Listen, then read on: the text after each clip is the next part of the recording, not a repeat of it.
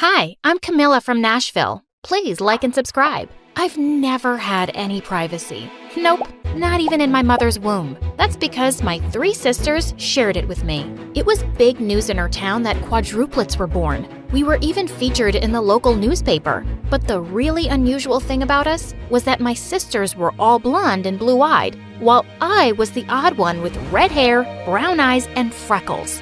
And growing up, they always made me feel different. Lucia was the worst. She would always block my face in our family photos. They even had their own triplets club. It's called TOT, 2 Awesome Triplets. And no, you can't be part of it, 'cause you're ugly. Maybe I should tutor you sometimes, you MORON. Your spelling stinks. Shut up, Lucia's spelling isn't that bad. It's her math that really stinks. She always gets an F. Her breath stinks too. Yay, I said that first.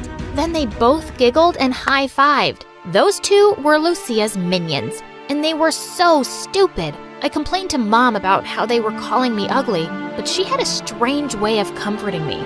Honey, everyone doesn't have to be beautiful. Let them be the pretty ones and find their Prince Charmings and leave one day. Then you and I will have so much fun together. Wait, did she just say I'm ugly too? But it wasn't just them. I'd even hear stuff like this from strangers all the time. Like on our 12th birthday, we were out for dinner at a restaurant when a woman approached Mom and said, "Your triplets are just beautiful. They look like junior supermodels." Oh, and who's this? A niece? Or your maid's kid? So sweet of you to bring her along. You want to know something sweet? Try this. I grabbed our birthday cake and rubbed it in her face. Apparently, she was the restaurant manager, and we were immediately thrown out. Over time, I grew more resentful. Mom just soaked up all the praise for my sisters and never told people off for making mean comments about me. Even at school, those 3 were the pretty popular ones, while I was just their ugly, nerdy sister. And all this made me angry. I didn't even know how much anger was building up until one day at school, when I saw my test marks were all in single digits. What? I'd always been at the top. My sisters grabbed my report card and laughed like hyenas. I felt furious and walked straight to the teacher. "What have you done, Miss Hans? I can't have such bad grades." "Oh, maybe there's a mistake, Camilla. Let me check." "A mistake? You sure make a lot of mistakes, like your 3 marriages." I instantly covered my mouth. I really hadn't meant to say that. But of course, I was sent straight to the principal. She made me hold the biggest book in the world and was going on and on about discipline. My hands were hurting and my head was about to burst. Please, for the love of God, shut up. Gosh, what was I saying? Mom was called in, and that was my last day in that school. I changed 3 schools by the time I reached 10th grade, thanks to my temper. But on the bright side, I didn't have to be with my sisters anymore. On my first day at my latest school, I swore I'd behave well, but just as I was walking into class, someone ran straight into me and I fell down. I looked up and saw a pair of mismatched eyes, one green, one blue. What, you think I'm a freak too? Go on, it's nothing new to me. No, I wasn't thinking that. I was just wondering, are you blind? Can't you see where you're going? Whoa. You're gonna talk rude to me? I'm not letting you inside the class today. And he stretched both his hands and legs and blocked the doorway. I tried pushing past him, but I couldn't. So I pulled his leg and brought him down and then jumped on him. We were fighting like cats when suddenly the noisy class became quiet and I saw the teacher standing near us. We were both given a week's detention, and there I found out that he was Victor, a foreign exchange student from Georgia. That incident on the first day made the whole class fear me. They barely even talked to me. It felt good at first, but then I started feeling lonely. Hey, I see you're always sitting alone at lunch. And well, I do too. Care to join me? Oh, poor you. Not many friends, huh? I'll think about it. Fine, I've decided. Since you're begging. Okay, let's meet at lunch. And after that, we did, every day. We became good friends as time passed, and people would even call us the weirdo couple. But we weren't a couple, because I always had my eyes on the school's popular jock, Peter. I even took up French for him, but he just never seemed to notice me. One day when Victor and I were at lunch, Peter stopped by our table. OMG, was this really happening? Hey, Cabello, right? Here's your pen. It fell from your table when you left. Oh, okay, thanks. Peter, right? You're a lifesaver. I mean, a pen saver. I just, so you know, it's Camilla. I mean, I'm Camilla, but it's fine. You can call me Cabello. It's just a confusing name. He gave a short smile and left. What was that? You looked like a tomato and sounded like an idiot. Don't laugh at me like you have a million girlfriends. I admit, I have a huge crush on him. And I'm really trying, man. In French class, I stand up and answer every question, but he doesn't even look at me. You think he'll see you as a total nerd and then ask you out? Not a chance. Why not? Don't guys like smart girls? Clearly, you know nothing. You badly need some lessons from me. I know how to impress a guy. I didn't know you were gay.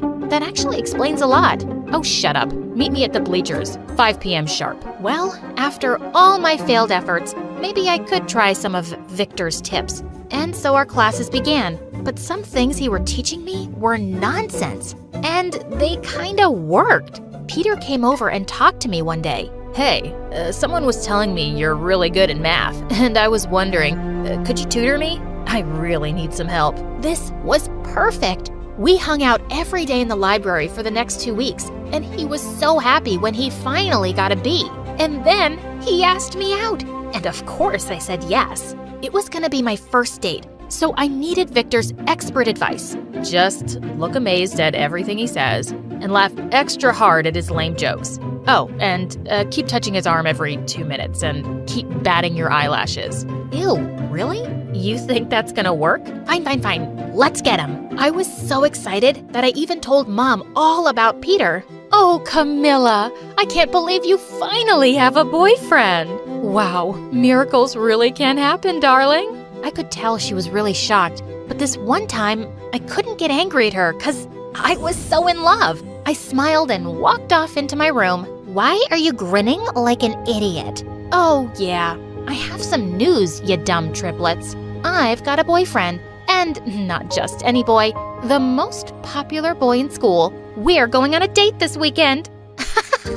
A boyfriend? I'm sure he's an imaginary one. Yeah, you being the ugliest, you don't stand a chance. 'Cause even Lucia had to beg every boy in school to be her boyfriend. Yeah, but they all dumped her in front of everyone. All 3 did. You're gonna be single forever, baby. Mean, stupid idiots. I just ignored them and went back to Peter dreams. The next day at school, I saw Peter walking down the corridor and I caught up with him and took his hand. But he just shook it off. I felt shocked, but before I could say anything, we were already inside the classroom, and he didn't even sit anywhere close to me. I caught him alone at the end of class. What was that?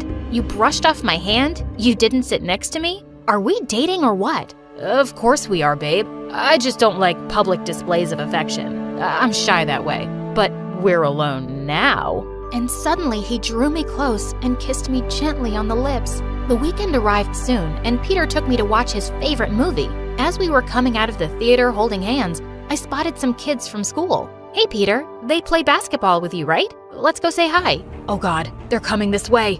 And suddenly he pushed me behind a big potted plant. What the heck? I saw him walk forward to meet the guys, and then he just left with them. I felt so stupid and so mad. I wouldn't even look at his face in school the next day. And then suddenly he pulled me into an empty classroom. What do you want with me now, Peter? Listen, I'm sorry about last night. I kinda panicked. I really like you, Camilla, but do we have to announce that we're dating? Why not? Go on, say it. Well, you and I are just really different. You mean you're a popular jock and I'm some weird nerdy girl, right?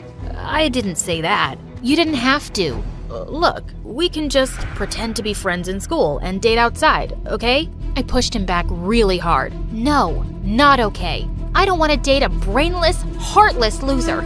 Get lost. I walked out of there in angry tears, and Victor caught up with me. Camilla, you're crying? Did Peter say something? I'm gonna break his... No, just stop. I was an idiot chasing someone like him when I know who I am. I'm the girl who gets good grades and who says whatever comes in her head, and boys wouldn't mind being friends with me, but they don't want to be my boyfriend. I'm not pretty, and I never will be. That's the stupidest thing I've ever heard you say. He's a jerk, and you're perfect, just as you are. You're smart and funny and pretty. I've thought that since the first day I met you. Suddenly, he stopped short and dropped my hand, his face all red. Victor, do you like me? I don't know. Maybe. It doesn't matter. I know you'll never see me like that. And it's for the best, because I'll be going away soon anyway. Saying that, he walked away, and I felt stunned. How did I not see Victor's feelings for me? And he was such a great guy, and I'd been too stupid to see that too. But there wasn't much point thinking about it, because our graduation was 2 weeks later, and he left for Georgia. That evening, I was feeling so upset that I'd totally forgotten about the stupid dinner Mom was having for Lucia's boyfriend. But when I saw who it was, I nearly had a stroke. Lucia was with freaking Peter. Mom, meet Peter. We met at the gym. Isn't he the cutest? Oh my God. Lucia, this is the guy I was dating 2 weeks ago. He goes to my school, and he's a big fat jerk. Camilla, what are you doing? You were just my math tutor. I didn't know you had feelings for me. What? You're just embarrassing yourself, loser. Who would believe that someone like him would go out with you? I guess you had a crush on him and started imagining he's your boyfriend. You know what? You're both jerks, and I'm so happy you found each other. Congratulations! I stormed off to my room and slammed the door shut. Unbelievable! I just avoided my family and got busy with college applications. And I even applied to the university in Georgia I knew Victor was going to attend. I was overjoyed when I got in on a full scholarship. I went excitedly to tell Mom, but Lucia was already there with her news. Peter had proposed to her, and they were getting married soon. I thought Mom would never agree to her getting married so young, but I was shocked. This is the best news I've ever heard. That Peter is so nice, so rich. He'll be such a nice husband. You'll live like the princess that you are, my darling. No! This is crazy! Lucia, you can't marry this guy. I'm telling you, he's not a good person. Did somebody ask you? I wasn't even planning on inviting you to the wedding. Just stop being so angry and jealous all the time. Yes, Camilla. Be happy for your sister. It's okay if they all get married and you stay single. Your mommy is here for you. That's enough, Mom. I'm not jealous of my sisters. You've always told me a million ways that I'm not as pretty as them, and I'll never be good enough for any boy. But you know what? I like me. And there is a boy who thinks I'm pretty and perfect. He's better than all the Peters in the world, and I'm going to him now. A week later, I'd packed my bags and left for Georgia. When I went to university on the first day, I searched all over campus for Victor, and I found him at last in the cafeteria. Sitting alone here too? Pathetic. Camilla, oh my God, you didn't tell me. And then he hugged me tight. It was the best feeling in the world. We started dating, and I'd never been happier. Right after we graduated college, he proposed to me.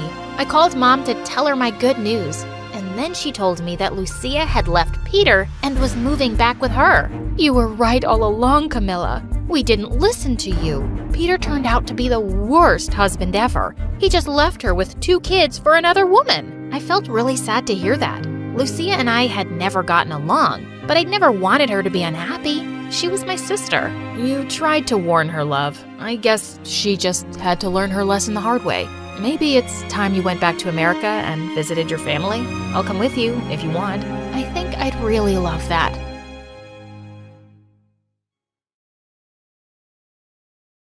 You know when your life is dreamy and amazing and just perfect? I'm mopping up ice cream a kid threw up, and someone left teeth in the tip jar. What do you think? You're lucky you're used to bad things. Would you rather be me, having everything and losing it all? I feel like you want to tell me your story. How long is this going to take? Not that long. Okay, so it all started 17 years ago when I arrived in this world as a beautiful baby girl. Of course you came as a baby girl. With eyes as blue as cornflowers. Why are you stating the obvious? My mother wrapped me up in a cashmere blanket, which was the perfect shade of lavender. Interestingly, lavender is my favorite color. That's not interesting. Come on, get to the part where your life gets bad. And if you tell me you tripped on a cornflower and broke your lavender shoe... I really liked that shoe. And I tripped on a sunflower. Okay. I swear, you're gonna love how much worse my life gets. Do you guys want to hear the long version or the short one? Fine, the short one then. My name is Olivia, and before I continue, please like and subscribe. My dad was the owner of a tech startup. Don't ask me what the startup is about. I have no idea. I tried finding out many times, but the conversation always goes something like this. Daddy, can you tell me more about your tech startup? Of course, sweetheart. Basically, we're using cutting-edge algorithms to optimize data. What a pretty butterfly on that rose. I need to send my rose pink dress to the dry cleaners. Our platform synergizes complex neural networks with cloud-based infrastructures. But I don't have the right shoes with that dress. Maybe I need new shoes, or maybe I need a new dress. With our blockchain architecture, we're able to establish an ecosystem that... Daddy has wrinkles on his forehead. I should give him night cream on his birthday. In short, we are revolutionizing the industry. That's amazing, Daddy! I don't know, man. Your guess is as good as mine. The important part is that his startup made us very, very rich. Like, take a private jet to your private island kind of rich. We lived in a huge mansion where Mom and I had closets as big as rooms and clothes and shoes for days. My life was a whirlwind of glamorous parties, fancy vacations, and global shopping sprees. I went to a great private school, had tons of friends who adored me, and the cherry on top of my sweet life was Dad's friend's son, my dreamboat boyfriend, Chad. I really had everything. Then it all went to hell one day when I tripped on a sunflower and broke the heel of my fourth favorite lavender shoe. Are you kidding me? It's about to get worse, I promise. I was meeting Chad in the park. My heel broke, so I had to walk barefoot. I was crossing the track when this stupid kid on roller skates ran right over my toes. I screamed and fell back on my butt, and then out of nowhere, a crow started attacking me. It was the most bizarre day. By the time I reached our usual spot, I was in a foul mood. But suddenly, seeing the golden hour light hitting Chad's perfect face, everything else melted away. I could take all the ups and downs of life with Chad by my side. I think we should break up, Livy. Break up what, babe? Us. We should break up. I've accepted an offer at a university across the country, and I don't think we can make long distance work. I don't understand. Like stars departing at dawn's first light, our destinies ascend separate horizons. What? Our hearts, like birds in migration, must seek divergent skies to find our true selves. I am so confused right now. I love you, Livy, but we're too young to tie ourselves down. It's best to part ways, and if we're meant to be, we'll find each other again. Then he kissed me on the cheek and just left me there. Oof, that's rough. The story's finally getting good. You're such a sadist. I was depressed for days and just sobbed in bed as I watched MSA love stories. I always thought Chad and I would be up there one day with our own little video. I mean, look at me. My face is a dream for any animator to work with. Anyway, just when I thought the worst thing in my life had already happened, the police showed up one night and arrested Dad for embezzlement. He was charged for stealing money from his investors. And before I knew it, my life really turned upside down. Most of our assets were seized by the government, and we had to leave our house only with things we could carry. I managed to put on 14 dresses, 9 shirts, 4 pants, 5 coats, 6 pairs of shoes, and 2 bags. Mom and I moved into a tiny apartment on the poor side of town, and we got a lawyer. But it looked like an open and shut case with too much evidence against Dad, and he was sentenced to prison for a decade. I swear I'm innocent. I've been framed. I need you to believe that I'm not a crook. Of course we believe you, Daddy. We'll get your name cleared, I promise. Naturally, my first course of action was reaching out to Dad's friends for help. You need to leave. I can't be seen with you. My girlfriend is a very suspicious woman. Aren't you married? Exactly. I wasn't running away from you. I was just getting some exercise. Oh look, what an unusual bird. Where? I recently hit my head and I have amnesia. I don't know who your dad is or why he made me your godfather. You're my godfather? Gotta go. I need to poop. Chad's father was out of town, and I was so relieved when he returned. He was Dad's BFF. If anyone would help, he would. I'm sorry, but Sir is still away on business. His car just passed me as I was walking here. You must be mistaken. He's not home. I can literally see him in his study from that window. Let me put this another way, miss. He clearly stated that whenever you show up here, I have to say he's not home. That just made my heart break. No one wanted anything to do with Dad because they all thought he was a crook. Next, I turned to my own friends, and I only met more closed doors. Wow, really, Penelope? Remember the only person who could look you in the face when you went through your hideous acne phase? And remember whose shoulder you cried on when the plastic surgeon botched your nose job? And remember who took the blame for your smelly fart when we were hanging out with your crush? You know it, me! Mom had the same luck with everyone she knew. She soon took up a job in a grocery store and enrolled me in the nearby public school. I thought I might feel better with the distraction, but I was a fish out of water here. The kids smirked at my clothes. They smirked when they asked me if my dad was the rich guy who went to prison, and they smirked as they walked past me at lunch. Mom got her first paycheck soon, and she took me out for a manicure to cheer me up. As I stared down at my perfect lavender nails the next day at school, I felt more positive than I had in weeks. I wouldn't sit alone at lunch anymore. I would get to know these kids, and they'd get to know me, and they'd see how lovable I was, and I went flying forward with my food tray and fell flat on my face. As I got up, feeling hideously embarrassed, I suddenly noticed it. 2 of my nails were chipped. My perfect nails, not so perfect anymore. Who is the idiotic pea-brained buffoon who crashed into me? Oh, come on, we were just playing ball. In the cafeteria? Did the football field catch fire? Did an earthquake split it open? Did a tsunami wash it away? Hey, calm down, weirdo. What's the matter with you? You want to know what's the matter with me?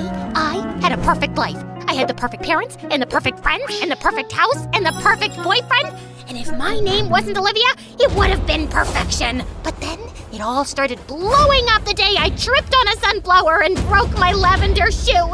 Now I'm here in this stupid school, looking like some hobo with chipped nails. I jumped onto that boy and started pulling his hair and pinching his nose and twisting his ears.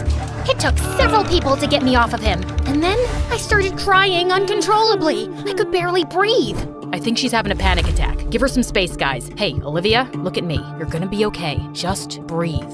So yeah, I lost my mind. You helped me calm down and brought me to your workplace. I had to. You were in shock and clinging to my arm like a python. And now you know my whole story. You're probably thinking, look at this whiny rich girl who lost some money and can't handle it. But it's not just that. I never realized before that my entire life was so fragile. I just never saw this coming. Jackson reached over and put his hand on mine. I wasn't thinking that. You've been through a lot, and I'm sorry. Thanks. By the way, how tall are you? 6 feet 4 inches. No wonder I've been feeling so tiny all day. My life still sucked, but it sucked a little less now that I had a friend. Jackson was so different from any of the guys I'd known. He didn't talk about sports cars or the newest smartphones or the best companies to invest in, but he taught me how I could cut out grocery coupons from newspapers, what the cheapest bus route was, and how to ride a bicycle. He even got me a waitressing job at the cafe and covered up for my mistakes. He lived in a tiny, rundown house with his mom and 3 younger sisters, and even though they didn't have much, I was always made to feel welcome. One day at the park, while Jackson was feeding the ducks with his sisters, I accidentally knocked over his backpack and a sketchbook fell out. I opened it to find the most amazing comic drawings. I leafed through the pages and found a sketch of me. And then another,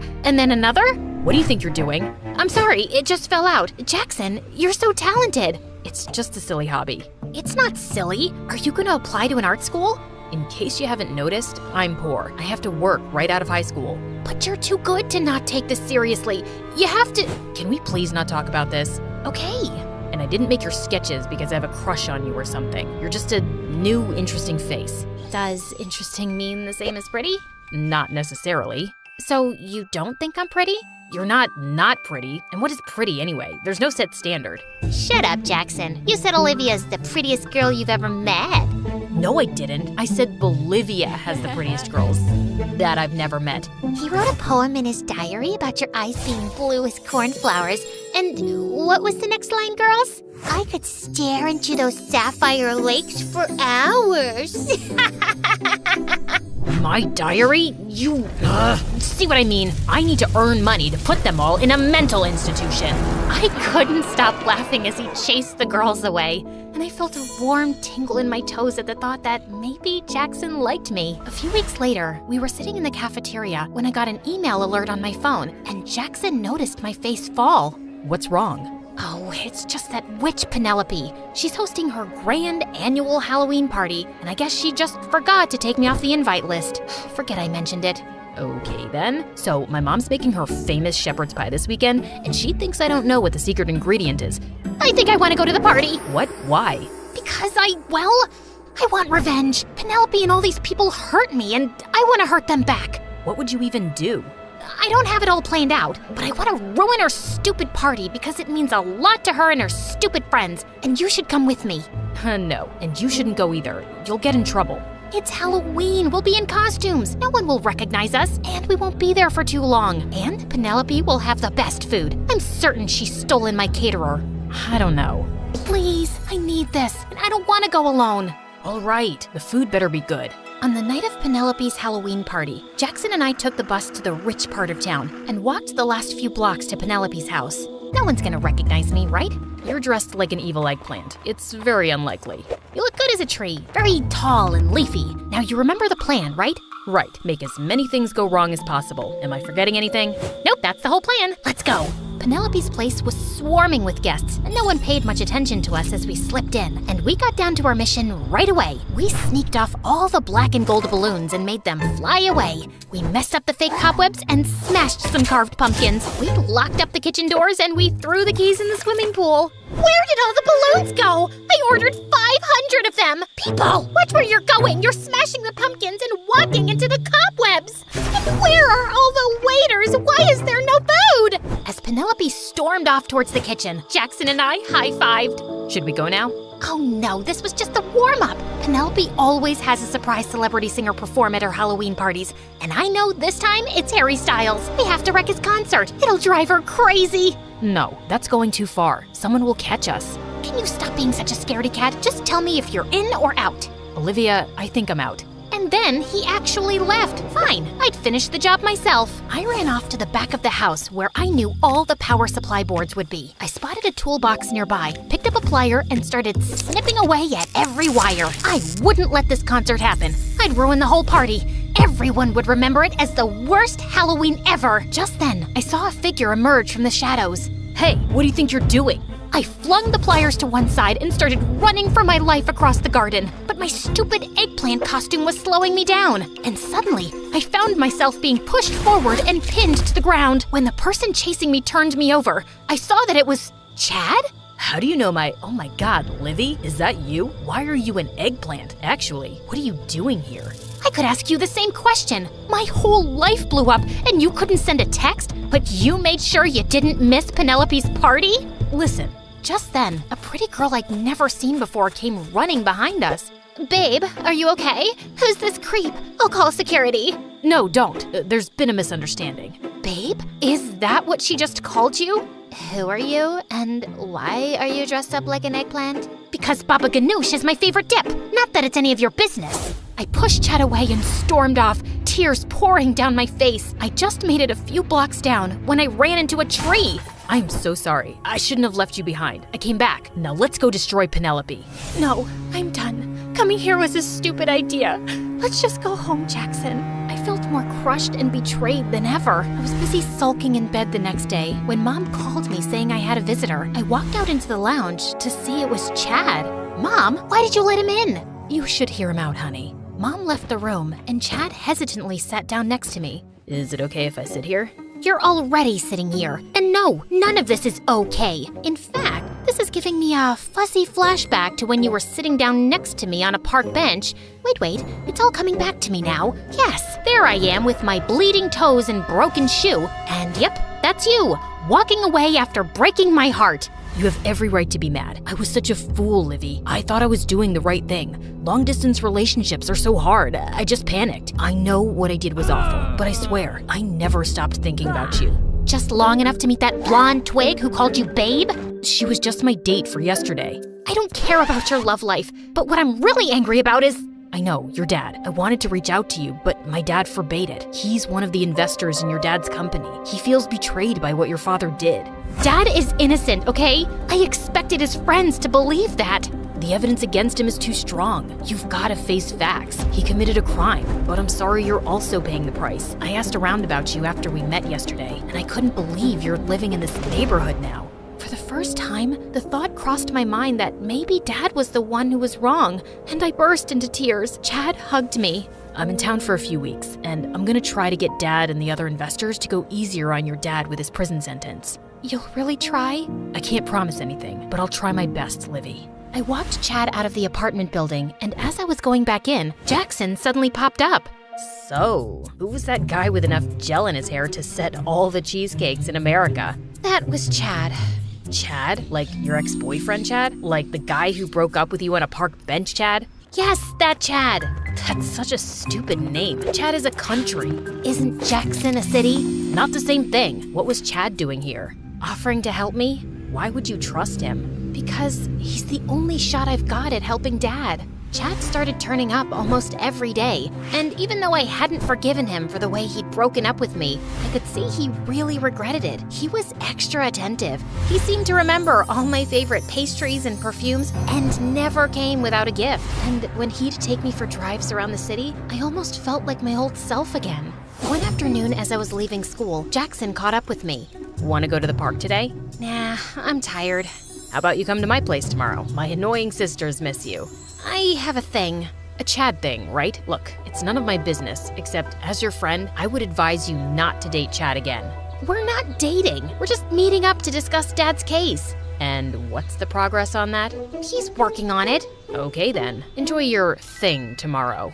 Don't do those dumb air quotes. It's not a date. Why don't you come with me? We're just going to an art exhibition and then having dinner. Sounds like a date. It's not a date, you giraffe. Join us. Chad won't mind. Chad didn't look too happy either, and I could see the way he looked Jackson up and down disapprovingly. But things got worse in the art gallery. Wow, what a stunning piece of art. Holy mother of noodles, that's for $50,000? It's a picture of a rotting apple. It shows the complexities and slow ruin of postmodern society. Dude, it's an ugly apple. I could draw this with my left foot in my sleep. I didn't expect you to know anything about art, but you're even more… Chad, he's an artist too, and he's your guest, so be nice, okay? I thought I'd manage the situation, but it got worse over dinner. Chad had just raised his glass and was about to say something when Jackson exclaimed, "Oh no, Grandma ran away from my aunt's house. She climbed out of a third-story window and fell." "Oh my God, is she okay?" My sister is just updating me. Yeah, she survived the fall, but then she went out to the lake on a paddle boat and fell in the water. What? Did she drown? Okay, no. Apparently, she's a very good swimmer. But then she went to a diner and choked on her food. Is she still alive? Phew, thankfully, yes. Someone in the diner performed the Heimlich maneuver on her, but she's in the hospital for a mild concussion. Can we leave early so I can see her? Of course. You can leave now. I'll call you an Uber. I can stay for the main course. We'll skip dessert. Anyway, before I was interrupted, I was about to make a toast to us, Livy. Friendship, much like the delicate petals of a rare flower, unfurls its beauty only to those who possess the refined senses to savor its exquisite fragrance amidst the mundane garden of existence. That's lovely. I'm sorry. What does that even mean? Excuse me? Why do you think it's cool to say vague nonsense? Friends don't treat friends the way you've treated Olivia in the past. Can't you be honest about anything? Why don't you start with her and tell her you don't actually have any plans to help her? You want honesty? I think you're a worthless piece of trash. Before I knew it, Chad had attacked Jackson, and they were in a full-scale fight, bumping into waiters and falling onto tables. Several people managed to pull them apart, and I dragged Jackson outside. What were you thinking? He attacked me. You provoked him. Look, Olivia, I don't get mad a lot. It's scary for people when I get mad because I look like a tall, angry windmill. So I keep it in and stay calm mostly. But I'm mad right now. How can you even stand that pretentious windbag? Because he belongs to my world. This is the life I had before. You go to stupid exhibitions and talk about trivial things over food and laugh at dumb jokes. And you didn't even give him a chance. You were determined to hate him just because he's a rich guy. Is that what you really think of me? You know what? I'm the problem here. I don't belong in your world. Jackson walked off, and my heart sank. He wouldn't even reply to any of my texts or calls later, and he avoided me in school entirely. A few days later, Chad asked me to come over to his place to have a talk with his dad, and I arrived early. As I walked towards the study, I suddenly heard raised voices, and I stopped outside. That girl is really coming here right now? Chad, what is the matter with you? Look, Dad, when you told me that you and the other investors were making a fake case against her father to get control of his company, I was totally on board. And I broke up with Livy and left because you didn't want me to be associated with her after her dad got a bad reputation. But I didn't realize Livy and her mom would have everything taken away from them. What else did you think was gonna happen, son? I don't know. I just thought the dad would go to jail and we'd be richer. It's not fair. She lives in a dump now. And how are they supposed to afford shampoo and makeup and all the creams and serums they use? Just lie to her and say you're working on getting her dad out of jail sooner so she feels better. And maybe we can give her some money every month. Fine. My son is such a philanthropist. Don't get serious about her again, though. Dad, I'm 18. I'm not serious about anyone. I'm leaving in 2 weeks anyway. I've just been nice to her because she was never very tough, and I feel sorry for her.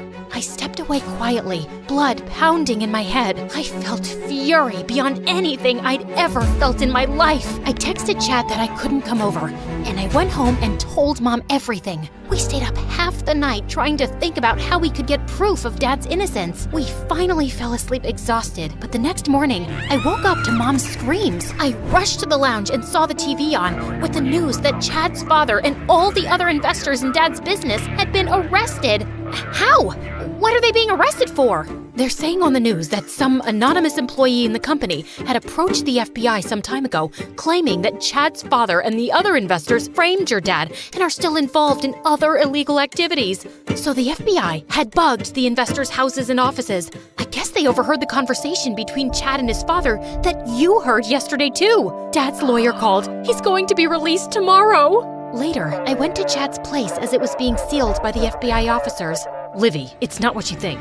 No, only I will talk now. I heard the entire conversation between you and your dad yesterday with my own ears, and I just came to say, I hate you. I despise you with a burning rage of 1,000 suns. I loathe you with the force of 100 typhoons. I wish only bad things to happen to you, and my wish is coming true as we speak.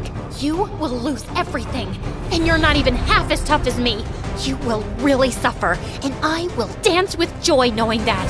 Then I punched his perfect nose and stormed off. Well, actually, I skipped off happily and headed straight for the cafe. I spotted Jackson taking someone's order and ran to him.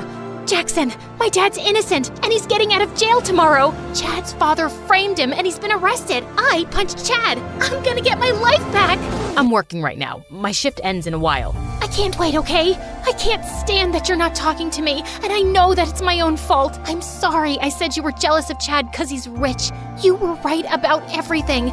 He's an obnoxious jerk, and that apple painting was so ugly. Also, if there's anything I've learned, it's that I don't want all of my old life back. I don't want to have fake conversations or fake friends who turn away at the lowest point of your life. I want people like you.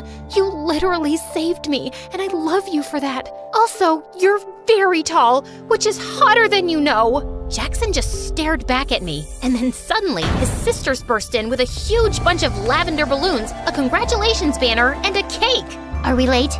Do you know how hard it is to find lavender balloons? I dropped a cake on the way. We can scrape off some of the icing. I told you girls, we're meeting at Olivia's place, not here. We heard the news about your dad, and we were coming over after my shift. Even though you were mad at me, I can't stay mad at you. Look, just let me take this customer's order. Just kiss her, you moron. Hey, don't call him a moron. But seriously, just kiss me, dummy. Wait, how's your grandma doing? You want to talk about my grandma right now? Actually, I don't have one. I made up that whole thing to annoy Chad. I like you even more right now.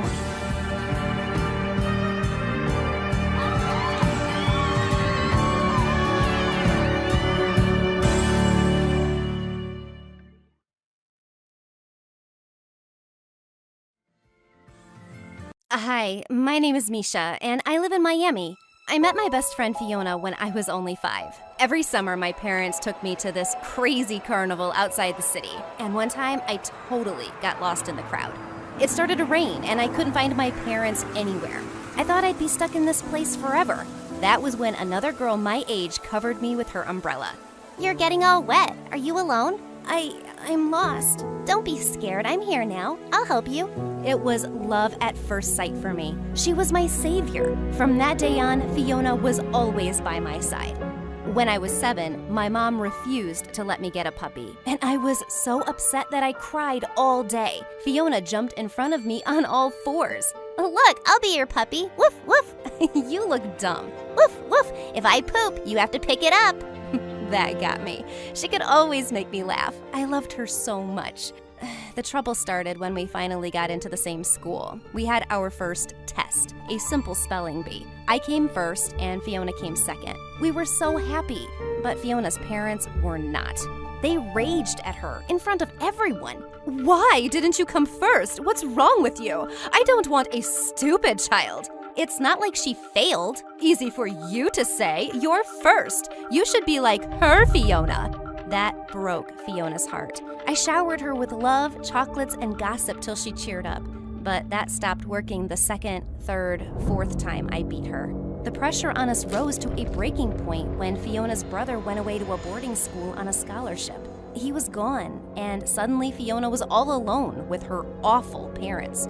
She stopped taking my calls and always came to school with puffy eyes, like she'd been crying. In 6th grade, when her scores were even lower, Fiona suddenly took a bottle of water and dunked it all over my head. Fiona, I wish you didn't even exist. You don't mean that. Yes, I do. Just disappear. From that day, a never-ending rivalry started between Fiona and I. She started messing with me all the time. She knew my locker combination and she threw out my books. She even spilled the beans to everyone about the guy I had a crush on. He came to me at lunch and publicly rejected me. I was flaming mad. I ran up to Fiona's table and said, "Fiona peed in bed till she was 11, just so you all know." Fiona screeched like a monkey and attacked me. "I hate you, Misha!" One day, she crossed all her limits. I found her in the schoolyard bullying some other girl. I pulled Fiona away from her and screamed, "Have you gone crazy? I get that your parents are awful, but stop taking it out on everyone. Stop acting like you're better than me." She pushed me and I twisted my ankle so badly. I couldn't help it. I slapped her. We started wrestling on the ground when suddenly someone pulled me off Fiona. I gasped when I saw a tall boy version of Fiona in front of me. It was her brother, Henry. "What are you doing here? I thought you left." "Fiona tells me you've become a bully." How disappointing. "She's the bully, idiot." That's when Fiona started crying like a little baby and saying I was evil. Henry totally believed her. "Stay away from my sister or what? You'll fight me too? Let's go, right now." He laughed in my face. "You're cute. Too bad you're a bully." So annoying. Suddenly, it wasn't me against Fiona anymore. Henry butted in whenever I wanted to make my moves. One day, after I found my locker trashed again, I wanted to throw a bucket of soapy mop water on Fiona, but Henry showed up and started pulling the bucket away. We both tripped and got the water all over us. I tried to get up, but I slipped. Henry caught me just as I was about to hit the floor. I looked into his eyes and my heart started fluttering. "Are you catching feelings?" "No, let me go." "What are you both doing?" Fiona was staring at us with laser eyes. "Why are you on my brother?" "None of your business." "He is my business. Don't you dare hit on him." Oh, so this bothered her. I instantly threw my arms around Henry's neck and pulled him in for a kiss. He looked shocked, and Fiona let out an ear-splitting screech. "Henry, I can't believe you!" She ran away in tears, and Henry was so mad. "Why did you do that?" "Revenge. She deserves it. I'm trying to mend things with Fiona. You know that. Ugh, you're an even bigger bully than I thought. Ask any of the students who the bully is. Go on." He stormed away, and I hated myself for feeling a little guilty. After the weekend on Monday, I was called into the principal's office. And to my surprise, Fiona was also sitting inside. "You're in big trouble, Misha. Someone stole the cash from school tips from my office. Fiona tells me it was you." "What? Fiona is a liar. There is no proof." The principal checked my bag, and as I expected, no cash. But when he opened my locker, hundreds of dollars just fell out. The witch sneaked the money in. "This is unacceptable. How dare you?" Students gathered around to watch the principal scream at me while Fiona just smiled. "Stealing this much money and then lying about it? Misha, you're expelled." That was when Henry came running through the crowd. "Sir, wait, you have the wrong culprit. Misha didn't steal this money. Fiona did." Everyone gasped. Fiona looked like she was gonna faint. "I saw you stealing it. Tell him the truth, Fiona." "Henry, you have to back me up." and let an innocent person take the fall? What happened to you? My jaw was on the floor as the principal lost it. He was so mad at Fiona for stealing and making up these crazy lies that he expelled her instead. I was in total shock. Fiona wasn't gonna be here anymore? You've taken everything from me. I never want to see you both ever again. And just like that, my best friend and nemesis was gone. As the news spread, my classmates started congratulating me for defeating the evil witch, but I didn't feel like a hero. A few weeks later, Henry told me Fiona's parents had sent her away to some boarding school, and she'd even changed her phone number. I'm sorry you had to stand up for me. I know how much it's costing you. Bliss. He was really quite adorable. He even cracked the funniest jokes, like the old Fiona used to. One weekend, I saw Henry walking arm in arm with another girl, and I froze. He was dating someone? My feet followed them before I could help it. She hugged him and kissed him on the cheek. Henry! Misha, what are you doing here? I was just passing by. I didn't know you had a girlfriend. This is my cousin. Ugh, I was such an idiot. I tried to run out of there, but he pulled me back. He waved his cousin off and turned to me. So, how jealous were you on a scale of 1 to 10? 0? I think it was a 9. No way. Okay, then you should stop me before I kiss you. He moved closer to me, and I felt my breath catch. Our lips were just about to touch when I stopped him. I'm sorry, Henry. I can't do this with Fiona's brother. It's just too weird. Are you sure? Yes. I'm sorry I asked you not to transfer. I'm not staying just to date you. I like it here. We can just be friends, right? I tried my best to keep it like that, but my feelings for Henry just kept growing. When we got into separate colleges, I thought I might finally get over him. But even when I dated other people, I couldn't forget about him.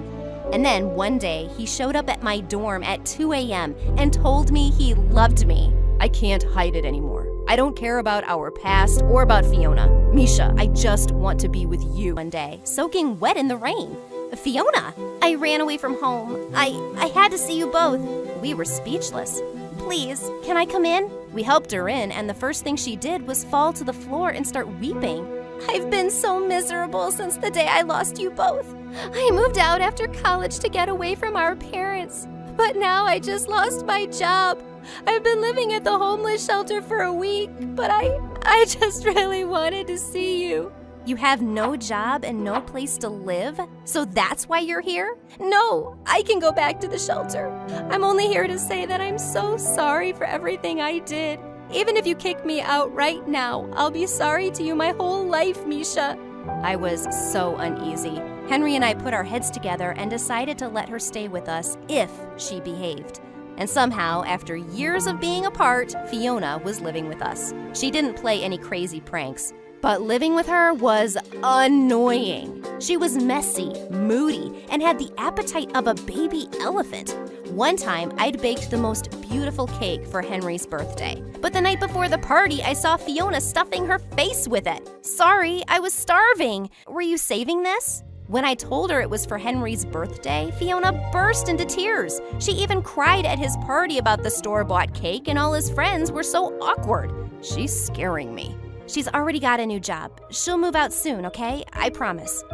That was good, because 1 week from that dinner, my doctor told me some amazing news.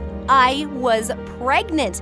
Henry went mad with excitement, and Fiona cried for 2 days straight. Your baby is gonna be related to me. I love that. Well, that was sweet. Fiona stayed by me through all my scary and happy moments, and I was almost sorry to see her go when she found her own apartment 3 months before my due date. But when she moved out, she changed again. She never invited us over, and if Henry asked to hang out, she always made up some stupid excuses. Did she use us just to get back on her feet? After I give birth, I'm gonna kick her butt. About 2 weeks before my due date, Henry got a call from the hospital. Hi, you're Fiona's emergency contact. We need you to come to the hospital right away. What happened? Your sister's about to have her baby. Wait, what baby? Henry and I rushed to the hospital where we found out that Fiona was pregnant. She'd been pregnant this whole time. I couldn't believe it. She has high blood pressure, so we're watching her and the baby carefully. She might need surgery. Surgery? Is she going to be okay? How could she lie about this? Oh my God. I was suddenly in total panic, And that was the moment my body decided to go into labor. But after hours, when I finally held my baby girl, I couldn't stop weeping. She had Fiona and Henry's shiny black hair. Bet you my baby's prettier than yours. I looked up to see Fiona standing in front of me. She was okay, and she had a baby girl in her arms. Fiona, oh my God, can you believe it? Our kids will be birthday pals. Why? Why did you hide this from us? I didn't want to guilt you guys into helping some poor pregnant woman. I missed you so much, and I just wanted you to give me a real chance. You fool! What if something had happened to you? You're so stupid.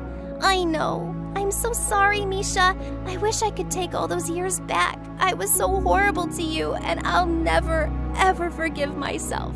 I can forgive you. I will forgive you. Come here. I gave her a one-armed hug, and we stared at our babies side by side. They're gonna be best friends, aren't they? Better. They're sisters.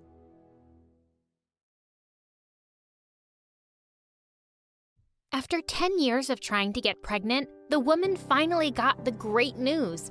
But her happiness was short-lived. The doctor looked straight into her eyes and said, "Ma'am, your baby has Down syndrome."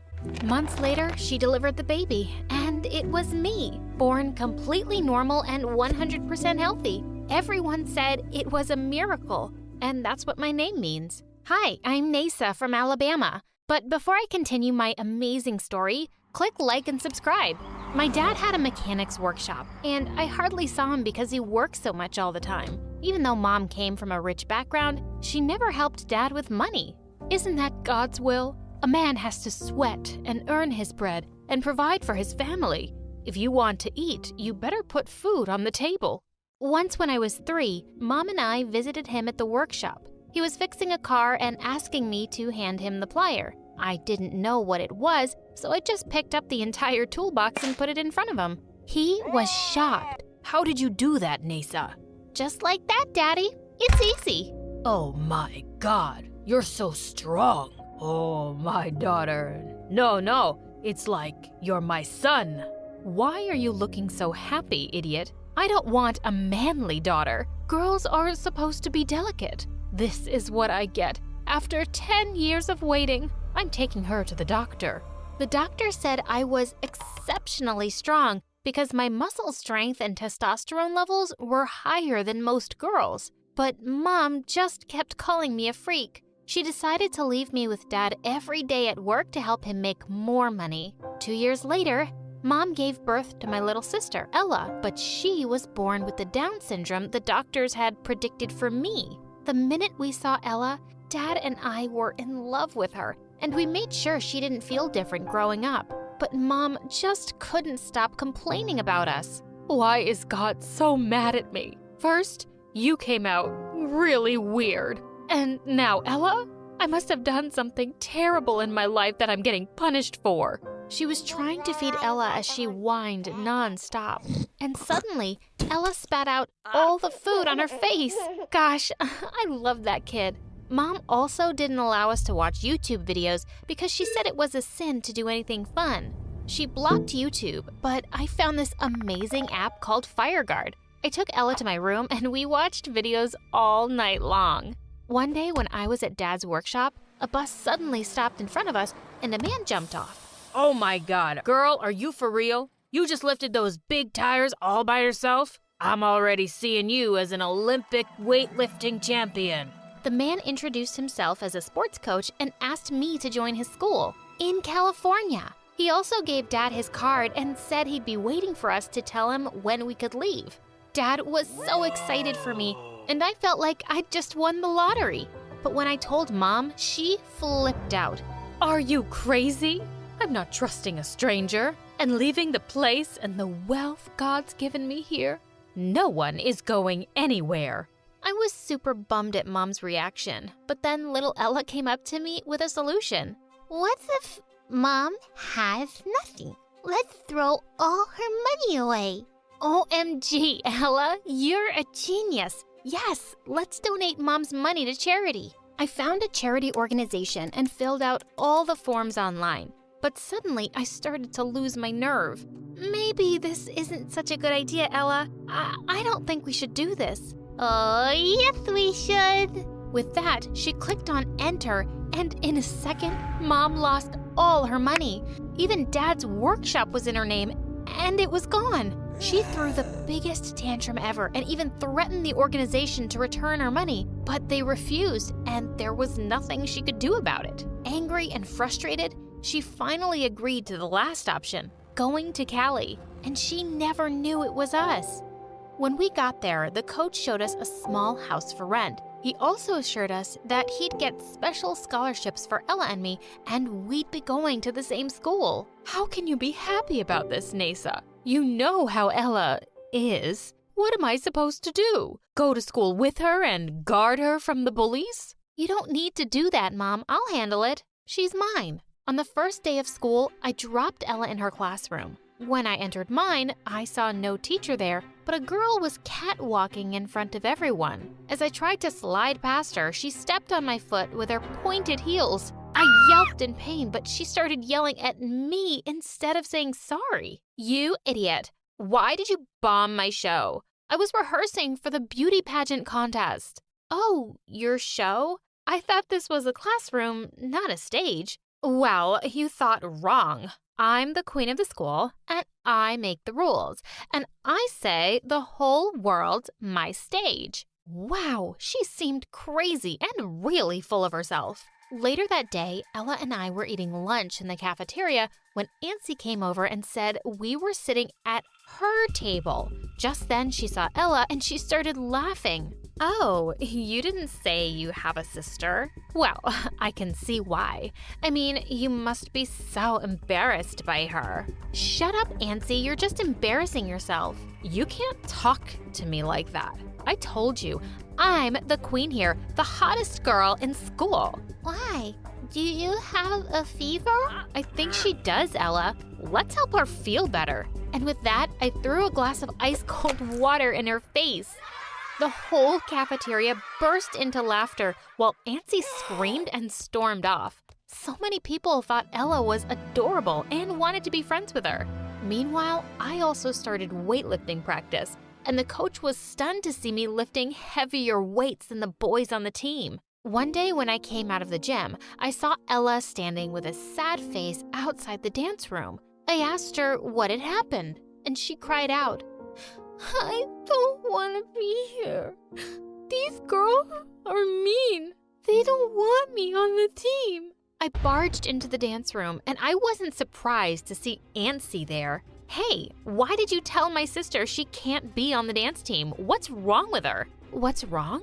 Are you blind? It's obvious she can't do fast moves with us, and we don't have forever to teach her. Now be off with your dumb sister. I totally lost it. I walked over to their sound system, pushed over the big speakers, and wrenched out all the wires. As Ella and I walked out, she turned around and locked the door from the outside. That was an awesome moment, but we got caught and ended up in detention. And Mom went nuts when she found out.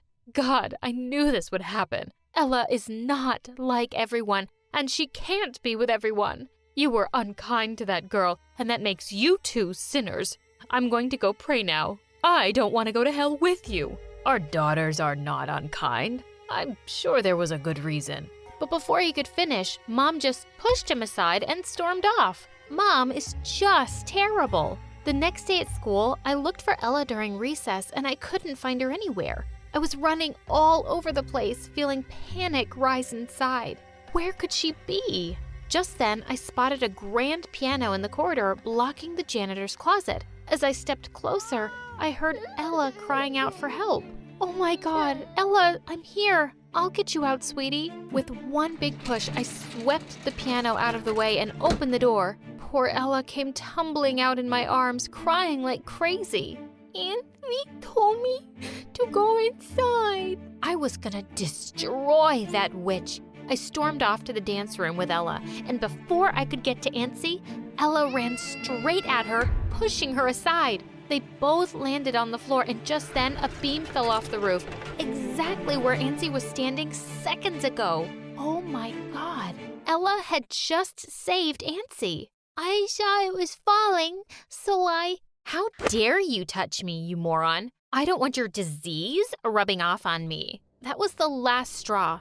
I walked up to Ancy and gave her a hard slap. You're a heartless bully, Ancy. You think she's weaker than you, so you pick on her. But here she is saving your stupid butt after everything you've done. She's got more heart and strength than you ever will, and you could learn a thing or two from her. We all could, because Ella is freaking amazing. Just then, I turned to see lots of kids had followed us into the dance room, and they were all clapping and cheering for Ella. Everyone started to boo Ancy, and she ran off crying. When we got home, I couldn't wait to tell our parents what a hero Ella had been, but we found the two fighting loudly. I'm not putting up with your embarrassing daughters anymore. My church friends say they are weirdos. Do you know how that makes me feel? I'll stay, only if we give them up for adoption. Decide. That is the easiest decision I've ever had to make. You're a selfish, horrible woman, and you don't know how to love anyone. So please, for the love of God, get out. Wow, Dad finally spoke up. Mom shouted and cried, but Dad just threw her bags out on the street, and our lives at home became so much happier. The next day, when we were leaving school, Ancy suddenly leapt out from behind a tree and spat at Ella. I was about to attack her when suddenly a well-dressed man stepped in and grabbed Ancy's arm. What did I just see, Ancy? I can't believe it. How could you be so cruel to this child? You're grounded for a very long time, and you're off the dance team. Dad, you can't do that. Keep talking, and I'll ask the principal to expel you myself. Apologize, now. Well, the queen bee finally bowed her head. Also, it turned out that Ancy's dad was a big-shot doctor, and he offered to take over all of Ella's medical bills and help out with any therapy she needed. When Mom heard that Ella wouldn't be expensive now, she contacted us by saying that she was sorry and she always knew we were special. But we told her to leave us alone. After a year of training, the coach said it was my time to shine. He entered me into many weightlifting competitions, and my medal collection has just begun. And I always have my biggest supporter cheering me on.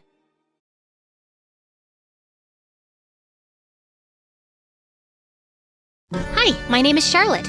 Please like and subscribe. I was born in Bordeaux, a beautiful city in France. When I was 8 years old, we moved to the USA because my dad got a great job there. The city we moved to was huge, filled with skyscrapers, shops, and opportunities, or so I was told. However, it didn't take long for things to start going downhill. When I began attending school there, my parents enrolled me in a private school for international students. Hi everyone, my name is Charlotte. I'm 8 years old and I come from France. I brought some madeleines that my mom made for everyone today. Hi Charlotte, I'm Laura from Italy. Do you want to hang out later today? Laura and I became very close. We would often take the same bus home, do our homework together, and even attend drawing classes together. Even though Laura didn't speak any French, being with her reminded me a lot of home. I was shy and liked to keep things to myself, while Laura was fun and a bit wild. Someone my mom wouldn't think was classy. Mom really didn't like Laura. She kept trying to make me hang out with kids from rich families that I didn't like. But I ended up making friends with 2 girls just so Mom would stop nagging me. One evening, I forgot to tell Mom I invited Laura over for dinner. Mom was really mean to Laura when she came. Charlotte mentioned your mom is a saleswoman.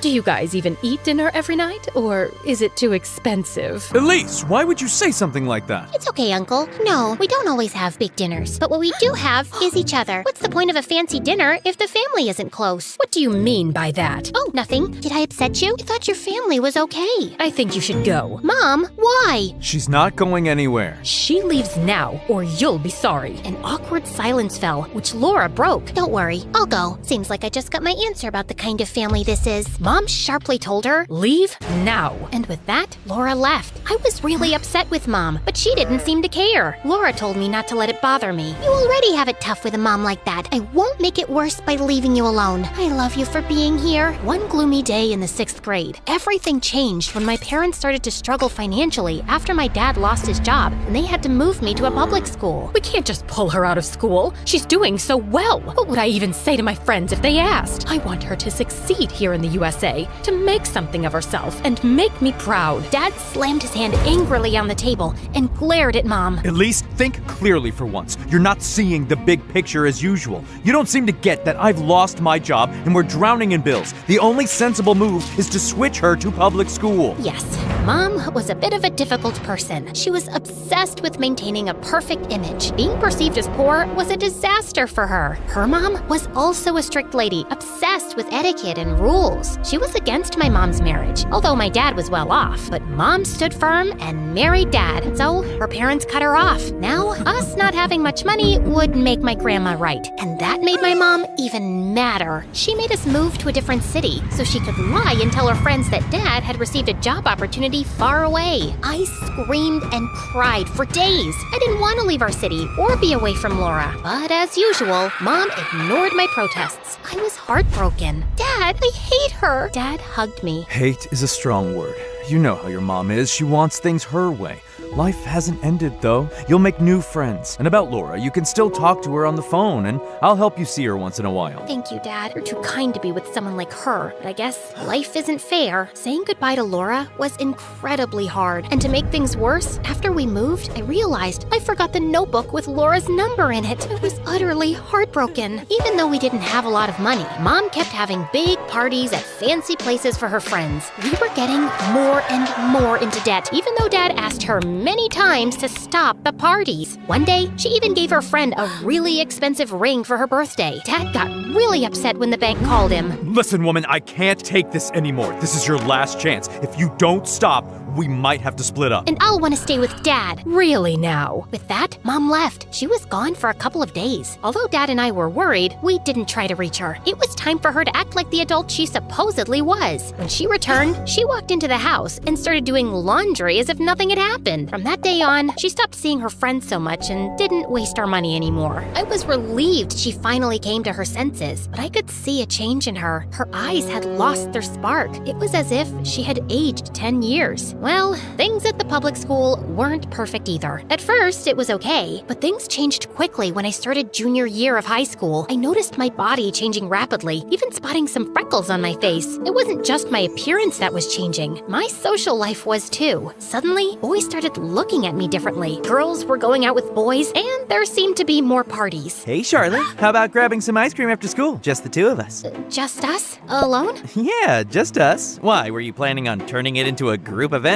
Well, I thought maybe we could invite Jessica too. Look, I wasn't making a guest list. You know what? Forget it. I gotta go. And hey, Charlotte, or should I call you the Lost Little Raccoon? Just because you're from France doesn't mean you're anything special here. If anything, it just shows you can't take a joke and always dampen the mood. Before I could respond, he pressed his gum into my hair as he walked away. It was not just embarrassing, it felt like a sharp tug at my dignity. I came back home that day, wanting to tell Mom about it. She was cooking in the kitchen when I walked in. Hi, Mom. I had a weird day at school today. I really don't have time for your stories right now. You know, we've been living in the USA for quite a while, and you still call a lot of things weird. I felt so angry I started crying. Our relationship wasn't that great to begin with, but now it felt ruined. If a girl doesn't find confidence in her mother, then the relationship feels distant, and each day I was growing further away from my mom. I headed to my room to put away my books when I spotted a sketchbook on my desk. It was from the drawing classes with Laura, and it had her number inside. Turns out I'd saved it here as well. I was ecstatic. I quickly and quietly went to the living room, grabbed my mom's phone, and dialed Laura's mom's number. Hello? Elise, what do you want? Hi.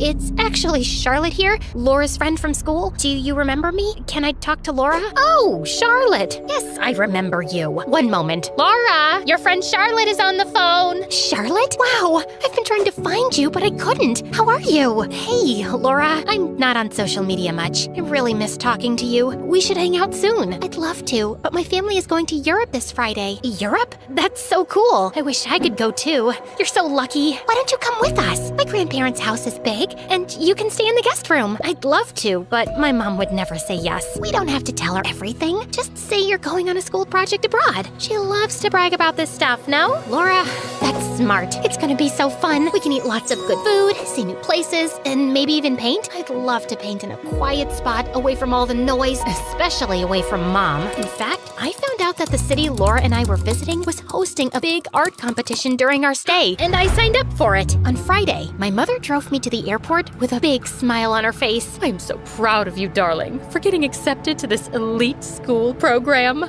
I'm sure it'll help you get accepted to one of the Ivy League schools. Sure. Yes, Mom. I got out of the car and walked to the airport gate when I saw Laura. She looked great, ran up to me and gave me a big hug. Charlotte, we're going to Europe. It's gonna be so fun. I'm so excited. I entered a drawing contest over there too. The prize is also about $500,000. Can you come and cheer for me? It feels like a dream. Sure, but you have to draw me and make my eyebrows look good. I enjoyed spending time with Laura, but sometimes things felt off. It seemed like she would suddenly stop talking to her mom when I showed up, as if they were hiding something from me. One night after we had dinner, she said something strange. You know, I was actually happy when your family started having money problems. What? Why would you say that? Well, your mom was a witch, and seeing her getting humiliated was so satisfying. First of all, becoming poor has nothing to do with humiliation. Second, Mom becoming poor also means me becoming poor. I thought your love for me was bigger than your hate for her. Oh, come on now. She's awful. Okay, let's change the subject. Want to eat some ice cream? I suddenly don't feel like it. I think I'm calling it a night. And with that, I stormed off. The competition day was getting close. It was going to last 2 days. The first for live painting in front of an audience, and the second for a closing ceremony where judges would announce the winners. Do you think the judges will be fair? I'm sure they will be. Are you excited to cheer me on? Of course. Will you cheer for me too? What do you mean? I'm entering the competition too. You knew that, right? What? No. You think I've lost my touch? I've been taking drawing classes for the past year. I see this as a great chance. But Laura, you never mentioned this. I didn't think I needed to report my plans to you. Anyway, I think it's better we focus on our own preparations for the next few days, so we probably shouldn't hang out too much. I was stunned. What happened to my best friend? I almost regretted coming on this trip. The only thing keeping me here was the upcoming competition. I was determined to win and get the prize. The first day of the competition arrived. We were led onto the stage, each competitor equipped with a set of pencils, colors, and a blank canvas. Laura leaned over with a mischievous grin and whispered, "May the best girl win." I was too stressed to respond and just focused on getting onto the stage. That's when I saw it. The event was being broadcast live on TV. My heart sank. I thought, oh no, my mom will see this. She'll ground me for life. Not only did I lie to her, but I'm also here with Laura, someone she can't stand. And now Laura, she turned out to be so different from what I thought. This is a nightmare. I wish I could just vanish. But I took a deep breath, pushed down my fear, and began to paint with all my heart, pouring every emotion onto the canvas. While sitting comfortably at home, my mom saw my face on the TV screen and yelled, Pierre, our daughter isn't on a school project. She's on TV with Laura. This is nonsense. She won't get away with this. We're flying to Europe. My parents caught the next flight and arrived on the second day of the competition. Mom tried calling me the whole time, but I was too caught up with the competition and the drama with Laura to answer. On the final day, as I stood on stage with Laura and the other competitors, they started announcing the winners. Laura got second place, and I was on the verge of tears until they announced Charlotte is the winner. Overjoyed, I walked towards the microphone to give a speech, only to see my mom storm into the hall. I was shocked and embarrassed. Yelling in front of everyone, she demanded, How could you lie to me, Charlotte? You know there will be consequences. And with Laura, of all people? "Oh, me, of all people? Remember when you burned the book that Charlotte wrote my number in? You called and insulted me and my mom. You even threatened me, a child, to stay away from Charlotte. Do you want me to say what you did too?" Shut it. Don't you dare speak to my daughter like that. Laura, what exactly did my mom do to you? Let it go. Didn't you just win? Take your prize and leave with your parents. Your mom threatened Laura's mom with her connections in immigration, saying she'd get her deported. What kind of sick person hates a kid like this? What has she ever done to you? You need help. I'm taking the prize money and I'm leaving with Dad. You should consider getting help. I'll even pay for your therapy. I traveled all this way for you to side with her? What lies has she told you? Enough. Let's go, Charlotte. Laura, what my mom did was wrong, but targeting me wasn't fair. Still, I'm here if you want to start over. Then I went to receive my medal and prize, hugged my dad, and we left.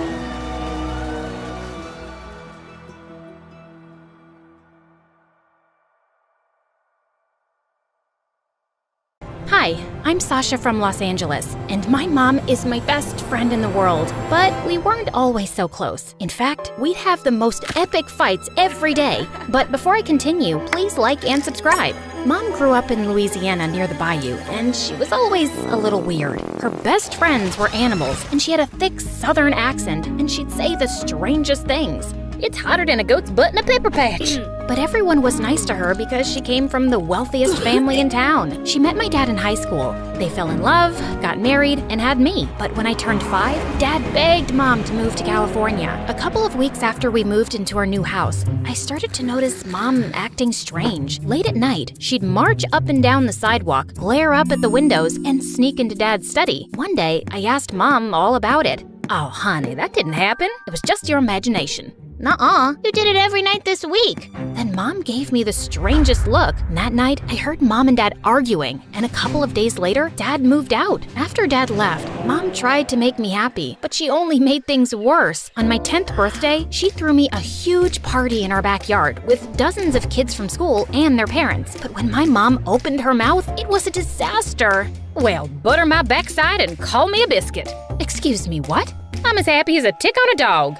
All the kids laughed at my mom. Even their parents thought she was a joke. I got so mad, I sprayed them all with the water hose. They ran away screaming. But to my surprise, instead of thanking me, Mom grounded me for a week. As the years passed, I started to notice that Mom was way too nice. When I was in middle school, Mom inherited millions of dollars. She donated a ton of it to several hospitals, and Mom's name was in all the newspapers. Next day, strangers started coming to our house to ask her for money for their fake charities and stupid businesses. We have to save the toothpicks. Teeth are suffering all around the world. Imagine a plate that could talk to you, then walk into the kitchen and clean itself. Dinner would never be the same. Mom just couldn't tell them no, but the moment they left, they'd call Mom an idiot and spend the money on expensive clothes and fancy cars. Of course, I didn't let them get away with it. I snuck into Mom's office and found all their addresses. Then, I'd toilet paper their house, leave poop on their doorstep, slash their tires, and leave notes demanding that they give Mom her money back or else. It was exhausting protecting Mom all the time, and I swear she never learned. We'd argue for hours about her ridiculous habits, but she refused to change. Dad was worried about Mom too, so he started to come around more. It felt really good having him back in my life. He was the best dad in the world. He took me to the movies, shopping sprees at the mall, and he even let me plan a special vacation to Las Vegas for the two of us when Mom was out of town. I was so excited. I used Mom's credit card to book a fancy room at a luxury casino with the finest restaurants on the planet. Nothing but the best for my daughter.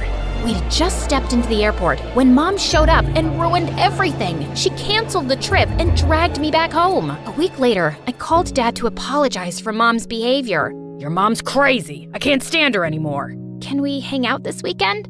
Sorry, I'm busy. Maybe another time. I kept calling, trying to make plans with Dad, but he always made up some excuse, and when he didn't call me for my 15th birthday, I was devastated. Mom caught me crying in my room. The next day, she told me someone special was here to see me. I raced down the stairs. I just knew it was Dad, but instead, it was a huge pig named Sam, and she said he'd be my new best friend. Sam followed me around the house. He ate my homework and pooped everywhere, but after a while, I learned to love him. We took long walks in the neighborhood every day.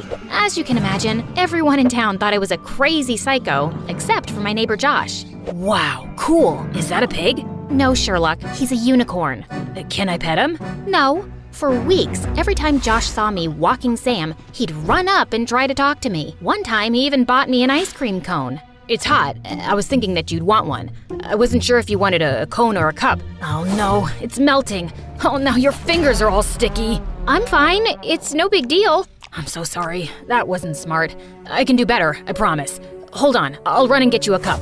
Another time, Josh bought me a hat, a popsicle, a sandwich, a whole pizza, and a t-shirt with our faces on it. Even though he was annoying and talked about the most random things, I started to enjoy his company and developed the tiniest crush. I even let him pet Sam. Can I really? Sure, but be careful. He's kinda shy. Josh rubbed Sam's head. Sam got mad and chased him into the bushes. Josh scraped his knee and started crying like a baby. Mom saw the whole thing and invited Josh inside. And as usual, she embarrassed me. Now aren't you as cute as a button? No wonder Sasha's been happy as a clam at high tide. Josh was totally confused.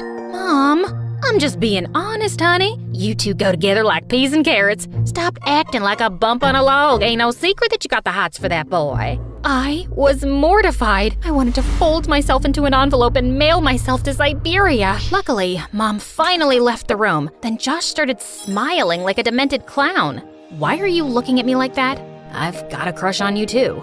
Soon, Josh and I started dating, but when his parents found out, they weren't very happy. It didn't help that my mom caught Josh's mom making fun of her at the grocery store. That woman has no class. Her clothes are a disaster, and that daughter of hers is a menace.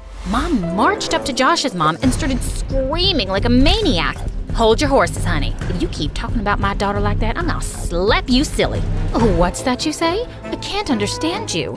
Maybe you should learn some proper English. Josh's mom shoved past Mom and started laughing with her friends. Mom grabbed a pie and smashed it in Josh's mom's face. Josh's mom grabbed a cantaloupe and threw it at Mom's head. Then the two of them started fighting like wrestlers in a cage match. Josh tried to break it up, but accidentally got hit in the eye by someone's elbow. Then a couple of security guards showed up and dragged them out the door. The police showed up and gave them both a warning. That night, Josh sent me the worst text ever. It said, "Hi, I can't be your boyfriend anymore. Sorry." I called Josh a dozen times, but he didn't answer. I went to his house, and his mother sent me away. I was heartbroken. Mom tried to comfort me, but it didn't help. The truth was that my mom was ruining my life, and I started to really resent her. I wanted her to change, but I knew she never would. But things started looking up in the fall. I was accepted to a fancy private school across town, and since no one knew me, it was the perfect time to reinvent myself. I changed my hair, bought new clothes, and practiced being cool in the mirror. When school started, the most amazing thing happened. The popular girls loved me. I landed a spot on the cheerleading team, and the cutest boy in school asked me out. To my surprise, I saw Josh in the hallway. He was a new student like me. He tried to say hello, but I totally ignored him. I was way out of his league. Life was perfect until Mom messed up everything. I was hanging out with Lacey and the rest of the cheerleaders when Mom showed up at school to pick me up. Look at that lady. Is that a lizard on her shoulder? Oh, no way. Is she walking a pig? They started laughing at Mom, and I wanted to fit in, so I started laughing too. I know, right? She's so disgusting. I felt bad about it at first, but I couldn't go back to being a freak. I tried to steer my friends away, but Mom saw me and rushed over. Aren't y'all precious? Fine as a frog's hair split 4 ways. It's so nice to finally meet your friend, Sasha. Then the worst thing happened. Sam squealed and then pooped on Lacey's shoes. The entire ride home, I was raging mad. I didn't talk to Mom for the rest of the night. The next morning at school was the worst. Lacey and the other kids couldn't stop talking about Mom. Who was that crazy woman, and how did she know your name? I lied and told her that Mom was my maid, and she was too poor and crazy to live by herself, so she lived at my house, and my real parents owned a successful multinational business, and they traveled to a new country every week on their private jet. Too bad for you. That really stinks. I'd have fired her a long time ago. Yeah, I know. It's hard, but I've learned to live with it. Josh overheard me talking to Lacey and ambushed me at my locker 10 minutes later. What's wrong with you, Sasha? Why would you say those mean things about your mom? Why do you care? You broke up with me because of her. It wasn't like that. It's complicated. Just like your stupid face. My parents gave me an ultimatum. They said that if I kept dating you, then they wouldn't pay my school tuition, or give me an allowance, or buy me a car. Breaking up with you was the worst decision I ever made. I regret it every day, but I didn't think I had a choice. But now I know I was wrong. I think we can make this work, but even if we can't get back together, maybe we could at least be friends? I've got plenty of friends. I'm really worried about you. You shouldn't have to pretend to be someone you're not just to fit in with those jerks. At least those jerks didn't drop me when things got inconvenient. I stormed off. I couldn't believe that Josh had the nerve to judge me. As the days passed, I ignored Mom and spent all my free time with my new friends. Then I got a phone call from my dad. He asked me to meet him after school. Promise me you won't tell your mom. You must realize by now that she's crazy. I've been trying to contact you for years, but she refused to let me see you. I met Dad at a cafe, and we talked for hours. He told me about his fabulous new life as an artist and how he traveled the world and made tons of money, but I never remembered seeing any of his paintings. He even invited me to travel with him for the summer. Then this strange man came in and Dad got really nervous.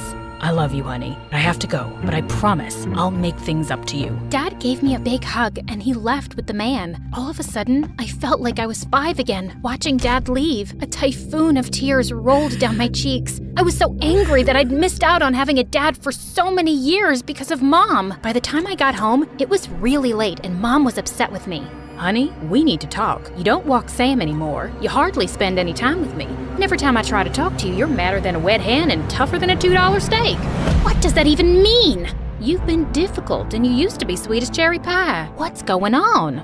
It's you! You're weird and strange, and everyone thinks you're a freak. You're embarrassing, and you've been ruining my life since I was 5. Even Dad says you're crazy, and I know you've been keeping him away from me. Mom looked at me like she'd seen a ghost. What are you talking about? Dad told me everything. He even invited me to travel with him for the summer. He's an artist now, and he's awesome. Your father is lying like a dog on a rug. I should have told you earlier, but your dad has some problems. He's a thief and a con artist, and he owes a lot of money to some really bad men. I didn't believe her. I couldn't. My dad was a good guy. She was the crazy one. I was so angry, I screamed. I couldn't stand being in the same room with her for another second. I turned and ran out the front door. Then, the craziest thing happened. This van rolled up, and the scary man from the cafe jumped out. He grabbed me and tried to pull me into his car. Mom and Sam appeared out of nowhere.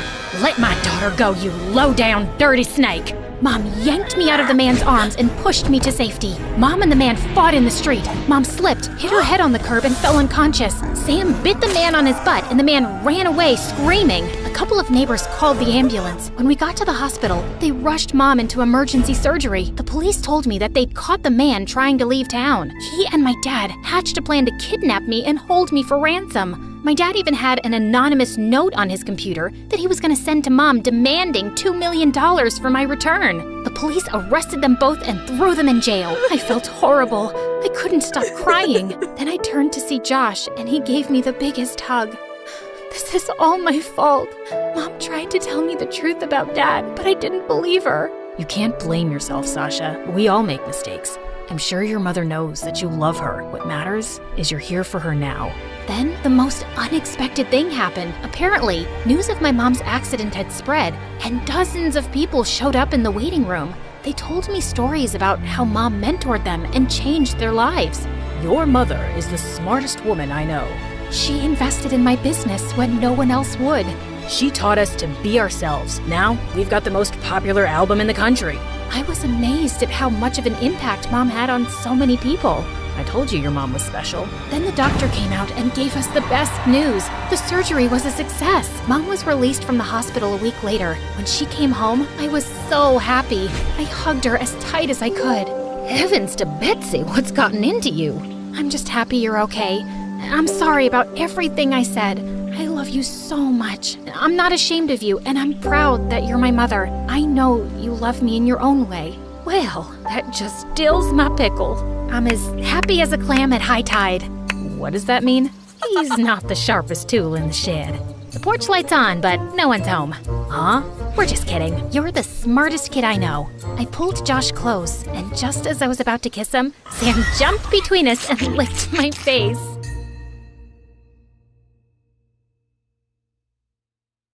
Hey friends, I'm January from Seoul, and I'm a huge K-pop fan. I mean, who isn't? But I'm a super fan. Now, before I tell you my story, please like and subscribe. My parents were super cool lawyers, but they weren't the coolest parents. They were so overprotective about me, just because I was born premature. Like I was fine now, get over it.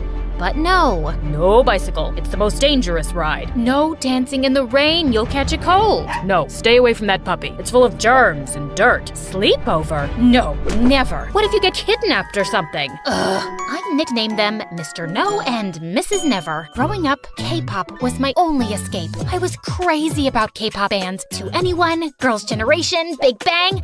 And then Dream was launched. As soon as I heard their first song, I was obsessed. And it was because of Dream I found my best friend. It all happened when I ended up wearing the same t-shirt as a guy on my first day in 8th grade. Whoa, I guess great minds really do think alike. Hello, Dreamer. Greetings, my twin. Ashton and I instantly bonded. We even built a fan page for Dream, which exploded faster than a popcorn kernel in a microwave, pulling in thousands of fans. One time in our senior year, some bully started making fun of the K-pop posters on our lockers. Are you two still in middle school, obsessing over K-pop groups?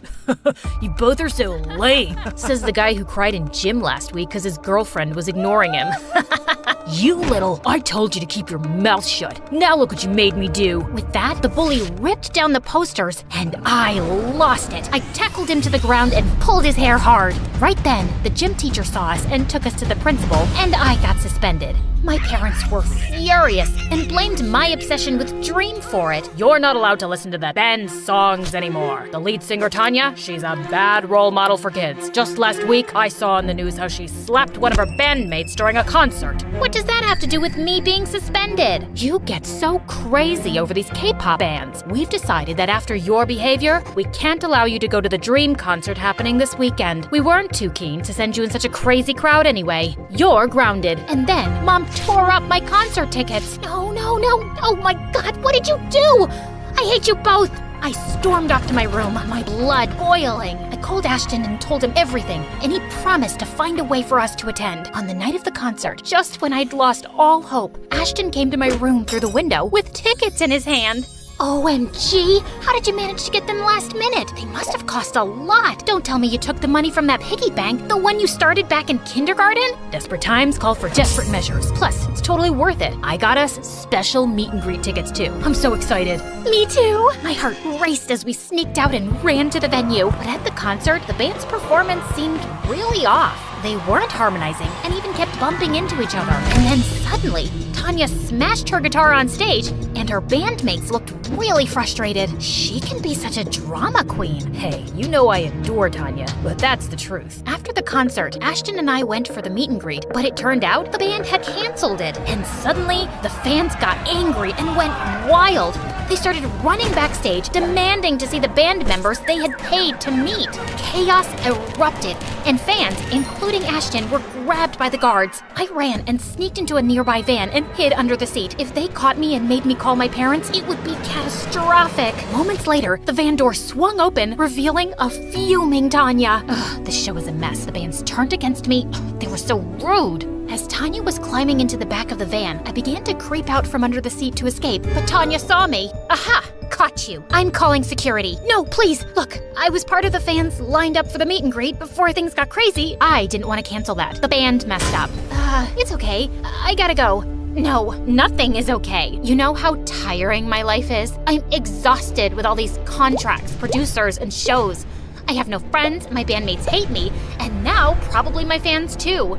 I just need a break, but I can't even have that because the paparazzi are always on my butt. Hey, you're Tanya, a superstar. Ignore the haters and take that break. Run away for a while. Like it's that easy. But maybe I could run away. Hey, how about with you? Oh, no, that's not what I meant. That's a terrible idea. You stay right here.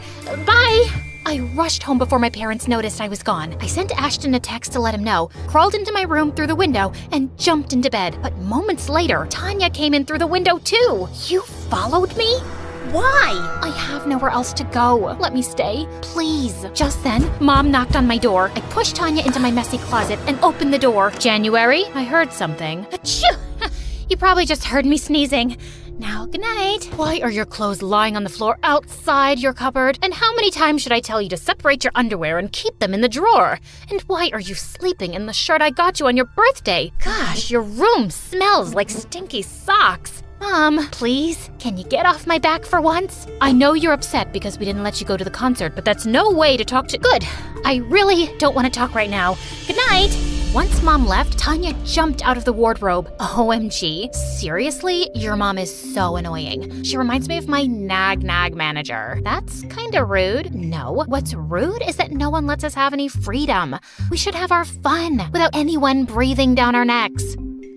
Yeah, I guess you're right. Let's talk tomorrow. I need my beauty sleep. Saying that, she took the bed and made me sleep on the couch. The next morning, news of Tanya's disappearance was making headlines everywhere, and the police were on the lookout for her all over the city. Did you see this? Yeah, I love it. Fans and bandmates are worried sick. Tell everyone you're all right. Nah, people don't appreciate what they have till they lose it. Let everyone miss me a bit longer. Now, let's go out and have some fun. Of course, you'll have to arrange a disguise for me, but I have school. Skip it.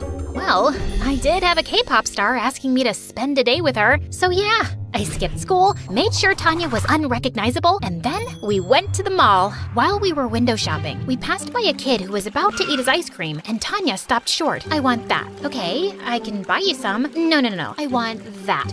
His ice cream. It's the perfect ratio of chocolate to vanilla with my favorite toppings and sprinkles. Now here, boy, gimme it. I'm Tanya, the superstar. The boy refused to part with his ice cream and started yelling. Then Tanya knocked it out of his hand to the ground, grabbed me, and told me to run. What the heck was that? And are you trying to get attention by telling people who you are? Who would believe some stupid kid? Come on, let's check out some makeup. At Sephora, a sales girl was a bit rude to me, so Tanya messed up the arrangement of all the products on the shelves while the sales girl wasn't looking, then casually walked out. We both snickered as we saw her from outside, looking angry and confused at the mess.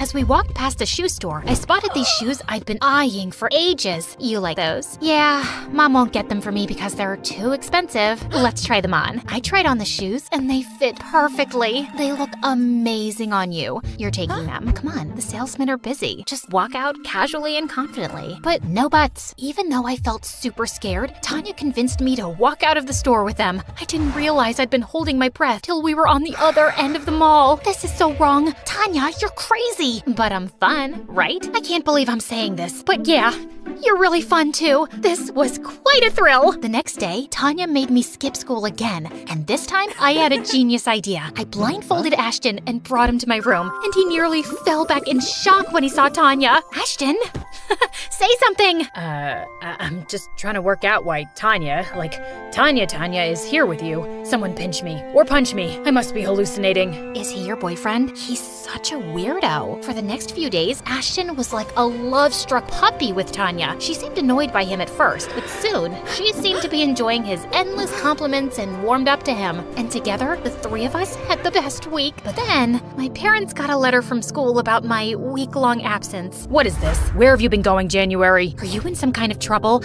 Mixing with the wrong kind of crowd? Are you on drugs? You guys are always expecting the worst from me. I feel like I'm trapped with you both. Just let me live my life. I ran to my room and closed the door, and Tanya and Ashton were already there through the window. As I cried, Ashton hugged me tight. I know they can be harsh, but they're probably just worried. Worried? Are you kidding me? They're just control freaks. Some people just love to boss around others. No, they care about her. She's right.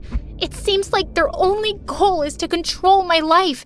And if you want to defend them, Ashton, I don't want to hear it. You're supposed to be 100% on my side. Of course I am, but just go, please. After Ashton left, Tanya listened sympathetically as I let out all my frustrations. Then we both decided to forget all about being good girls. I was almost 18. It was time to act my age. The next day, my folks dropped me off at school, clueless about my plan. I ditched classes and hit the local tattoo parlor with Tanya. But once we got there, I felt scared. It looks painful. Oh, come on.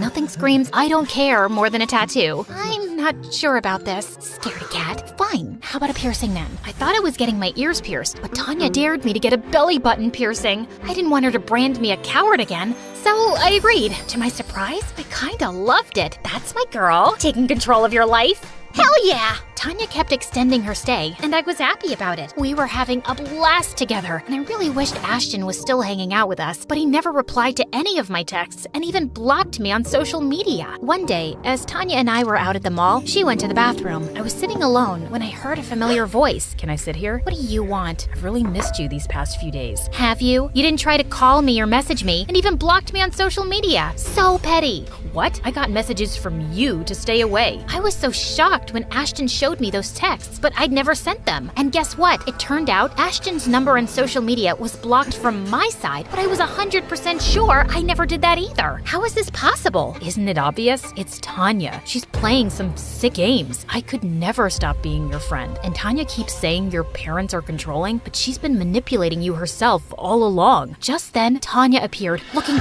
furious. Don't listen to him, January. He's lying. Why would he lie? Oh, please. He's crazy. Can't you see how he looks at you? He's like some psycho lover completely obsessed with you. He even admitted it to me, and I had to tell him that you're not interested, which totally pissed him off. I saved you from that jerk, trust me. You don't need him keeping you down and suffocating you with his possessiveness. I turned to Ashton, totally horrified. Ashton, you really have feelings for me? That's the truth. My heart belongs to you, January, and I can't stand anyone getting close to you. You're like a drug to me.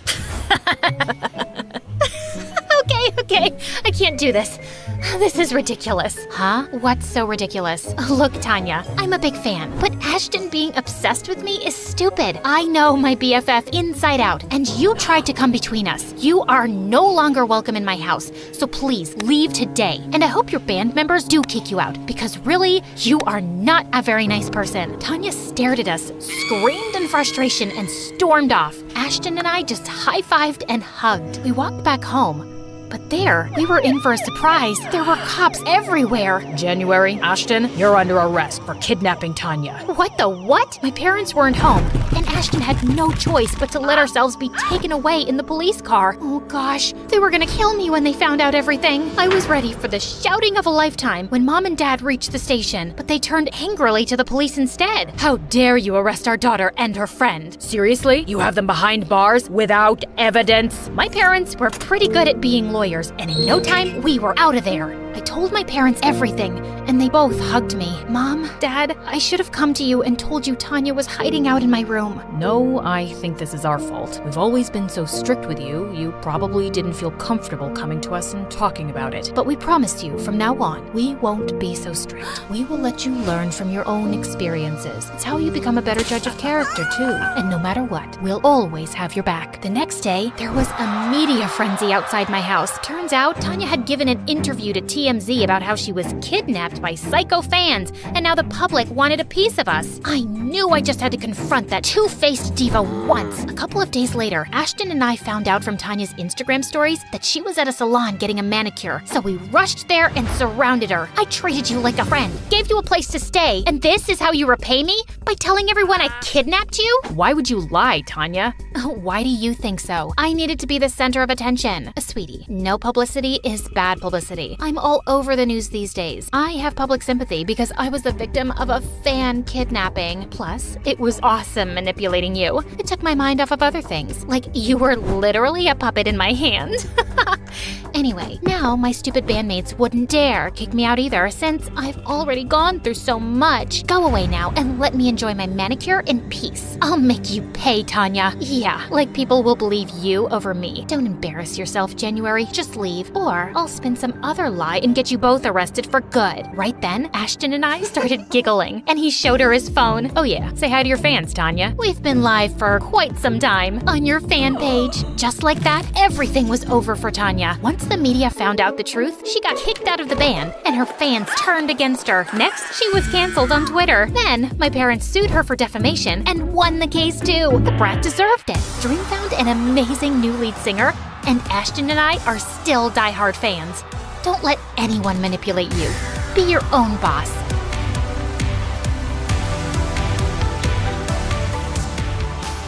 Charlie just stared at her, frozen in his place. This has to be some sort of joke, right? This doesn't make any sense. He suddenly looked over at Brianna, who looked pale. His head started spinning. I need to get out of here. He threw his headphones aside and started running, but then he tripped and crashed to the floor. Suddenly, Brianna was by his side, helping him up, but he pushed her away and left. Madison and Amber were laughing like hyenas, and then someone put on a song, and they all started dancing again. Brianna marched over to Madison and pulled her aside. How could you do this, Maddie? You said you'd let him down easy. No, Bree. I said I'd crush him like a bug once he fell for me. And you thought I was brilliant then. What changed? What changed is that we found out he's a really nice guy. He didn't deserve that. Not my problem. I wasn't gonna keep dating him just because you suddenly decided to become a humanitarian. Now, please don't create a scene at my party. Tears stung Brianna's eyes as she remembered Charlie's heartbroken face, and she left immediately. Brianna didn't know how she was going to face Charlie in school the next day, but he didn't show up. He wouldn't reply to any text or call, and he didn't come the entire week. Yes! I checked and my private plane is free this weekend. We're going to Tokyo, ladies. What? Why? Well, Project Plaything is successfully over, and I promised Amber I'd take her for sushi, remember? Right. Well, consider me out of this plan. Brianna walked off, and a smirk spread across Madison's face. Are you thinking what I'm thinking, Amber? If you're thinking about what being stung by a butterfly feels like, then yeah. No, I mean about Brianna. Why do you think she isn't in any mood to celebrate with us? Maybe she's racist and doesn't like sushi. Or maybe she's in love with that trashy Charlie. Ew. Who likes trash? Looks like our Bree does. Imagine crushing on someone with that social status. You know, maybe you're right. When we were at the resort, I saw those two sneaking out at 5 in the morning. I had a headache and I went down to look for some gummy bears. They always make me feel better. Maybe Charlie loves her too. Of course he doesn't. He fell for me, not her. She's pathetic for wanting him. That evening, Brianna went to the cinema, and she was relieved to find Charlie at the counter. She walked in, her heart pounding. Hey, Charlie. He looked up at her coldly. Can we talk? Do you have a moment? He walked out from behind the counter and went outside, and Brianna followed. How dare you show up at my workplace and force me to talk to you? I just need a chance to explain and apologize. Please. I know the whole thing, but then I got to know you, and I didn't want to do it anymore, especially after all those late-night calls. That was you? So I never talked to Madison on the phone? No, that was all me, Charlie. And you and I, we have some connection. What are you talking about? I don't even know you. Just leave me alone. I can't take this anymore. Charlie sat down against the wall with his head buried in his arms. Just then, his colleague came running out. He's been having a very hard time. Please, don't make it worse. Just go. Brianna turned and ran away, her heart about to burst. On Monday, Brianna was sitting on the bleachers during football practice when she suddenly saw Charlie walk onto the field. Oh, thank God, he's back. Hey, kid, where have you been all week? I had a family emergency, and I'm quitting the team, sir. No, Charlie! You're so talented! I'm sorry, but I have a scholarship to maintain, and it's all I can focus on right now. Thank you for giving me an opportunity, though. I was expecting you to run off like a scatty little cat soon enough. No trash talk, Elijah. All right, let's take a break, everyone. Just then, Madison and Amber came and sat on the bleachers, and Charlie made eye contact with Maddie for a few seconds, then walked off. Wow, he really looks heartbroken over me. And is it just me, or does Charlie look kinda hot with that broody cold face? He was just too nice before, like a puppy. Looked like a loser before, looks like a loser now. I just knew you couldn't be dating him for real. He's twice the guy you'll ever be. You said something, Brianna? Yeah, I said, he's twice the guy you'll ever be. Oh, really? How'd you reach that conclusion? Well, firstly, he's clearly better than you at football. Secondly, he's definitely smarter than you. Thirdly, he's a pretty cool DJ. And fourth, and most importantly, he's not some arrogant, self-absorbed jerk like you who makes me cringe every time I look at him. There was a stunned silence as everyone stared at Brianna. Elijah forced a grin. Feisty. I like that. So how about we go on that third date and you can continue talking about me there? Not even in your dreams. As Brianna started walking off, Elijah blocked her way to tease her, but she suddenly pushed him with unexpected force. He fell down a couple of steps, and his knee hit the ground hard. What is wrong with you? Brianna looked just as shocked by what she'd done. At the dinner table, Brianna's dad was cheerfully trying to make conversation, but Brianna seemed lost. Just then, her mom walked in, looking mad. Brianna, do you just enjoy making my life difficult? Look, if this is about Elijah, You pushed him down the bleachers? he was pestering me, so I just pushed him away. I didn't mean for him to fall. He's hurt his knee seriously, and he's on bed rest for 2 months. And his mother, my new business partner, is furious. What if she pulls out her investment? She said it was an accident. Surely his mom would understand. Well, it's not like Brianna hasn't rejected Elijah or been rude to him before. I don't expect his mom to understand anything. I don't care what his mom thinks. Because you don't care about me. I've built everything for you. But no, you'd rather be an actress. And now you're bent upon ruining. Oh God, I can't have this conversation again. Just because I don't want your company doesn't mean I don't care about you. And stop trying to make me feel bad. If it's any consolation, I feel terrible already. Brianna stormed off with her mom staring after her. She's always been difficult. but something extra's been going on with her lately. I never thought she'd be violent. That's an exaggeration. And you never try to actually talk to her. She doesn't talk to me. I'm going to ask her friends what's up with her. Charlie had returned to school, but he just kept his head down, talked to no one, and pretended Brianna didn't exist. She kept her distance from him, but she also found excuses to stay away from Amber and Maddie. One day, she was reading in the empty gym during recess when Madison snatched her book. Come on, Bree, this is getting ridiculous. It's time for an intervention. What? We know you're going through something. Even your mom is so worried. I told her you've been avoiding us too. And well, I think I know what the problem is. You lied to me about your breakup with Charlie, and I'm mad. But it's not just that, right?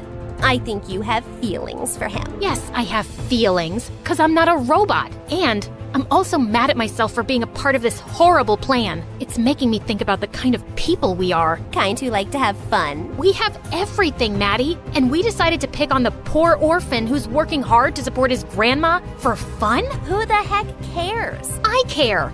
I don't want to be this person, and I don't want to have friends like that either. So, are you saying you don't want to be a Barbie angel anymore? Yeah, I don't. And for the record, that's a really stupid name. Wow, you're so ungrateful. When you came to school as a nobody, I made you one of the most popular girls. And in case you've forgotten, I got you your first audition. How could I forget? You never let me. Yes, you got me the audition, but I got the role because of my talent, and it's not a good enough reason for me to follow you and do whatever you say anymore. We're done. Oh, if you think. Just then, Amber fell to the floor with a thud. Amber, get up!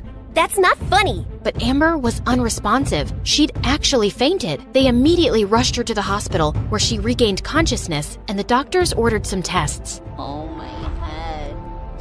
It feels like there are 1,000 cactuses inside. You're gonna be okay. Just go, Brianna. It's not like you care. You made her faint by stressing her out. You were the one shouting at me. Please, both of you, shut up. All of Amber's tests turned out clear. Her parents even sent her reports to the best doctors around the world, but no one could figure out her problem. Meanwhile, her headaches and fainting spells continued. But one day, Brianna's mom brought up something unexpected while visiting Amber. Someone at work had a back problem, and she swears this healer fixed her after the doctors gave up. I know it sounds a bit ridiculous, but maybe you could try it? At this point, we'll try anything. Who's this healer? Well, these girls know her grandson. It's Charlie's grandma. Amber's parents went over to Charlie's house, and they were told she can't see them. What did you expect? She hates us, of course. Why is she making this personal? Why won't she help someone if she can? Look, maybe if we go in there and convince her how sorry we are, she might listen. Fine. The three girls went over to Charlie's place one evening, and to their dismay, Charlie opened the door. What are you doing here? Don't flatter yourself. We're not here for you. We want to talk to your grandma. She doesn't have time for people like you. I made that clear before. Charlie, please, I need your grandma to take a look at me. Something's really wrong with my head. You got that right. We're not messing around, really. Amber is suffering, and the doctors can't figure out what's wrong. Not my problem. You people are rich enough to find someone else. Just leave me and my grandma alone. Wait, I'll see her. No, you don't have to do that, Grandma. Step aside, Charlie. Charlie stormed off angrily, while Grandma led the girls to her healing room. After Amber described all her symptoms, Grandma made her lie down and prepared her healing herbs, then started a strange ritual on her as the others watched. Once she was done, Grandma made Amber drink some tea. How do you feel, dear? I feel good. My head feels lighter, like there was a whale sitting on it before and now it's jumped off. I haven't felt like this in weeks. Thank you, thank you. Grandma told her to come for 2 more sessions, and the girls got ready to leave. I need to apologize to you for what we did. Maybe you think I'm lying, but I really am sorry. I wish I could take it back. I don't think you're lying, Brianna. I'll see you girls soon. After they left, Grandma found Charlie sulking in his room. You turned away Amber before, too.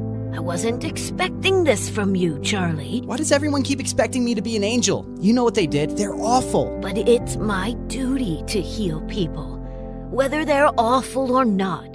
And what they did was wrong. But you have to let go of the anger and move on. I'm trying, Grandma. I really am. I just feel so stupid. How could I let someone treat me so badly and humiliate me? It's because you see the good in people. Yeah, it's called being an idiot. Don't lose that heart of gold, kid. You'll find the right person one day who will really love you for it. Charlie decided not to let the spoiled brats get to him anymore. He worked really hard for the midterms, and when the results came, he was at the top of his class. What are you grinning about, Charlie? Found a golden ticket in a chocolate bar? Wow, I'm surprised you actually read a book. And I'm just happy about my grades, which have improved since we stopped hanging out together. Can't talk to me like that. Just because your grandma helped Amber doesn't mean you're anything special. You're still a nobody. I'd rather not talk to you at all, Madison. And thanks for making it so easy to move on from you. I can't even remember what I liked in the first place. You go, Charlie. As Charlie walked away, Brianna impulsively called out, "Hey, Charlie, wait." What is it? I just wanted to say thank you to your grandma for helping Amber. I'm sure you already thanked her. Yeah, but I was hoping, Charlie, is there no way we could be friends again? We used to get along so well. But that wasn't real, right? And now I'd never be able to trust a word you say. So yeah, not gonna happen. But really, that was an Oscar-worthy performance. I'm sure you'll have an amazing career as an actress. After Amber's last session, Brianna wanted to thank Charlie's grandma, so she dropped by his place with some gifts when she knew he'd be working. She was surprised to find the front door already open, and then she gasped when she saw Grandma on the kitchen floor. Oh my God, are you okay? Brianna, what are you doing here? What happened? Shh, not so loud. You have to leave. What? Someone broke into the house, and he's upstairs right now. Please, I don't want to put you in danger. I'm not leaving you. Brianna heard the thief coming down the stairs and quickly locked the kitchen door and called 911. He kept kicking the door, but minutes later, when he heard the police siren, he ran out and escaped. From your description, he seems like a crazy homeless guy who's been bothering other people too. We'll get him. Did he hurt you, ma'am? No, I just fell when he pushed me aside. But I'm fine. We should still get a checkup. I should call Charlie. Sweetie, he's out of town for a day. Please don't tell him right now. Well, you can't be here alone for the night. I'll be just fine. But Brianna was so persistent that Grandma had to give in. Brianna took her home and made her comfortable in one of the guest rooms. You should have asked me before inviting your guest. Maybe I would have liked to say no. Mom, she cured Amber. Letting her stay for one night is a pretty small thing to do. Charlie hurried over to Brianna's house as soon as he was back. Hey, is Grandma okay? She wasn't hurt, right? She's completely fine, but she's asleep right now. You can come in and wait. I'm fine right here. Charlie sat down on the porch seat, and Brianna turned to go back in. Wait, I'm sorry. I just want to thank you. Grandma told me on the phone how brave you were and you didn't leave her, and then you brought her here. And you didn't have to, but I'm so grateful. What?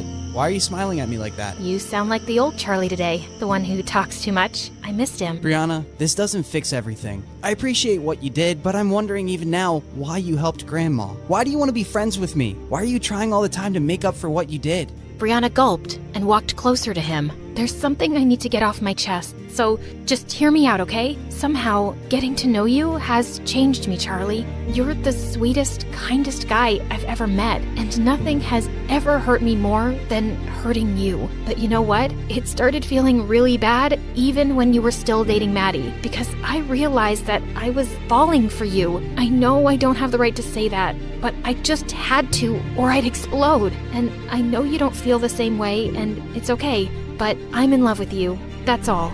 Brianna turned to leave, but suddenly, Charlie took her hand.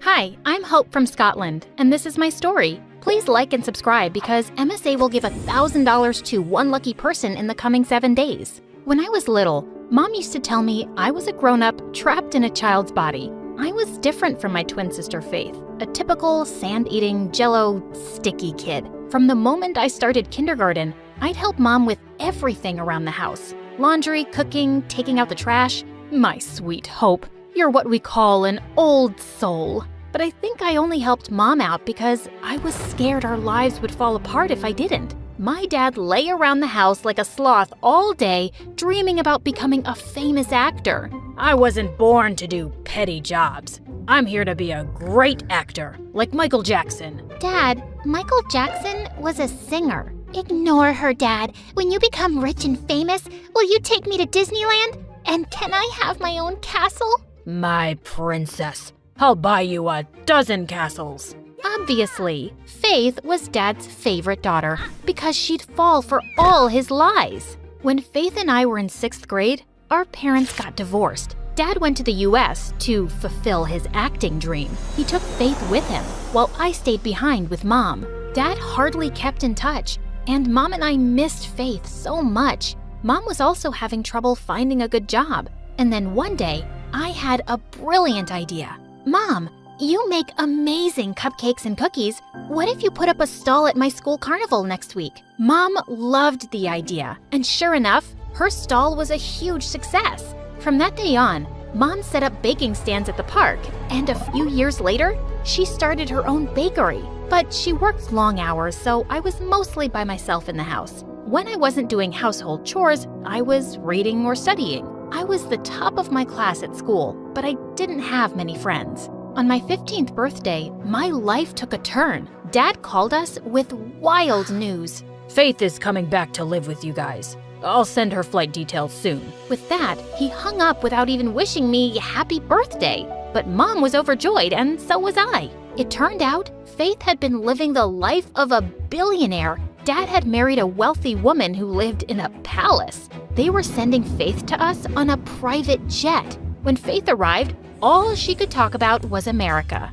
I'm already missing the US so much. It's like the coolest country on the planet. Apparently, Faith also had a filthy rich boyfriend. She was wearing tons of gold jewelry that he'd bought her. His name is Nate, and he's a junior in high school. He's even flying in to see me soon. If your life is so great in America, why'd you move here? I needed some change. I thought the fresh country air would be good for my skin. Fresh country air? We live in Glasgow, Scotland's largest city. When we reached home, Mom asked me to show Faith around. That's when she saw the trophies I'd won over the years. OMG! I see you're still the same nerdy Hope. If nerdy means having top grades, then yeah, I guess. If I managed to get a C, I'd treat myself to a spa day. Studying really messes with my brain. The next few days, all Faith did was sleep or watch TikTok videos on her phone while I went to school and did all the chores. I even did her laundry, but apparently that wasn't enough for her. Iron them for me too. They're wrinkled. They're wrinkled because you tossed your clothes on the floor. I was basically a 15-year-old mom raising a royal brat. When Mom enrolled Faith at my school, she instantly became popular as this cool bubblegum chewing kid from America. Whenever I was with Faith, an army of students followed us everywhere.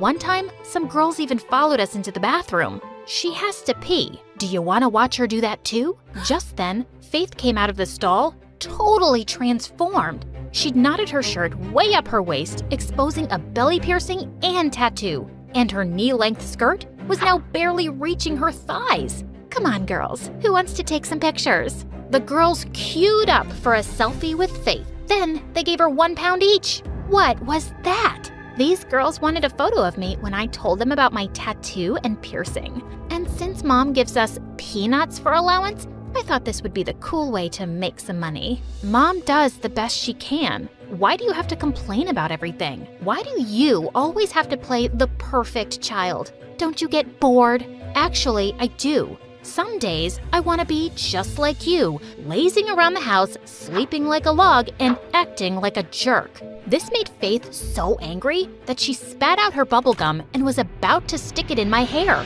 But I pushed her, and she went flying into one of the cubicles, landing straight into a toilet bowl. Now this is a throne perfect for a spoiled princess like you. Faith and I pretty much ignored each other after that. She spent all her time hanging out with her friends and going to parties every night. And as usual, I was all alone. But on the last day of school, I walked to Mom's bakery and found Faith sitting outside, looking upset.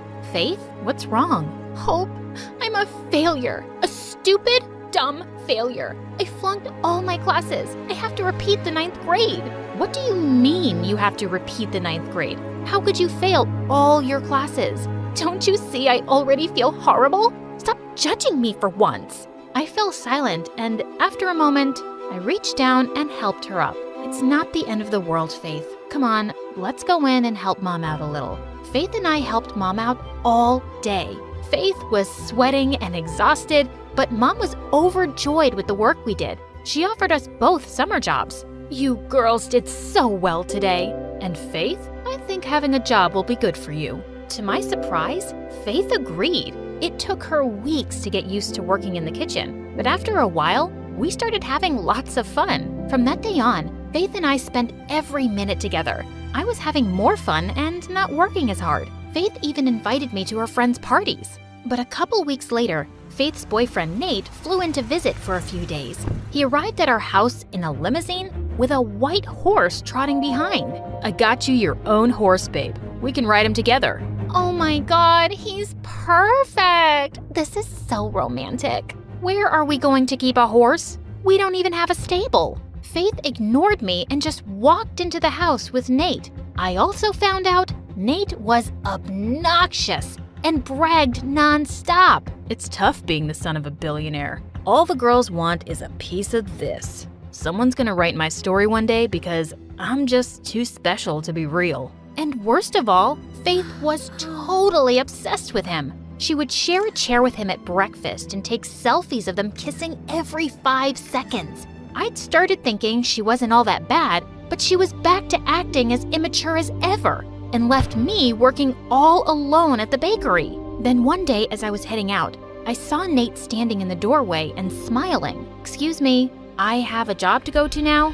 I bet you look adorable in an apron. How about I go with you, beautiful? Nate leaned in closer and I shoved him away. Get away from me, you creep. Just one kiss. Faith doesn't have to know. Faith doesn't have to know what, babe? Faith put her arms around Nate, but I pulled her away. Your sleazy boyfriend just tried to kiss me behind your back.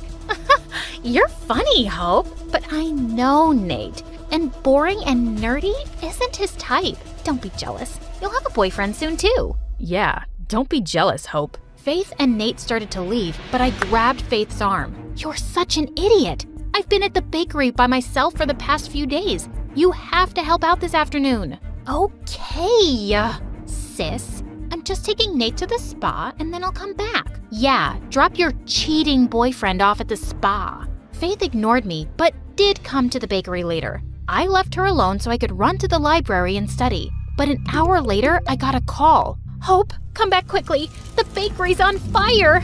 I felt as if someone had pulled the ground from under my feet. I immediately called the fire brigade and rushed back. How did this happen? I don't know. I was baking cupcakes, but the batter overflowed, and first the oven caught fire, and then Faith, how stupid can you be?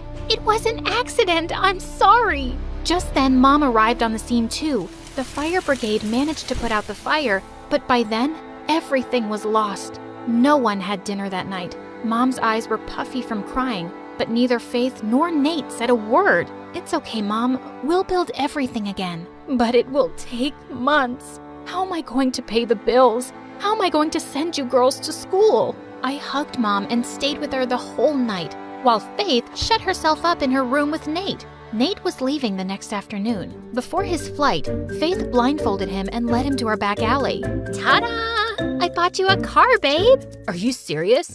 How'd you get me a car? My dad sends me a huge allowance. I spent all of mine on this car for you.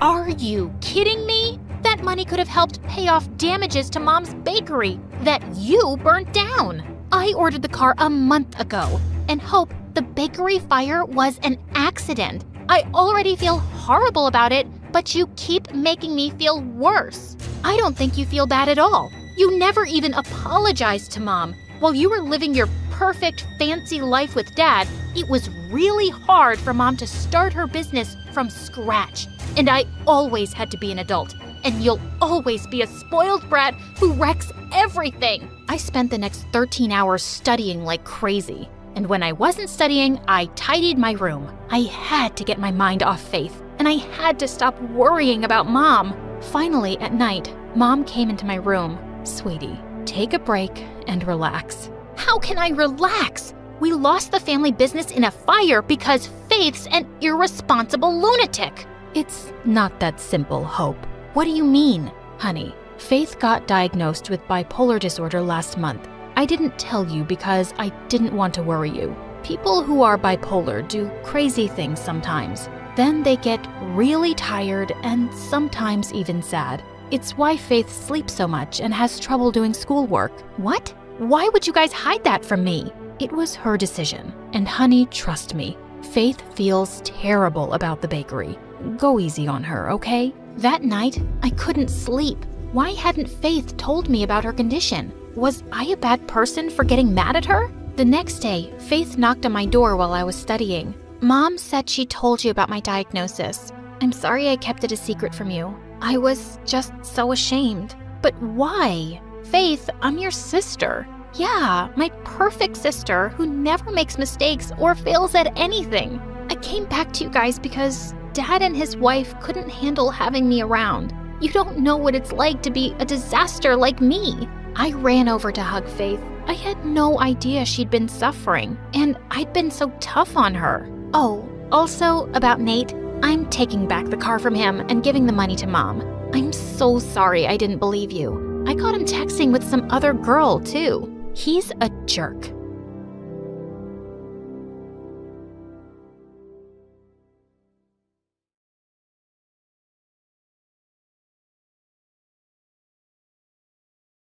Hi, I'm Jade, and I made a fortune without knowing how to read a single word. But before I tell you my extraordinary story, click like and subscribe. Also, please follow us on Instagram and Facebook for exclusive content and to always be updated. When I was born, my dad named me Jade. He was a geologist who studied precious gemstones, and he said people around the world believed that jade brought good fortune. Well, that's all I knew about him from Mom. Growing up, it was just me and her, and we were always moving around. Sometimes we lived in tents, sometimes in minivans. Mom was a car mechanic and found jobs wherever we went. Once when I was 4, we were sleeping in our tent when I woke up in the middle of the night and noticed something strange. Mom, I can see the sky. Yes, honey, it's lovely. Go back to sleep now. No, Mom, I can see the sky because our tent has flown away. And that's when Mom sat up straight, but she wasn't too bothered by it. We lay back under the open sky, and she pointed out all the stars and constellations. When I was 5 and walking back home with Mom one day, I saw some school kids going by. I asked her when I'd be joining school, but her face clouded over. Never. Your dad went to the best schools and universities, but that didn't make him a good person. He just left us one day to be with his PhD professor. You don't have to learn how to read or write to have knowledge or kindness, Jade. You're probably thinking, what a dumb mom. But she really wasn't. She homeschooled me wherever our home was. There was no paper, no books, just us talking and imagining. And she also taught me all sorts of handy skills. By the time I was 9, I could change a car tire by myself. One day, Mom and I were at the grocery store when suddenly a masked guy walked in holding a board with something written on it. Everyone looked terrified and stood quietly while the guy started robbing the cash register. I felt really scared and ran for the door screaming, "Help! Help!" "What are you doing, stupid girl? Can't you read? Stop that!" But my screaming had already caught someone's attention outside, and seconds later the police arrived and caught the robber. Everyone thought I was a hero, but Mom was terrified. "You could have been killed because you couldn't read. I'll have to send you to school." And that's how I joined school in the 9th grade. On my first day, the teacher asked me to read out loud in class. I can't read. Haha, nice one, kid. You picked the wrong teacher to mess with. Read now. I just said I can't read. Why do I have to repeat that? Gosh, you are so rude. I swear on my grandma's grave, I can't read. What are you doing in the 9th grade then? Go back to kindergarten. Fine.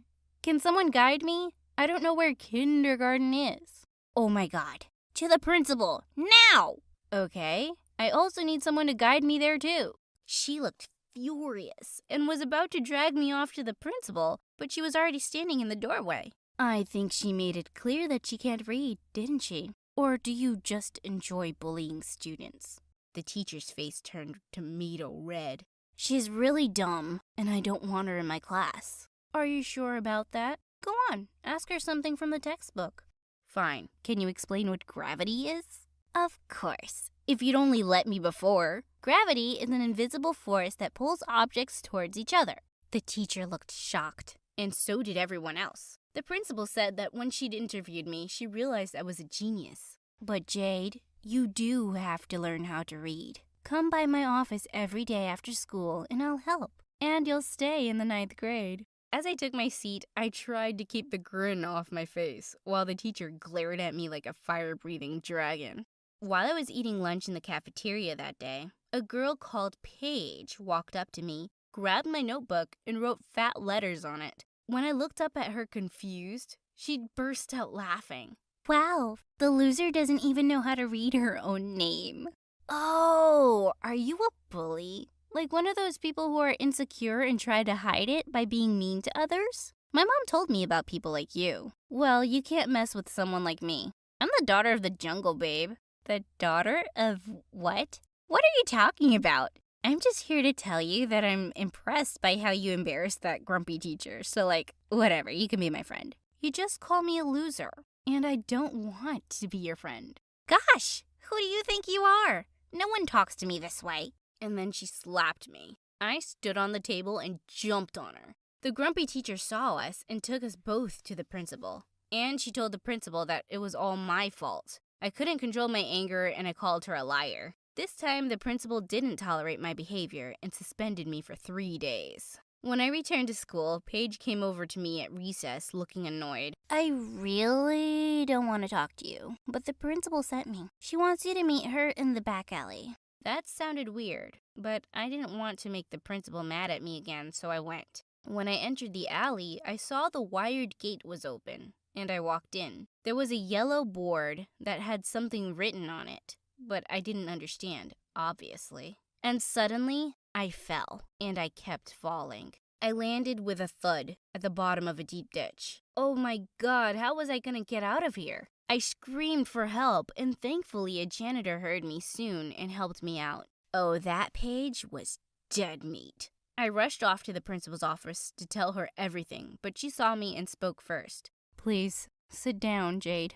I'm afraid I have some bad news. She told me that Mom had been badly injured at work. I rushed to the hospital, and the doctor said she'd hurt her back and wouldn't be able to walk for a while. Mom was devastated. I was too, but I put on a brave face and hugged her. Don't worry, Mom. You've raised me to be tough like you. I'll find a job and take care of everything till you're better. Later that evening, when I went to get some medicines from the grocery store, the cashier didn't have $1 to give me as my change, so he gave me a scratch-off lotto ticket instead.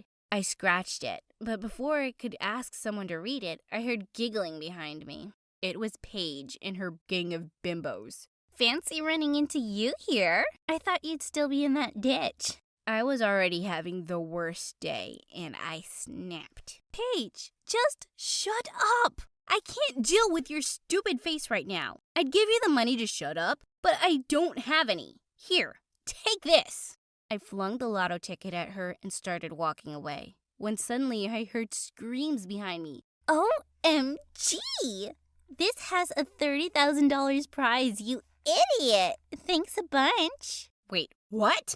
I ran at her and tried to snatch the ticket, but her friends fought me off. Give it back! I need the money! Yeah, who doesn't? I'm gonna buy me some shoes. And with that, they all pranced away. Gosh, how could I be so stupid? I was walking back home one day and saw a few people crowding near a poster on the way.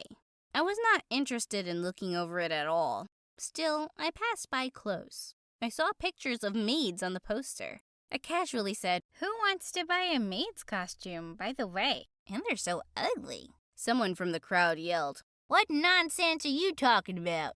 We're just looking at this poster for a cleaning job. Are you dumb or blind?" Hey, don't yell at me. I just can't read. That's even worse. I ignored him and quickly noted the number on the poster. I need this job. And just like that, I started working as a maid. After school and my reading lessons with the principal, I'd go clean people's houses. I worked hard, and my clients were really happy with my service. One day I was given a job to clean up after a party, and when I got to the address, I saw that it was a huge mansion. As I started picking up the trash, I suddenly heard an all too familiar voice. Oh my god, are you a maid?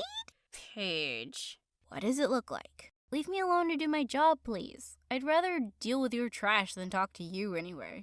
Okay, Cinderella, I'll leave you alone. I don't know why I was so shocked, really. Of course, you can't read or write, so these are the only kind of jobs you'll get. And she threw a whole bottle of soda on the floor before she marched off. Ugh. After that, she made it her mission to make my life miserable. She told everyone at school that I was a maid, and her friends would dump rubbish on my desk and ask me to clean it up. She wrote "trash girl" all over my locker, and she always made an extra mess at home when I had to go there for cleaning. I really wanted to quit, but I needed the money. One evening, I was leaving Paige's place after work, and I just stepped off the porch when something landed hard on my head. It almost knocked me down, and I had sand all over my face. I spat it out and rubbed my eyes to see Paige standing on the balcony laughing her head off. Gosh, that was so funny. I wish I'd filmed it. Good night, trash girl. I hated her. I was going to pay her back for this. When I was back home, I was dusting off my clothes in my apron when something fell out of its pocket. It was a large, dirty stone. Mom asked me to give it to her, and when she looked at it closely, her eyes went wide. Where did you find this? That horrible Paige threw a bag of sand at me. I guess it fell out of there and went into my apron pocket. Just some garbage. Jade, I don't think this is garbage. I think it's an unpolished pink diamond. Wait, what? I went to a jewelry store the next day and had it checked. The old man behind the counter took forever to examine it and then turned to me slowly. This is a rare pink diamond from a royal tribe in Sierra Leone. It's a treasure that belongs in a museum. What happened next was crazy. Now I had money to get the best treatment for her and enough to cover all our expenses for a long time. The story of how a schoolgirl found a rare treasure in the trash spread far and wide, and I was even on the local news. The exciting events of my life had kept me away from school for a few days, but when I returned, of course, Paige was waiting for me. Wow, the trash girl really got lucky. Guess sometimes in life, going through other people's garbage can really pay off. I walked up to her calmly and whispered in her ear, "You know where I found that diamond, Paige? It was in that sandbox you threw at me." Crazy, isn't it? Thanks a bunch. Paige just stared at me with manic eyes, let out an ear-splitting scream, and stormed off. Thankfully, I didn't have to deal with her drama for too long. I moved to another city with Mom where she could get better treatment. I worked really hard on my reading skills and graduated high school at the top of my class. But the best part of graduation day was the surprise Mom had for me. She got up from her wheelchair and walked slowly towards me. I couldn't believe my eyes as I ran to her and hugged her tight. "My physiotherapist says I'll be able to walk completely fine in no time. And it's all because of you, Jade. Your dad was right. You brought good fortune with you. And I wanted to say I'm so sorry I've kept you away from school for so long. It really wasn't fair to you. Please forgive me. Please forgive your mama." "Oh, Mom, please, I do forgive you. We all make mistakes." "No, my mistake is unforgivable. I have forbidden you from reading and writing. Only stupid, insane people do that. Forgive me, please." "Mom, learning to read and write is really important, but you taught me so much too, and I'm grateful for that. Please stop crying. I love you so much." A few months later, Mom recovered completely, and she went back to working as a car mechanic. I'm studying mechanical engineering at university now on full scholarship, and I hope to open a workshop with Mom one day. But the biggest lesson I've learned is that if you have a thirst for knowledge, you can learn new things anytime, anywhere. And the most valuable thing you can ever learn or have is kindness.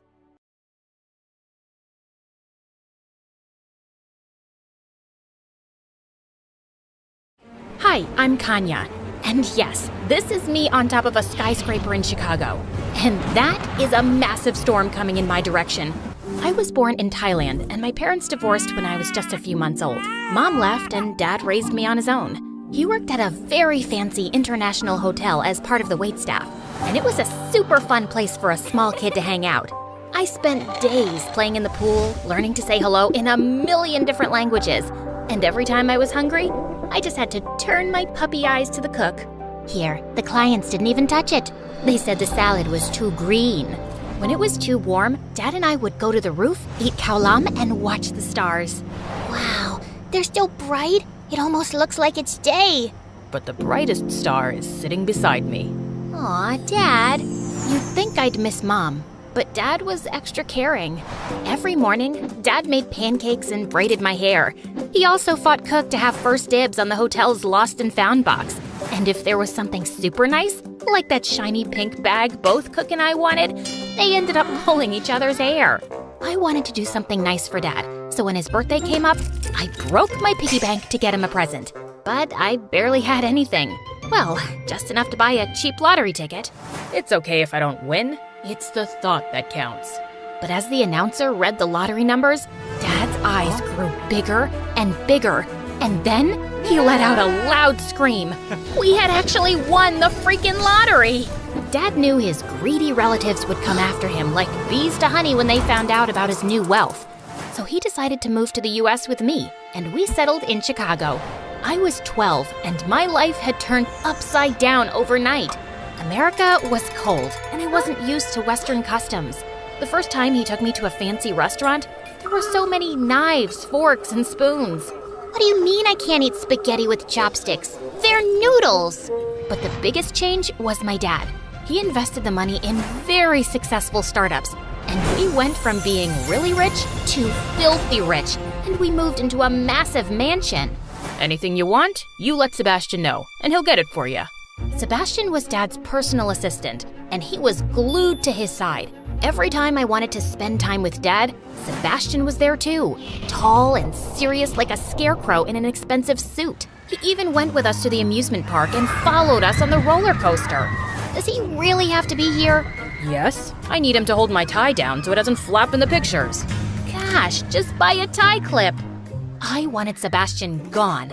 I started giving him impossible tasks, so when he failed, Dad would get rid of him. Sebastian, I want a copy of the next BTS album, the unpublished one. Sebastian, I want croissants every morning, fresh from Paris. But Sebastian always delivered. One day, I was stuffing down a box of fried chicken and plotting my next request, when suddenly I started choking on a chicken bone. Sebastian was immediately by my side, performing the Heimlich maneuver till I spat it out. Oh my God, you saved my life. Just doing my duty, miss. After that incident, I started warming up to Sebastian, thinking of him as my grumpy guardian angel / fairy godmother. When I started high school, I was nervous about whether my new classmates would like me or make fun of my accent. I'd heard American high schools were brutal. But then I met Diana, a total firecracker. Oh, you're from Thailand? I've always wanted to see the Festival of Lights. Yes, it's pretty amazing. We should totally organize one for our school, right? Everyone loved the idea. And while building lanterns with my classmates, I also got to make new friends quickly. As we watched the lanterns float into the sky, I was so happy to bring a piece of my culture to my new home. Diana became my partner in crime. She introduced me to a world of karaoke nights, greasy hamburgers, baseball games, and sleepovers. We spilled secrets about our crushes and talked about my upcoming 16th birthday. You know your dad is planning a massive Sweet 16 party, right? To be honest, I don't really care about a big party. I'd rather do something meaningful, you know? Sebastian helped me organize a day of volunteering with my friends at the local animal shelter. Dad, however, couldn't help going overboard. He donated a new building to the animal charity, complete with VIP grooming stations. I guess even the three-legged half-blind cats deserve a blowout. And they look great on my TikTok. Here, let's grab a selfie. At the end of the day, Dad rolled in the biggest cake I'd ever seen. But suddenly, he tripped and fell face forward into the cake. After a moment of horrified silence, I started laughing. I guess now everyone knows how sweet you are, Dad. He laughed too, and I hugged him, getting frosting all over myself. best birthday ever. But the very next day, Dad was dropping me off at school when our limo got surrounded by police cars. An officer handcuffed my dad as half the school watched and recorded videos. You're under arrest for fraud. What? That's impossible. As the police took him away, I frantically called Sebastian, but I couldn't get through. Please, pick up, Sebastian. You're the only one who can fix this. Pick up, pick up. When the police released Dad without charges and without money, he told me Sebastian had transferred everything into offshore accounts, disappeared, and left us with a mountain of debts. We weren't the first family he'd stolen from. He was a con man wanted in 17 countries. This is all my fault. I should have never trusted him. I have a lot of friends. They'll help us out, Dad. But I was so wrong. And I discovered that at Diana's doorstep. Wow, you really have some nerve showing up here. What? Oh, you thought we could still be friends? Your dad's a criminal. And who knows what you've been up to? Before, you were rich and exotic. Now, you're poor and toxic. So scram. She tried to slam the door shut, but I pushed her in so hard that she fell on her butt. My dad's not a criminal. Then he's an idiot who got scammed by a butler. I left before I ended up punching her stupid face. I couldn't believe I ever thought of that snake as a friend. Luckily, not all of my friends were as horrible. One helped Dad find a job as a night guard, and another let us stay in her uncle's apartment. I moved to a public school, and things were not so bad.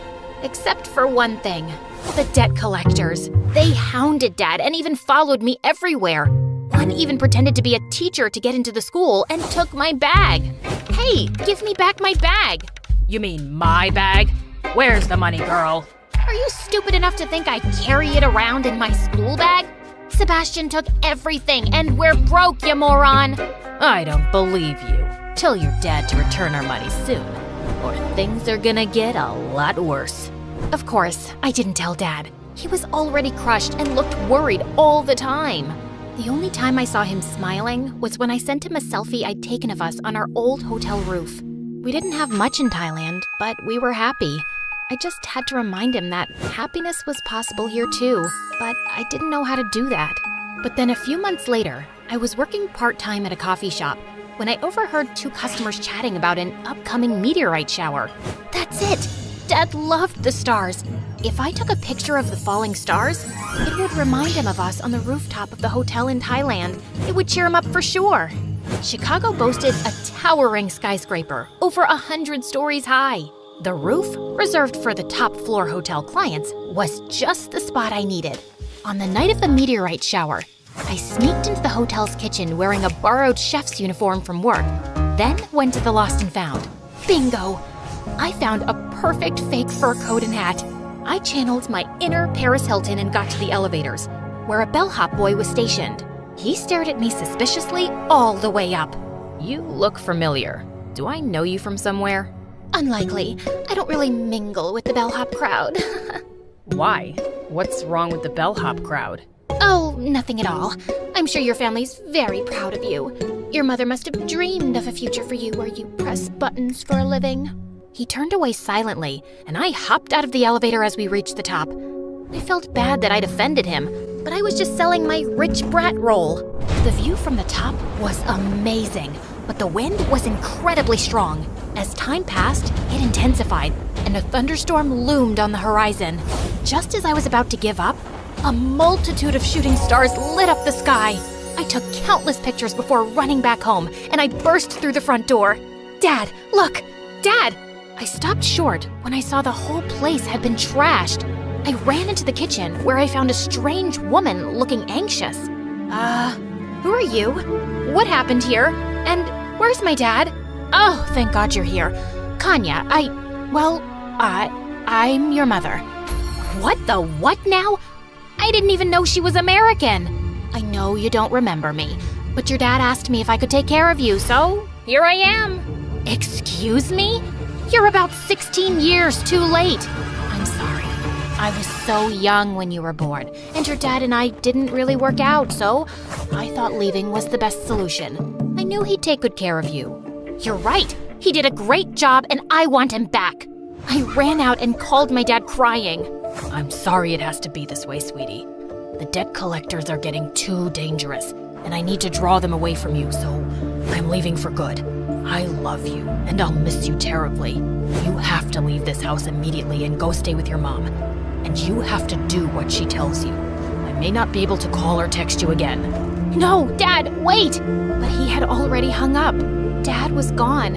And now I had to leave my house and my school and go live with this stranger at the other end of the city? And she forced me to wear a wig and contact lenses to make myself unrecognizable.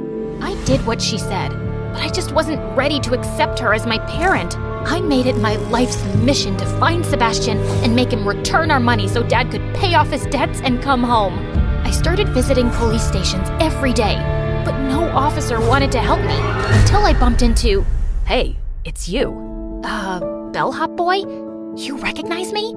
Yeah, your disguise isn't that great. Also, my name's Enzo, and you owe me a tip. I'm so sorry about that encounter. How about I buy you an apology coffee? Better make it an extra large. It turned out that Enzo had started a new job at the police station as an IT assistant, and he recognized me from the viral video about my dad's arrest. So now you want to catch this Sebastian guy? Yeah, but I don't know how or where to start. Let me see if I can dig up some info. You'll really help me? Let's say I'm tired of asking. Have you tried switching it off and on again every time something doesn't work around here? Like a couple of Sherlock Holmes, we started tracking famous rich people's social media accounts because such people were usually Sebastian's targets. He's like a tick, looking for the fattest victim to suck on. But Sebastian was also sly, and he knew the police were on his tracks. So no matter how many pictures we looked at, we couldn't find him. Until one day... Wait, isn't that him on the yacht with Siley Myrus? OMG! Yes, even with the mustache, I'd recognize that sleazebag anywhere. Okay, let's zoom in on the boat name and... Found him! He's in Greece, posing as a pet masseuse for TikTok canine stars? The next day, I bought a flight to Greece with the last of my savings while Enzo alerted the local police. Together, we descended on Sebastian. Drop the poodle. You're under arrest. Give me back my money.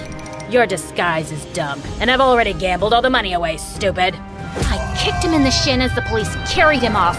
I was happy he was caught, but the money was gone. With no chance to pay off our debts, Dad would be on the run forever. That night, I went walking on the beach, and I saw the sky was filled with stars. I took a picture of it and sent it to Dad, but he didn't reply. After I returned to the States, I decided to start mending things with Mom. It wasn't easy, but she was the parent I had now, and I could see how hard she was trying. She even had a box with my baby clothes and pictures that she'd kept all these years. Slowly, we started to get to know each other, and she was really cool. As for Dad, I would send him a new sky picture every night, even though he never replied. He did make me realize I loved taking pictures of the night sky. Enzo, who was still looking for his dream career, was now working at an electronics store. So I asked him if he could find me a good deal on a camera. Sure, but it'll cost you. Name your price, Scrooge. How about a date? Really? But what if you grow tired of me and dump me? I mean, you change jobs every 2 seconds. Yeah, but I'm sure dating you won't feel like work. For our first date, we went back to the skyscraper roof, and I took more night sky pictures. Enzo loved them and suggested I start an astrophotography vlog. And when I won a super fancy prize in a competition, I realized I'd become a professional. I sent Dad the picture of the prize announcement, but like always, he never replied, and I finally accepted that he was never going to. I invited Mom and Enzo to the award ceremony, and I caught her beaming with pride as she admired one of my pictures in the gallery. I'm so sorry I missed your childhood, Kanya. If I could go back, I'd do everything differently. We're together now, Mom, and that's all that matters. I love you. Presenter announced I was the winner, and Enzo walked me to the podium. I dedicate this award to my father, who made me discover my love for the stars.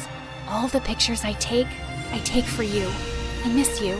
As I stepped off the stage and hugged Mom, I let out a tiny gasp. One of the waiters in the room was smiling brightly at me, and he was unmistakably my dad. He had tears in his eyes as he blew me a kiss and then quietly left. and for the first time in years, I felt truly at peace, knowing Dad was okay and always watching over me.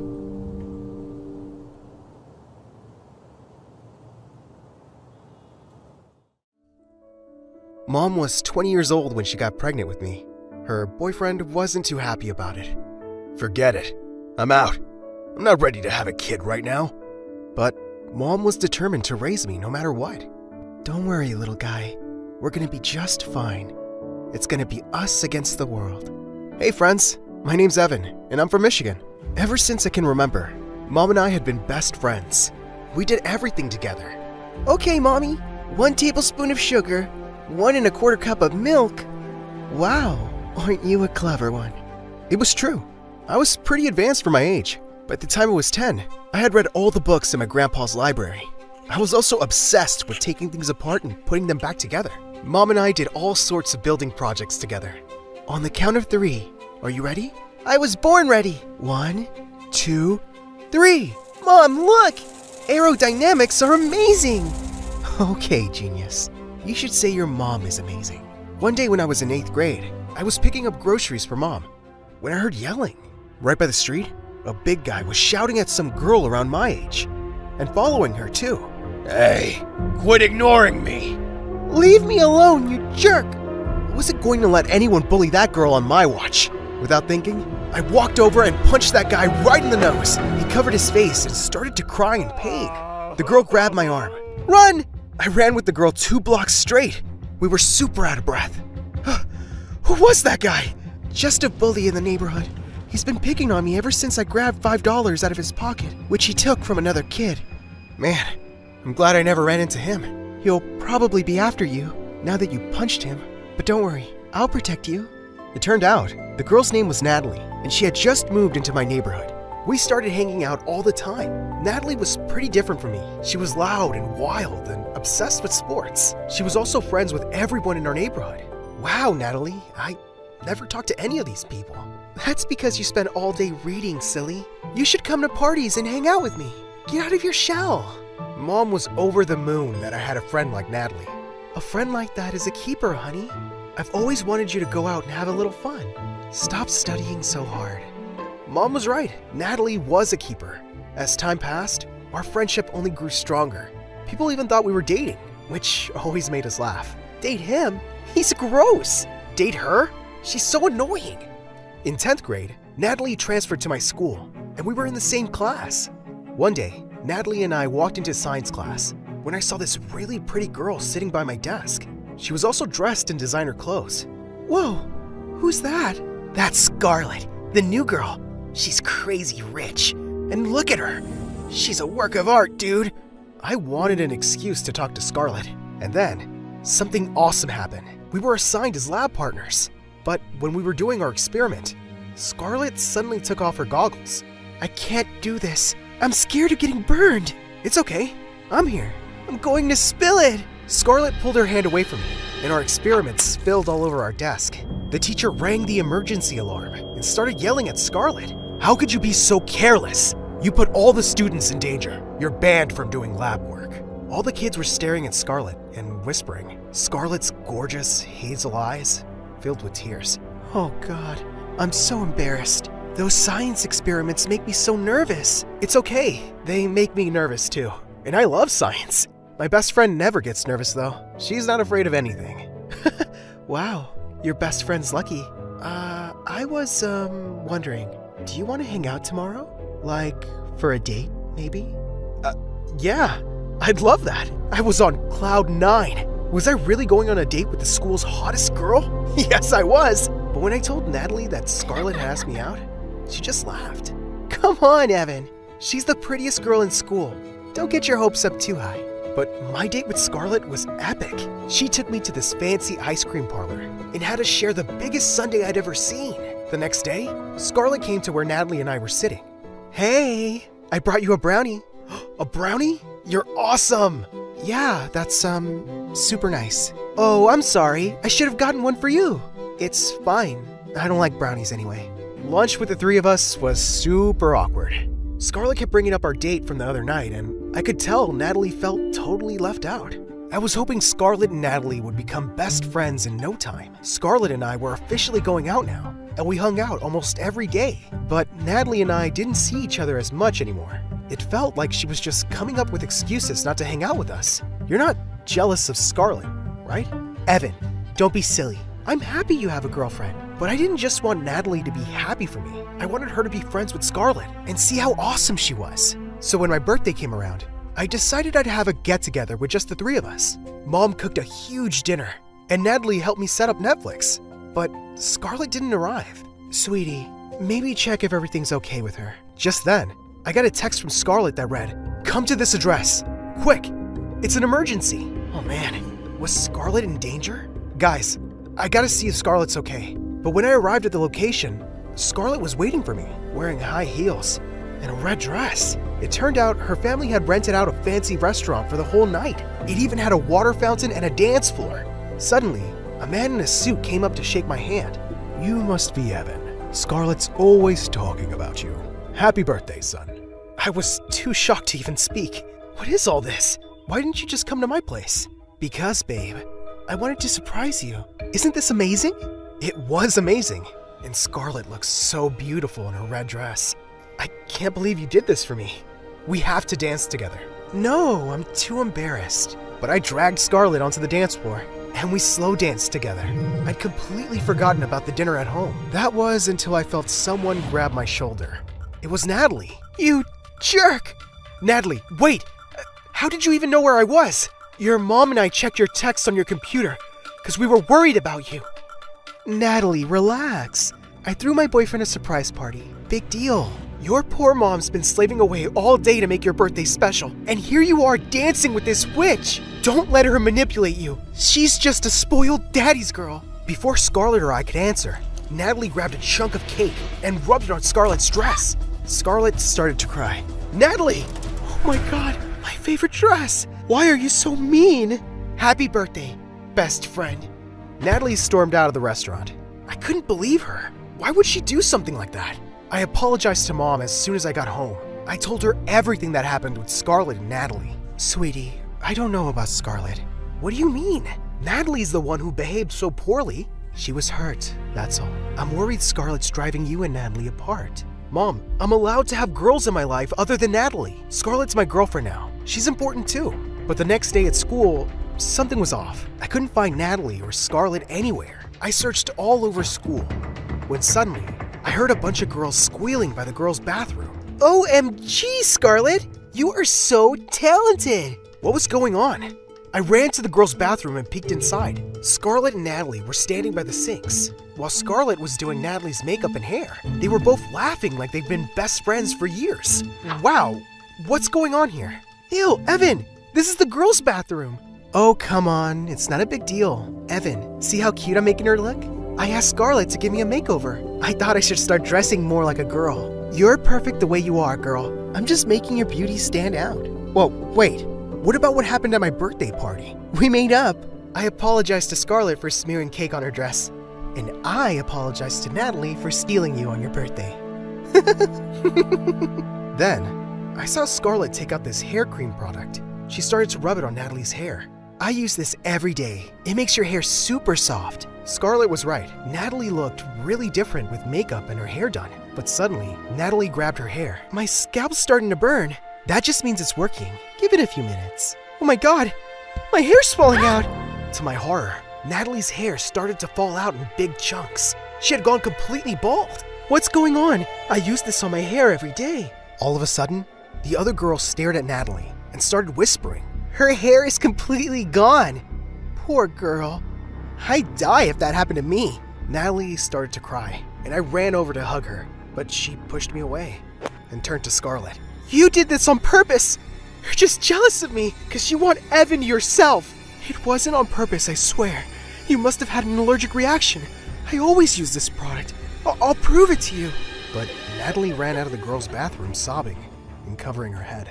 Scarlett, I gotta go talk to her. Of course, and tell her I'm sorry, Evan. It really was an accident. I didn't end up finding Natalie after that. In fact, I didn't see her at all after that. She blocked my number and moved to another neighborhood. I tried to contact her on every social media site possible, but Natalie was just gone from my life. I graduated university at the top of my class, with Scarlett by my side. I ended up developing software apps for a giant IT company. Mom and Scarlett were overjoyed. Oh, Evan, sweetie, I'm so proud of you. I have the smartest boyfriend in the world. I married Scarlett a year later. I finally saved up the money to buy us a gorgeous house. We gave Mom a full tour. I know exactly how I want to decorate this. I'm thinking bold colors, maybe gold and red. That's great, honey. I actually wanted to ask you two something. I see you have a big space and an extra room. I was wondering if I could live with you. I just love you so much and I want to be close. I also don't have a lot of money. Mom, are you kidding? Of course you can live with us. Totally, we'd love to have you. Mom moved in with Scarlett and me the very next week. After 2 years of living together, everything was still going perfectly. One night I came home earlier than usual and didn't see Mom or Scarlett. Instead, I heard yelling coming from the basement. I ran downstairs to see Mom sitting on an air mattress, and she was crying. I told you, you're sleeping here from now on. I want to turn your room into an indoor spa. Hey, does someone want to tell me what's going on here? Scarlett turned around, and when she saw me, she turned bright red. Oh, babe, you're home. Your mom and I were just chatting. No big deal. Yeah, honey, no big deal. Mom, tell me what's going on now. I saw Scarlett screaming at you. Tell me what's happening. It's nothing. Scarlett just wants me to sleep here for a while. She wants to turn my bedroom into a spa. I don't mind. What? Mom looked scared and kept her head buried. I couldn't believe it. How could Scarlett be so terrible? And I didn't even notice. Babe, it's just that I grew up rich. I'm used to having tons of space. And your mom being here is a bit of an inconvenience for me. You know what? You're a bit of an inconvenience for me. I thought we were supposed to care for each other's families like they were our own. But you've treated mine like trash. Scarlett started crying and apologizing. But I stood firm. Mom and I will be staying in a hotel for a few days. I don't even want to be near you. But Mom and I ended up staying in a hotel for more than a few days. 2 weeks went by, and I still didn't talk to Scarlett. One day, I came home from work. When I heard whispering from my mom's room, I opened her door to see her sleeping in bed. A nurse was next to her, saying, "You just need to rest, Auntie. And you should tell Evan about your condition. He should know. He's your son." I recognized that voice immediately. It was Natalie. Natalie, what are you doing here? And what's going on with Mom? I'm your mom's nurse, Evan. She's really sick. I'm gonna be here every day to take care of her. Without another word, Natalie left. I rushed to my mom's bedside. Mom, how long has this been going on? And how long has Natalie been your nurse? I hired a nurse, and it turned out to be Natalie, purely by chance. Honey, I've had this condition since you were in high school. It's gotten worse. I didn't want to worry you. I hugged Mom and started to cry. How could she keep a secret like this from me? For the next week, Natalie came in every day to take care of Mom, but she barely talked to me. It was like we'd never known each other. One day, I picked up the phone and decided to call Scarlett. It's me. My mom's sick. I'm gonna try to find an apartment for the two of us so I can take care of her. Are you crazy? You shut me out for 2 weeks and now you want to move back in with Mommy? How about you take her to a doctor? Like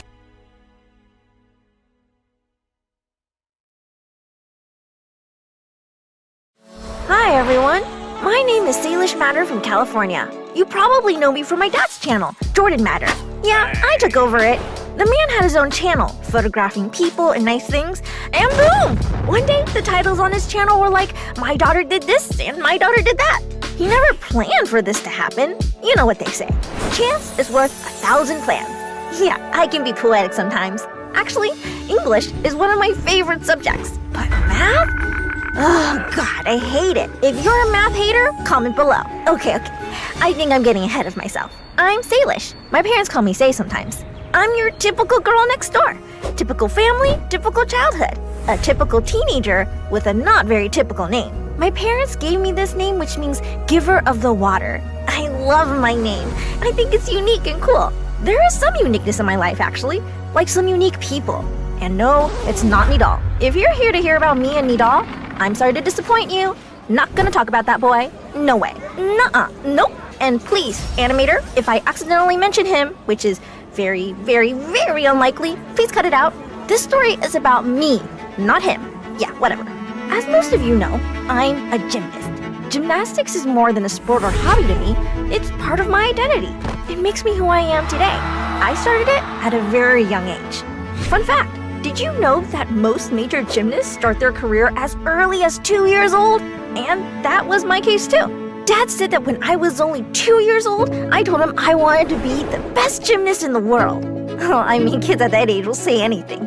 No, but seriously, I wanted to be really, really good. My gymnast friends were amazing, and we were very close.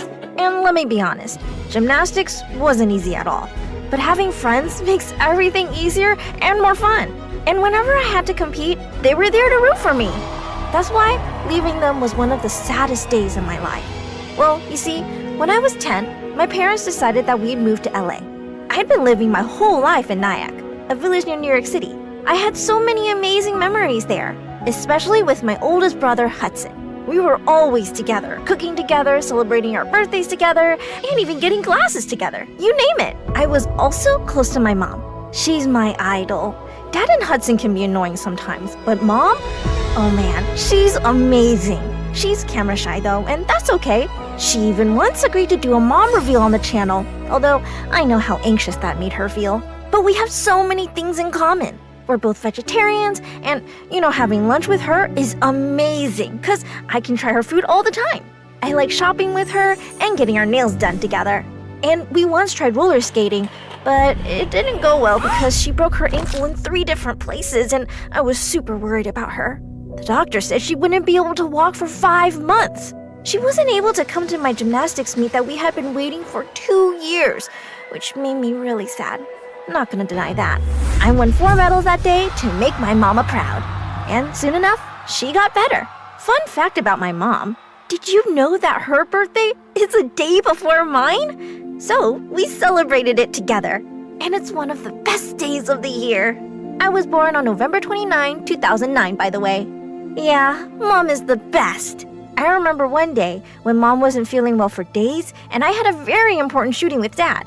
But I just couldn't leave Mom that day. I told Dad I wasn't going with him and ran to Mom. I snuck under the bed while she was still asleep and started praying. Please, God, let Mom live. Please, I'll be a good girl. Please, please, please.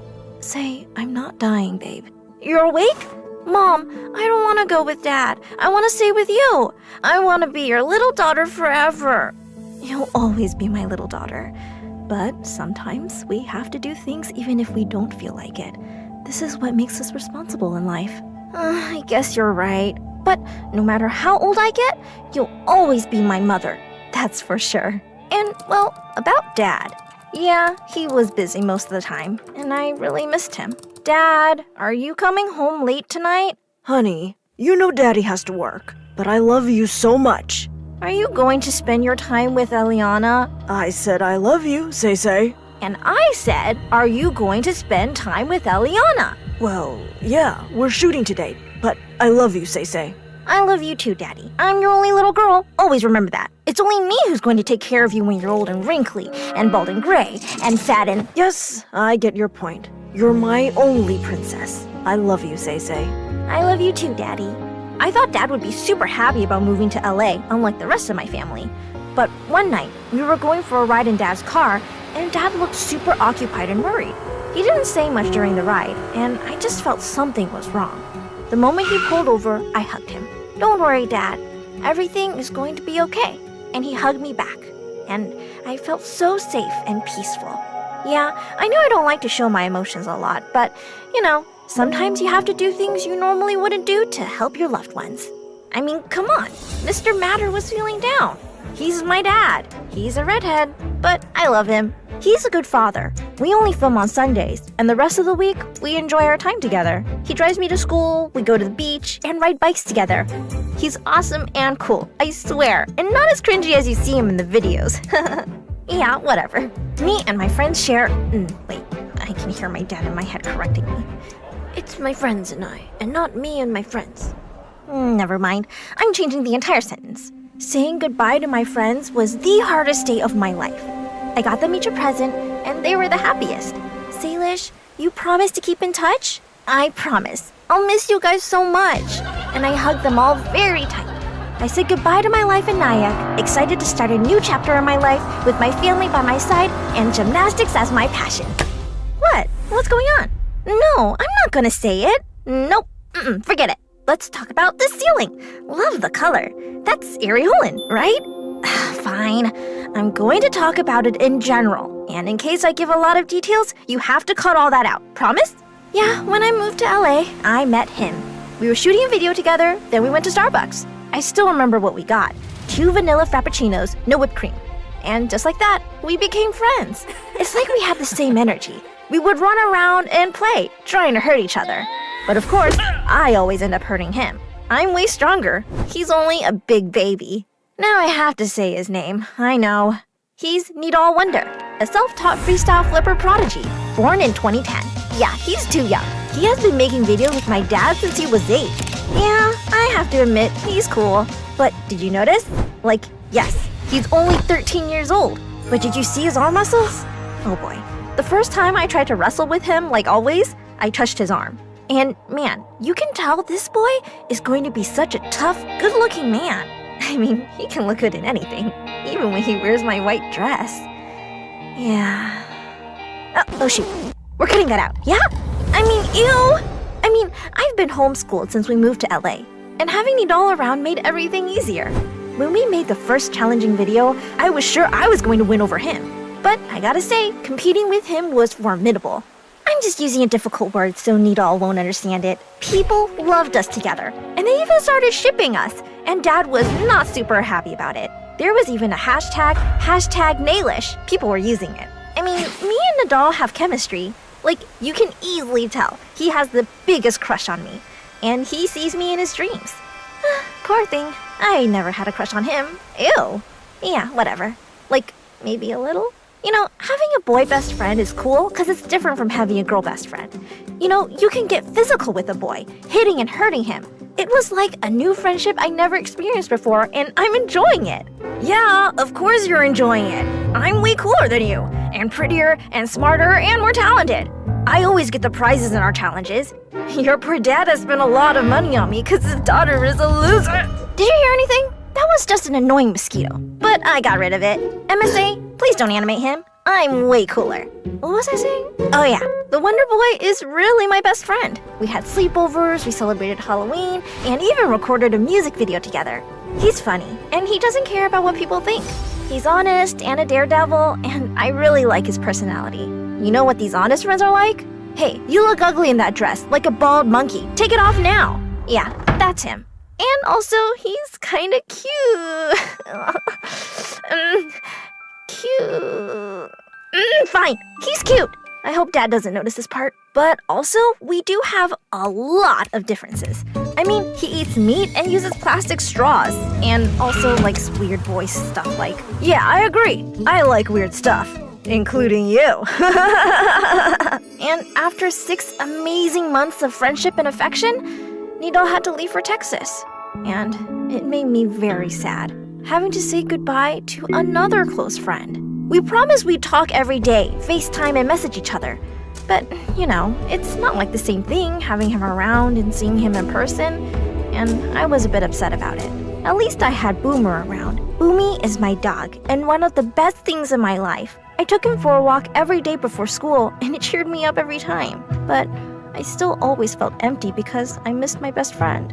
And I think my parents noticed it, because one day, Dad took me to Universal Studios, and he told me we were making a video. But suddenly, while we were walking, someone held me from the back, and I immediately knew it was Nidal. He hugged me, and I wrapped my arms around him, and it was an amazing moment. Actually, this is one of the many surprises we have for each other. We've been surprising each other in the last year, and it made missing him less painful. And you know what's even cooler? Nidal spent his summer vacation here in LA, and we made so many videos together. Speaking of surprises, my dad always came up with cool ideas to shoot. But one of the best things I enjoy doing is skincare and get ready with me videos. Yes, I wake up at 5:45 and spend 2 hours getting ready. But beauty has a price, No, seriously. Boomy takes about 30 minutes in the bathroom, so it's only an hour and a half. Not a lot. And also, I'm the first stop for the school bus, and I have to be the earliest, which is not fair, by the way. I was a bit worried that I wouldn't fit into my new school, especially that I was the only new 8th grader in the school. It's insane. But thank God, it's been going pretty well so far, and I have made some new friends. And I love that we don't have a dress code at our school, and I can choose nice clothes every day. Man, I'm so happy. Actually, all this YouTube content is amazing. Making videos with my dad, doing challenges with talented people, having collaborations with cool people and YouTubers like Britt Rivera and Darman, and many other amazing people. And now, I even have my own channel. Please go subscribe now. Life is good. All you have to do is to stay positive and like this video. If you want me to react to this video, please comment below. Salish is the best MSA MC ever. You're not cutting that out, yeah? You know what? Don't cut anything out. I don't care. Yeah, whatever. Love ya. Bye.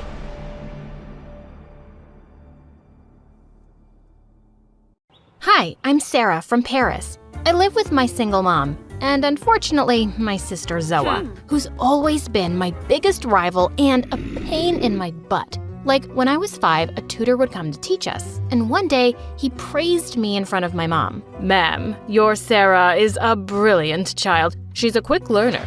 She can understand a concept in just an hour. But for the same thing, Zoa takes 3 days. Zoa couldn't tolerate this and hit me hard on my head with the notebook. Before I could react, Mom yelled at her and grounded her for a week. I never really understood why she was jealous of me for being smarter. I wasn't jealous of her for being prettier. Whenever we went out together, people noticed her first and gave her compliments, but she was still so insecure. But maybe the reason why she really hated me was because I was fearless. Once when I was 10, the 3 of us were out on a picnic when I noticed a man snatch a woman's purse and run away. I immediately stuck out my leg and he tripped and fell down hard. The thief was taken away by the police and everyone there clapped for me, except for Zoa. Mom was pretty freaked out too. Sarah, the thief could have had a weapon. He could have hurt you. Don't do that again. You're just a child. Yeah, dummy cow. This is not some movie where you pretend to be an action hero. This is real life. And I'm afraid one day someone might cut you down into pieces. I know what your actual concern is, Zoa, and it's not for my safety. You just can't stand it when I'm praised by people, can you? Oh, please. I get plenty of praise because I'm so pretty. Have you ever heard someone use that word for you? I bet you can't even spell it. It's P-R-E-T-Y. You forgot a T, dinosaur brains. And you forgot my hand, dinosaur face. And suddenly she slapped me and we broke into a huge fight right in the middle of the park. As we grew up, she became prettier and more popular in school. All the time, boys would roam around her, while her minions cracked jokes about how I must be adopted. But I never let Zoa or any of those bullies get to me. I was smarter and stronger than those idiots any day. Once in 9th grade, I was looking for a book in the library when I noticed a boy staring at me from a gap in the shelf. I just went back to my seat and started reading my book, but he sat down in front of me. Hey, what's your name? You're very pretty. No way. This was definitely a prank. If I was really pretty, why was he the first boy to say so? I just walked off without a reply. I was in no mood to be made fun of. But the next day when I was walking through the hallway, I suddenly tripped over something and went flying straight into someone's arms. It was the boy from the library. Oh, thank you so much. If you want to thank me, just tell me your name, please. I did, and it turned out his name was Henry and he was my senior. We became good friends and started hanging out together all of the time. One day when I went to the cafeteria, I found a large poster stuck to a wall. It was my picture with an ugly mustache and devil horns, and the caption, "Sarah, the ugly monster." As I saw Zoa and her friends cackling in the distance, I was about to tear it down when Henry walked in. Wow, someone's really jealous of your beauty, Sarah.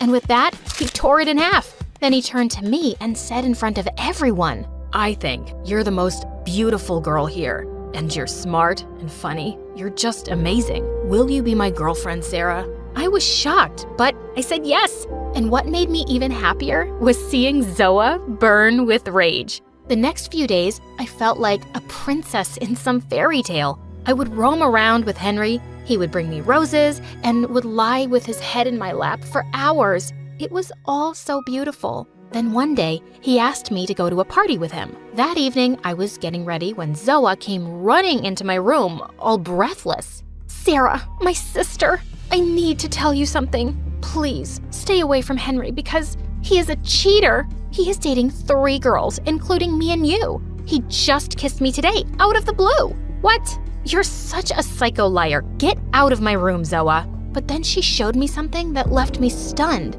It was a picture where she and Henry were kissing. I couldn't believe it. I ran to the washroom and Zoa followed me. Sarah, why are you crying? So what if he found me more attractive than you and kissed me? At least now we know his true colors. Don't cry, sis. This is for the best. I angrily pushed her aside. I'm not crying. Something just went into my eye. And I don't care if he kissed you. He's still my boyfriend. Get out, now! I left home pretending to see Henry. But of course, I wasn't gonna meet that jerk. I went to a park and sat alone and kept rejecting his phone calls. When he kept messaging me, I sent him the picture Zoa showed me. He started giving me excuses, but I didn't believe a single word he said. After an hour, I went home as if everything was perfectly fine. The next day in school, I was sitting on the bleachers when someone tapped on my shoulder. It was Henry. Just as he began speaking, I grabbed him by his collar angrily. Listen, I told you yesterday. But then suddenly, I spotted Zoa looking at us, and I immediately pulled Henry close and kissed him. When Zoa left, I pushed him back hard. Listen, I told you yesterday to stay away from me. I don't want to see your face again. But Sarah, I swear I never cheated on you. I was just having my Coke when Zoa came out of nowhere and kissed me. I was really angry with her. It takes 2 people to kiss, and you were one of them. So just stop lying and leave me alone, cheater. I put my fingers in my ears and walked away from him. But that night, something really strange happened. We were all asleep when we heard Zoa screaming. We ran to her room to find a boy in Zoa's room, and she was beating his butt with a stick. The boy was from our school. Mom! I caught this thief. I caught him. Call the police. Call the media. I'm so brave. I'm a hero. I'm not a thief. I'm Zoa's freaking boyfriend. I just came to see her and she went bonkers on me. Crazy girl. Oh, also, Sarah, she kissed your boyfriend and told me to take pictures of her doing that. He was so mad at her. In case you didn't know, your sister's a psycho. Oh God, Henry was telling the truth and I hadn't believed him. The boy broke up with Zoa and jumped out the window while I turned around and pounced on her. I pulled her hair as hard as I could till Mom pulled me away. The next morning, I literally ran to school and found Henry and apologized to him. He opened his arms and we hugged each other really tight. Time passed and we graduated from school. Henry went abroad for his higher education and Zoe and I started college. Then one day, Mom suddenly felt some pain in her chest, and after the doctor's examination, it turned out that she needed a really expensive heart surgery. This was the first time in my life that I felt scared. We didn't have enough money, so I took up a part-time job to start saving. I asked Zoa too, but she flatly refused.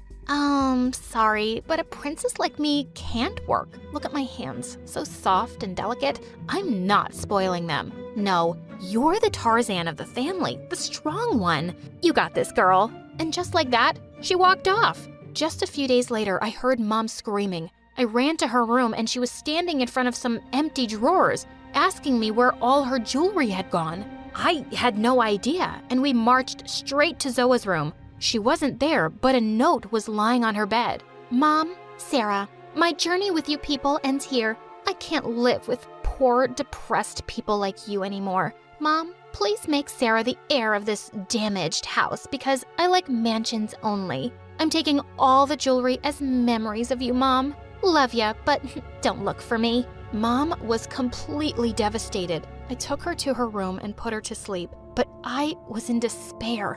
We were left with nothing. My salary wasn't enough for the treatment. I left home to contact some charity organization, and on my way, it started raining. Just then, I saw a huge crowd gathered around on a bridge. I looked down and saw a small kitten hanging onto a log in the strong river current, and people were just standing around making videos and doing nothing. Luckily, I found a piece of rope tied to the bridge. Without another thought, I climbed down the rope and reached out for the kitten. Some people started helping me then by pulling us up, and we both landed safely. I was completely drenched in the rain, so I decided to go back home. That evening, someone rang our doorbell, and when I opened the door, I found a bunch of people with cameras and mics standing outside. You saved a little kitten today without caring about your own life. What would you like to say? This girl, people, she's a hero. She makes us believe that good people truly exist. She's restored my faith in humanity. Wait, what? What was going on? And I soon found out that people had been making videos of me saving the cat, and they'd gone viral. And before I knew it, I had become quite famous. I was in newspapers and giving interviews on news channels. I was honored by the government with a bravery award and also given $30,000. And of course, the first thing I did was get my mom's heart surgery. It was successful and she recovered fully in a few months. Soon after, I got an offer to participate in a really famous reality stunt show, and I accepted. Within no time, I'd become a celebrity. And now, Mom and I were rich. We were living a great life until one day, someone knocked on the door. When I opened it, I was shocked to see Zoa. As she tried to step inside, I blocked her path. "Where's Mom? I need her help. My boyfriend cheated on me. He made me pregnant and ran away with all my money and jewelry. I've got nothing to eat." "Are you so fat because you're pregnant again?" "Oh, no. Luckily, I had a miscarriage, but I had lots of cravings while I was pregnant, so I gained some weight. It's nothing.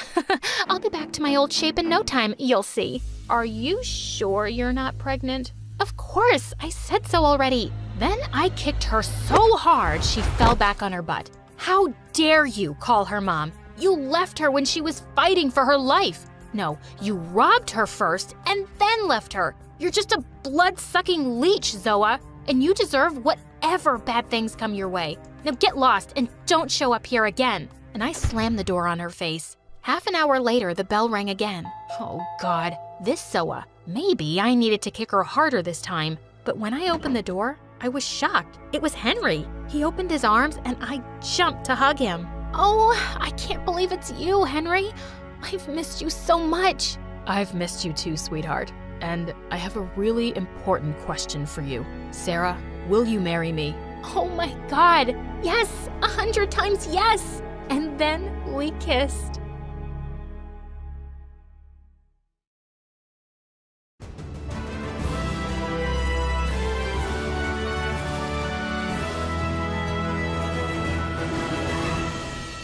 It was Mom's birthday.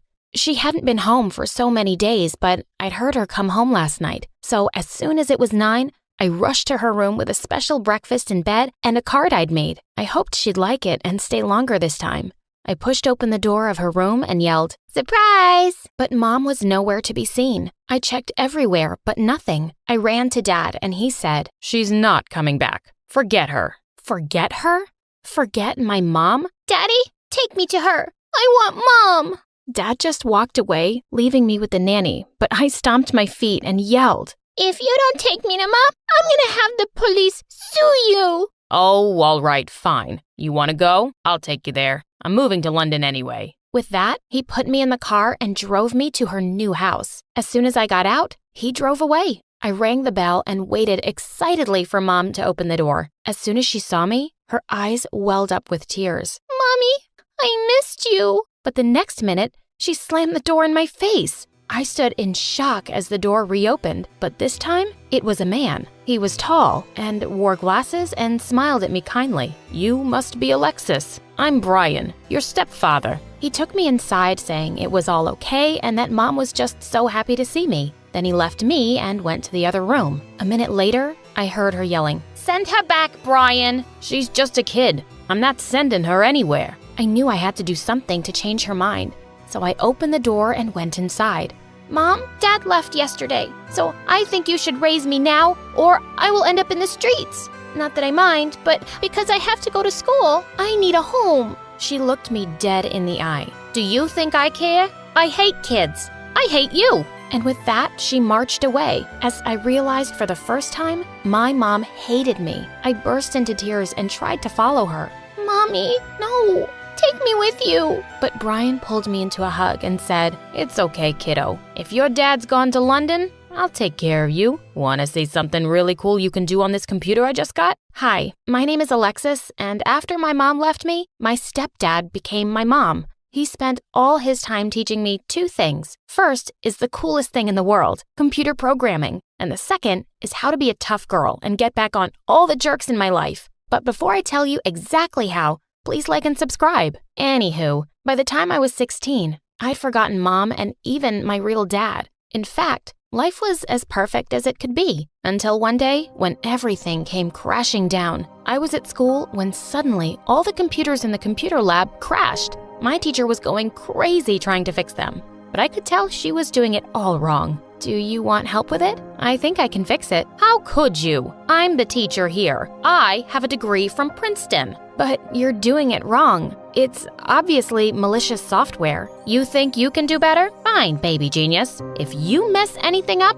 I'm flunking you. Everyone stopped what they were doing and looked at us. Someone muttered, "There goes her straight A's. Why is she such a show-off?" I rolled my eyes as I looked over the computer. Aha, I was right. Within minutes, everyone's screens lit up. I looked at her, thrilled. She'd have to be impressed, right? Wrong. She was glaring angrily at me and yelled, "There's no way you could have fixed it so quickly unless you messed it up in the first place. Are you trying to show me down, idiot? To the principal's office, right now." I had nothing to do with this. You have no idea what you're talking about. Just then, I heard an announcement. "Alexis, please report to the principal's office immediately." I sighed and walked out. But as soon as I saw the principal's face, I knew something was very wrong. I'm afraid I have bad news. Your father, stepfather, he is in jail. I stood there in shock. What do you mean? He's always at work at this time. She got up and hugged me. "Alexis, sweetie, I'm sorry. It's about the case with his son, from what I heard." "That's crazy." I turned and ran home. I knew Brian had a son, Matt, but they hadn't spoken even once in the last 11 years. Matt had sued Brian, claiming that he had ruined his childhood when he left him. And now he'd won the case and Brian was in jail. When I got home and entered the lounge, I bumped into a bunch of kids running around as a man and woman lay on the couch watching TV. "Hey, who are you and what are you doing in my house?" The man laughed. "Your house? This is my dad's house, and now that he's gone, it's mine. You're welcome to stay if you want as a charity case, but don't get your hopes up." What kind of people are you? Suing your own dad and sending him to jail? You have no mercy. You have no idea what I've gone through, so shut up or else. Show me some respect or I'll throw you out. Yeah, of course you'd do that. Why am I not surprised? I mean, you threw out your dad. Get lost. Now. The next few months were horrible. Matt and his family were like a pack of wild, idiotic animals. He made me do all the chores just so I could earn my keep. You can't do this, you jerk. Well, I'm the man of the house now. You'll do whatever I ask you to do, you useless girl. In your dreams. I went to my room and spent time there working on my computer. And all of this wasn't enough for Matt. He also never allowed my boyfriend Josh to come visit, saying our relationship was a bad influence on his kids. But I let Josh sneak into my room through the window and we spent nights there. And Matt had no idea. Josh was also into programming, and it was so romantic. Having him in my life gave me some strength to deal with my jerk stepbrother. Things were going fine until one night, Matt burst into my room and found Josh there. He started yelling at him and kicked him out.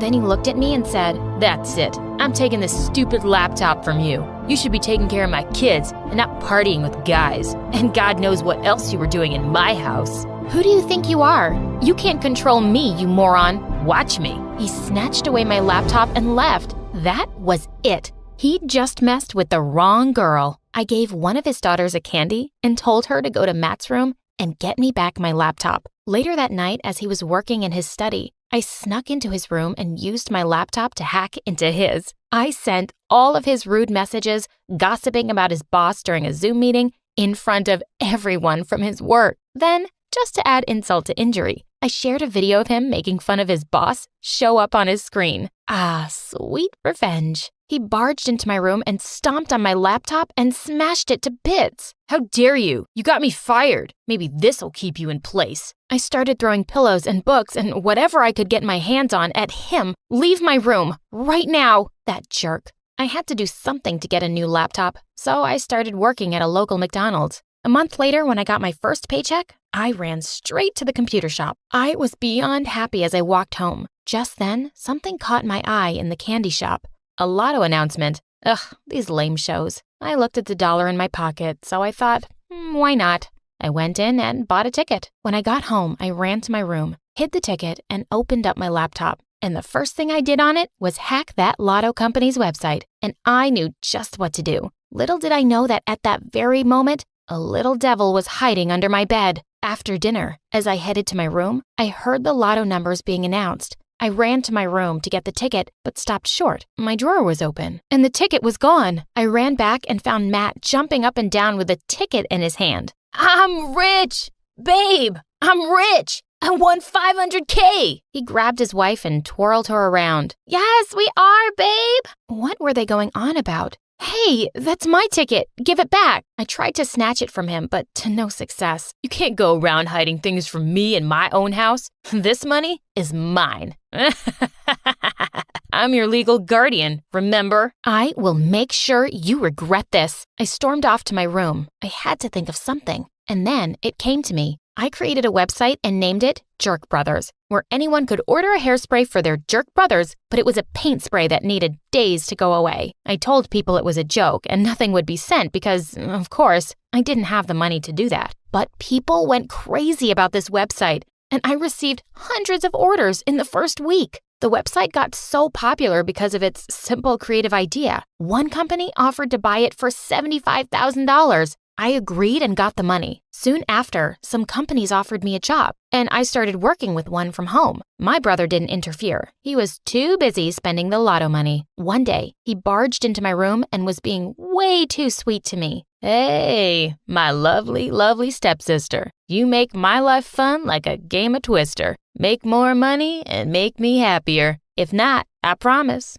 I will show you real anger." What's wrong with you? Listen, you don't live in my house for free, and you're using it like an office, so you have to pay the rent every month, or find yourself another place. Sure, I will. I called Josh and moved into his basement. His parents were nice to me, and they didn't ask for money or anything. I continued going to school as usual, and I got 3 scholarships. Josh and I agreed to apply for Michigan State University. On the day we were supposed to leave for university, someone knocked on the door. It was my stepbrother. He started crying and begging me to help him out. "I can't find a job. No one wants to hire me since the incident. Please help me out. You're my only sister. I need to feed my kids." I knew he didn't deserve my sympathy after everything he did to me, but I loved his daughters, so I agreed to give them a monthly payment to help him out. He leaned in to kiss my hand, but I pulled it away. "Please, there's no need for this. I only have one request. Please get Brian out of prison." He nodded his head. Sure, I will. I swear. Thank you. You're a good person. Thank you." And then I left with Josh. 5 years later, and now I'm a programming instructor at my dream university. In 2 weeks, I'm going to get married to Josh, and the man who is going to walk me down the aisle is Brian. I will never forget him and what he always taught me. Humanity, knowledge, and science are more important than money.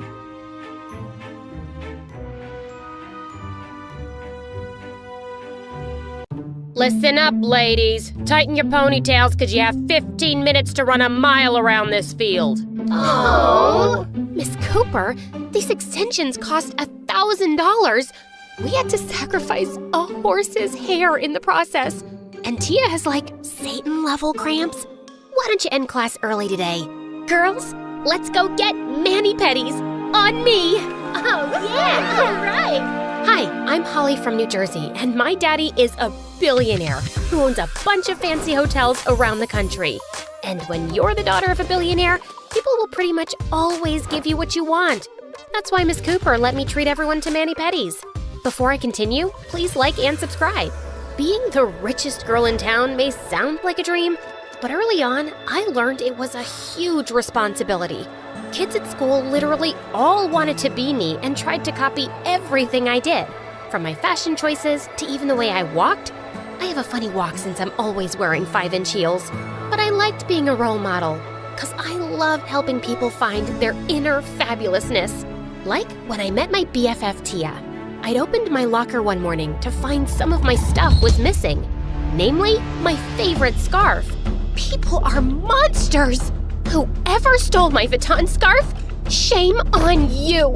I hope a spider eats your eyelashes in the middle of the night so you'll never get to wear mascara again. I was shaking with anger as I stormed by the girls' bathroom. That's when I saw Tia wearing my scarf, crying hysterically. I did it.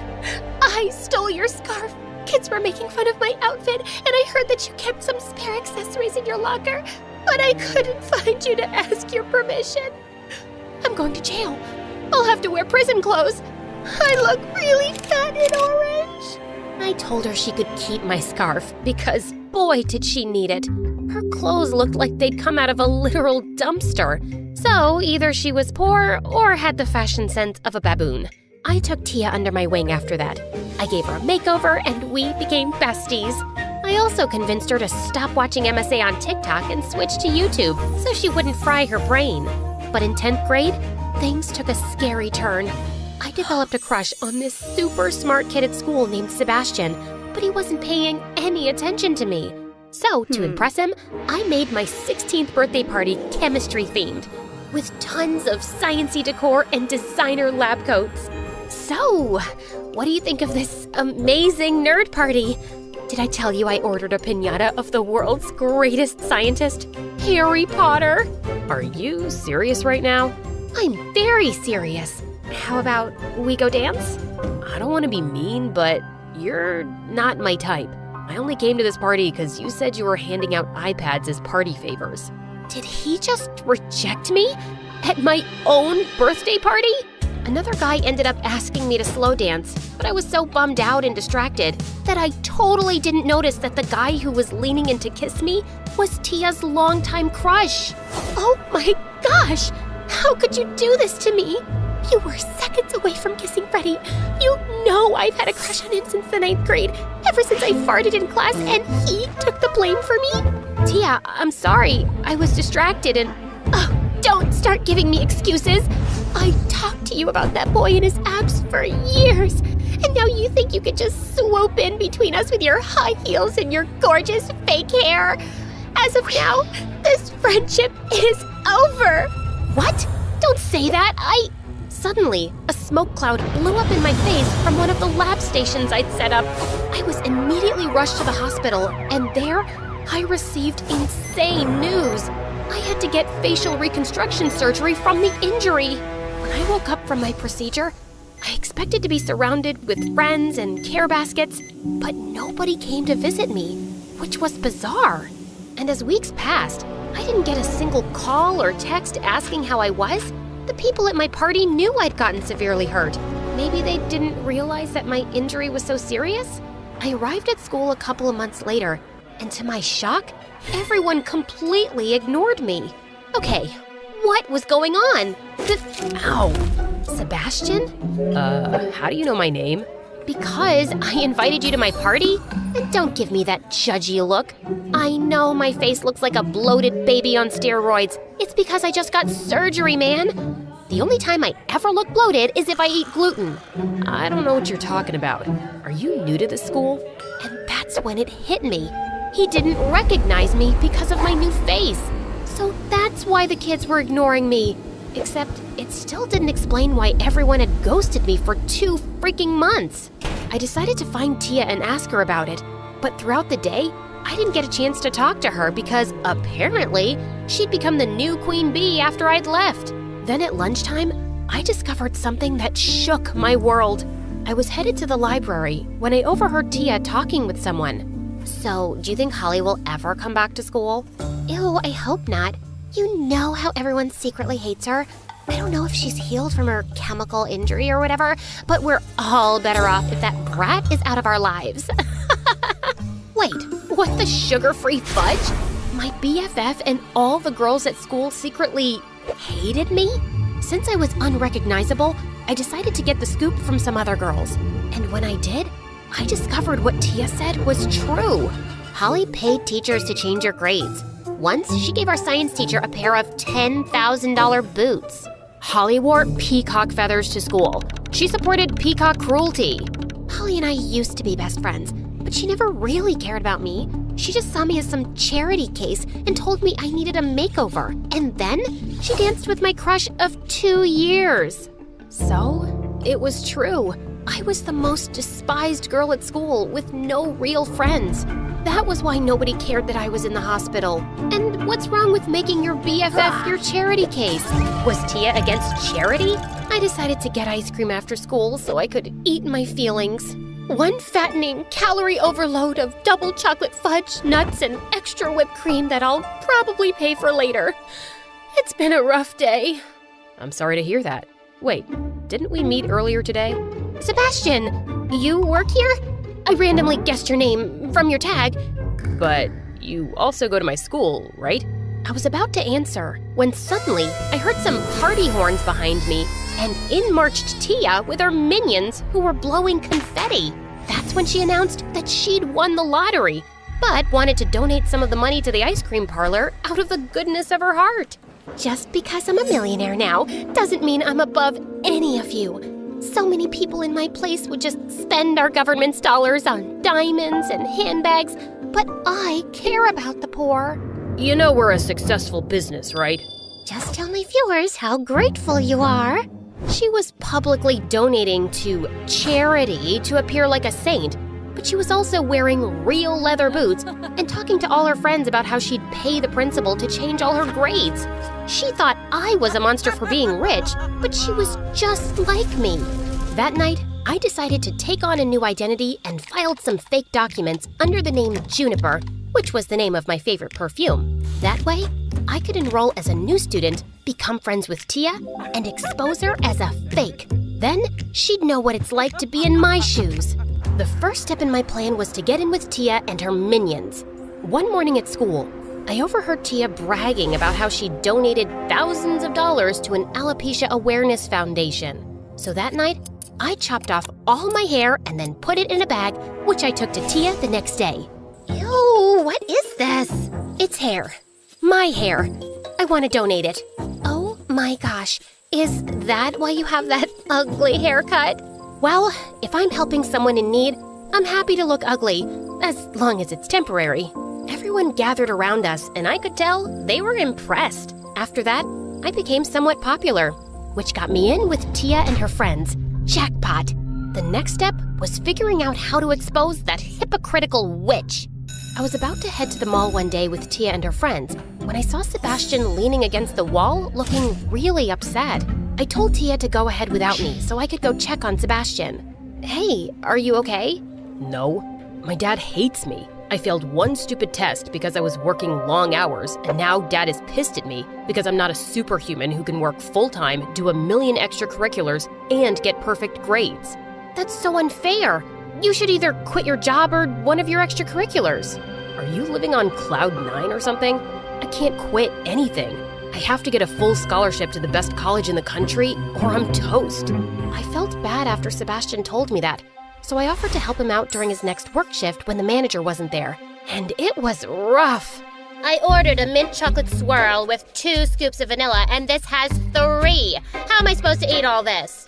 My apologies, miss. I'll take the extra scoop. No, don't yell at him. So he gave you an extra scoop of ice cream. Boo-hoo. In some countries, there are children who only get 1 scoop of ice cream. Did you ever think of that? And why should I listen to a girl with such a hideous haircut? That did it. I grabbed her ice cream and smashed it in her face. Sebastian almost got fired. Luckily, I bribed the boss with $5,000, but I still felt horrible. Don't beat yourself up. You were just looking out for me, and I really appreciate you donating that money to save my butt. After that, the 2 of us became good friends. He was smart and sweet, and I really respected him for how hard he worked to support himself. It made me realize how lucky I am. One day, I was doing homework in the courtyard when Tia invited me to this exclusive rooftop party. I'd sort of forgotten about my revenge plan ever since I started hanging out with Sebastian, but I didn't have anything going on that weekend. But when I arrived at the address, I realized it was one of Dad's hotels. What were we doing here? We had a 2-year waiting list, and only celebrities were allowed at the parties. All the girls at school sneak in here every weekend to go to celebrity parties. We wouldn't have been able to get in, but luckily, I used to be friends with the owner's daughter, Holly. You know, that rich brat everyone hated? I tricked Holly's daddy into giving her tons of hotel memberships. I would have ended that friendship ages ago, but I didn't want to lose the memberships. I felt like I'd been punched in the chest. It was one thing to have my BFF and all the girls at school hate me, but they'd all been secretly using me too? I wanted to scream and tell them off, but I couldn't even bring myself to speak. So I excused myself, and a few hours later, I texted Sebastian to meet me so I could have a real friend by my side. Sebastian, why do you even hang out with me? I'm just a dumb, superficial bimbo. What are you talking about? Just because you're rich doesn't make you a bad person. You even gave yourself an interesting haircut so you could donate your hair. No, I didn't. I purchased a wig and cut off the wig's hair. I was too selfish to donate my real hair. I was too selfish to even chop off my extensions. Before Sebastian could answer, my phone rang and it was Dad, telling me to come to the hotel immediately. Sebastian accompanied me, and when I arrived, I couldn't believe my eyes. The hotel was burnt to ashes because Tia and the girls had blown up fireworks and started a wildfire. The police had arrived to take the girls to juvie, even though Tia begged me to bail her out. I've got news for you. As you can see by my hair, I'm not Juniper. I'm Holly, your ex-best friend who had to have reconstruction surgery. I know I've been a bad friend to you, and I know I can be selfish and spoiled, but what you guys did to me is unforgivable. We're done.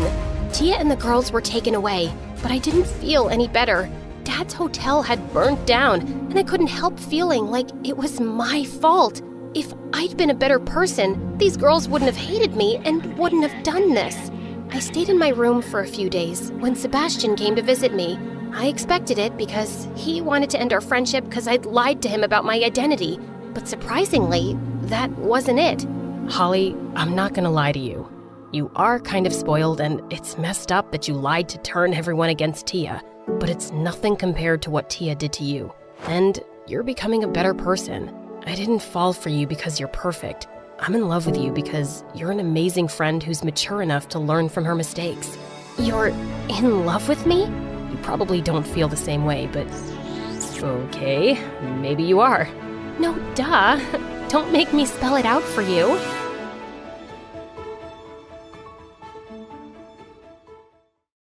Hi, I'm Alina from Hawaii. Please like and subscribe. Mom, right on the ocean shore, but Dad left before I was born. According to Mom, that's because she was under a love spell that ran in our family.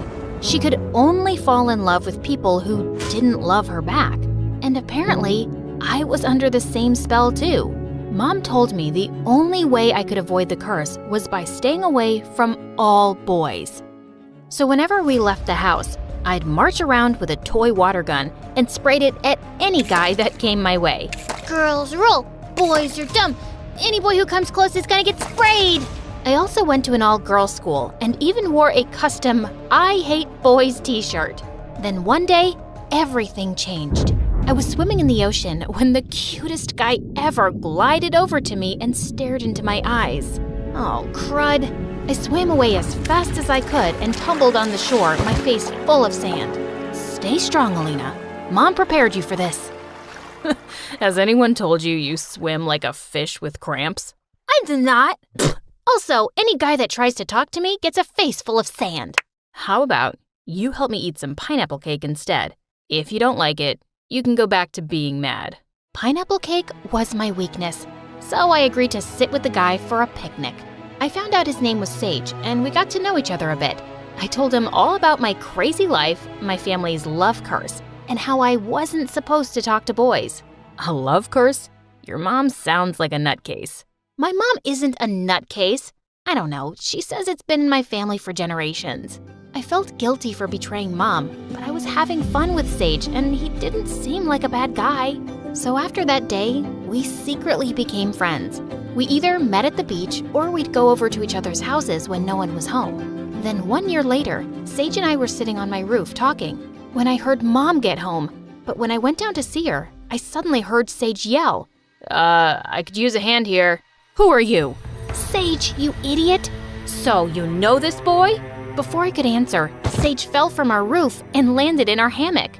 Oof, lucky fall. Yeah, Alina and I are friends, but we never told you about it because of your wacko family curse. No offense, ma'am.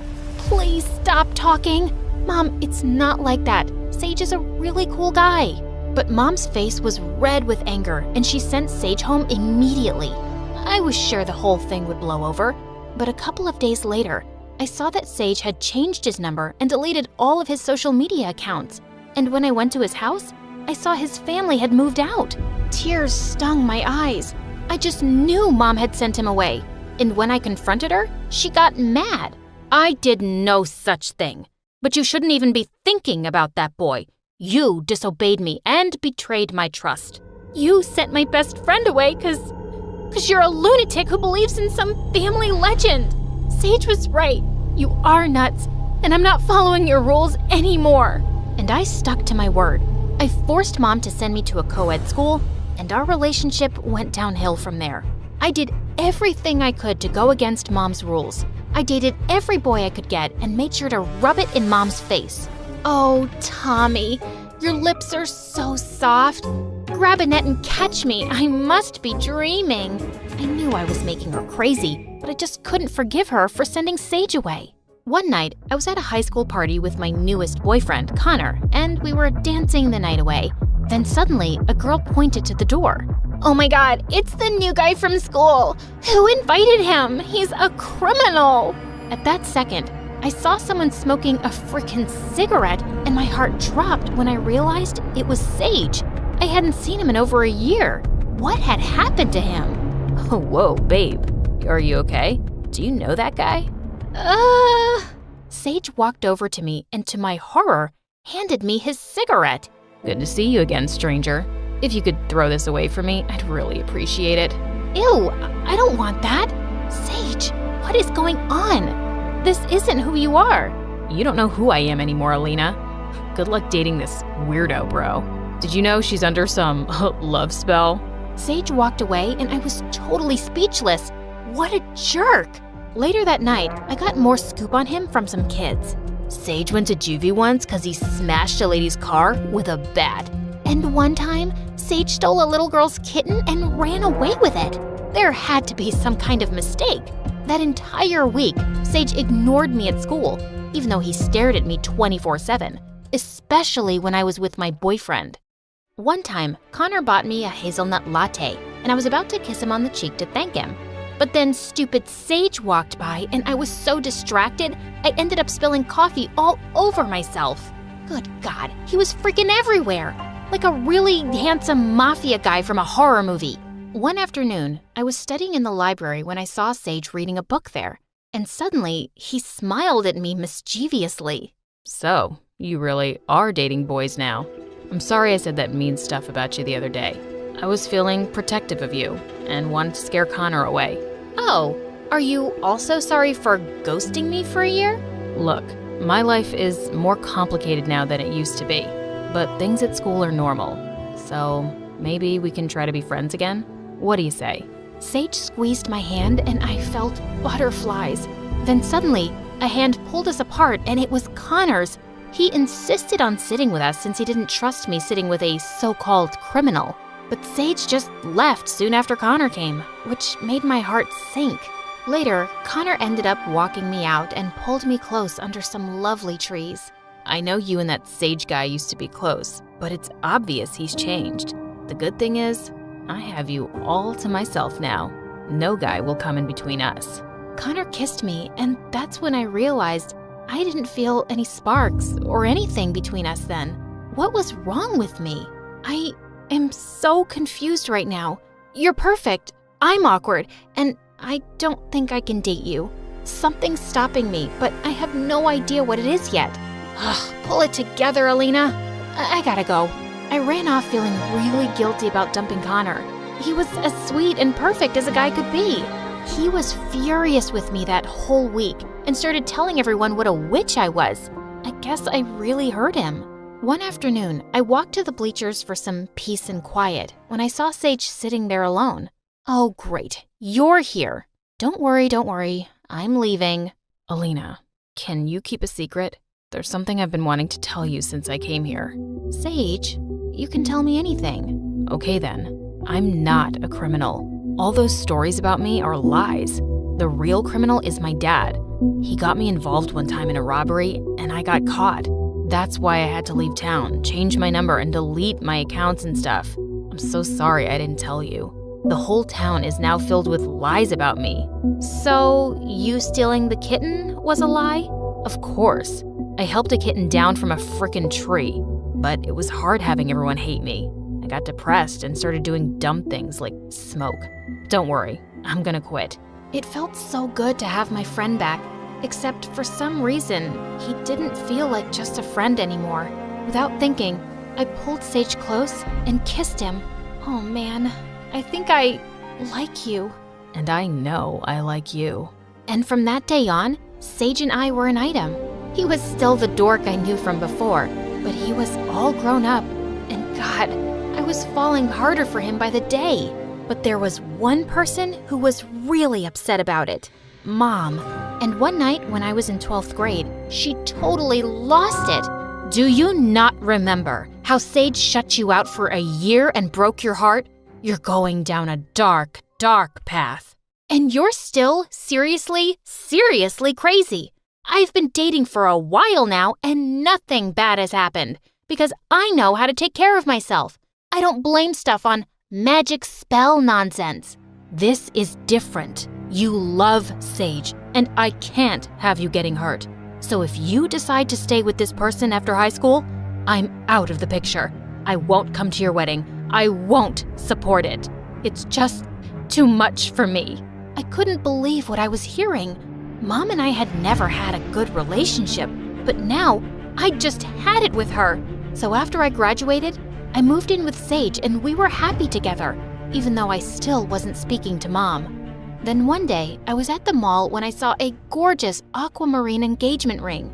I felt butterflies and pictured Sage proposing to me with it. I snapped a picture of it and sent it to him. I sure hoped he could take a hint.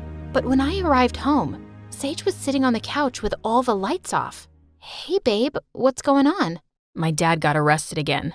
For 2 months. I'm so sorry to hear that, Sage. But I have something that may cheer you up. It's about a text I sent you. About an engagement ring. Ahem, ahem. Alina, we can't get engaged. What if I end up just like my dad? I can't do this to you. I love you too much. I'm gonna stay at my cousin's place for a while to think things over. I'm sorry. Before I could blink an eye, Sage left, and I was shaking with shock. Did he just break up with me? That's when I burst into tears and drove over to Mom's house. For the first time in years, she held me and tried to calm me down. I'm so sorry about everything. You were right. The curse is real, and I'm such an idiot for not believing you. I wish Sage and I had never even met. Oh, darling, don't say that. Listen, I'm very happy you came by. I want to apologize for everything. While you were away, I started dating someone who treated me like royalty, and I realized something. The curse was never real. It was all in our heads. Yeah, that's what I thought too. But Sage left, Mom, just like Dad left you. That's just how love is, honey. It's hard, but it can also be the most wonderful thing in the world. I stayed with Mom for a few months after that to think things through. Sage flooded my phone with apology texts and calls, but I needed space from him. Then one day, I went to the doctor and she told me some news. I was pregnant, except there was one problem. I didn't trust my boyfriend one bit to raise a kid with me. How many times do I have to tell you I'm sorry and that I won't leave you again? I was just upset about my dad and I got scared for a second.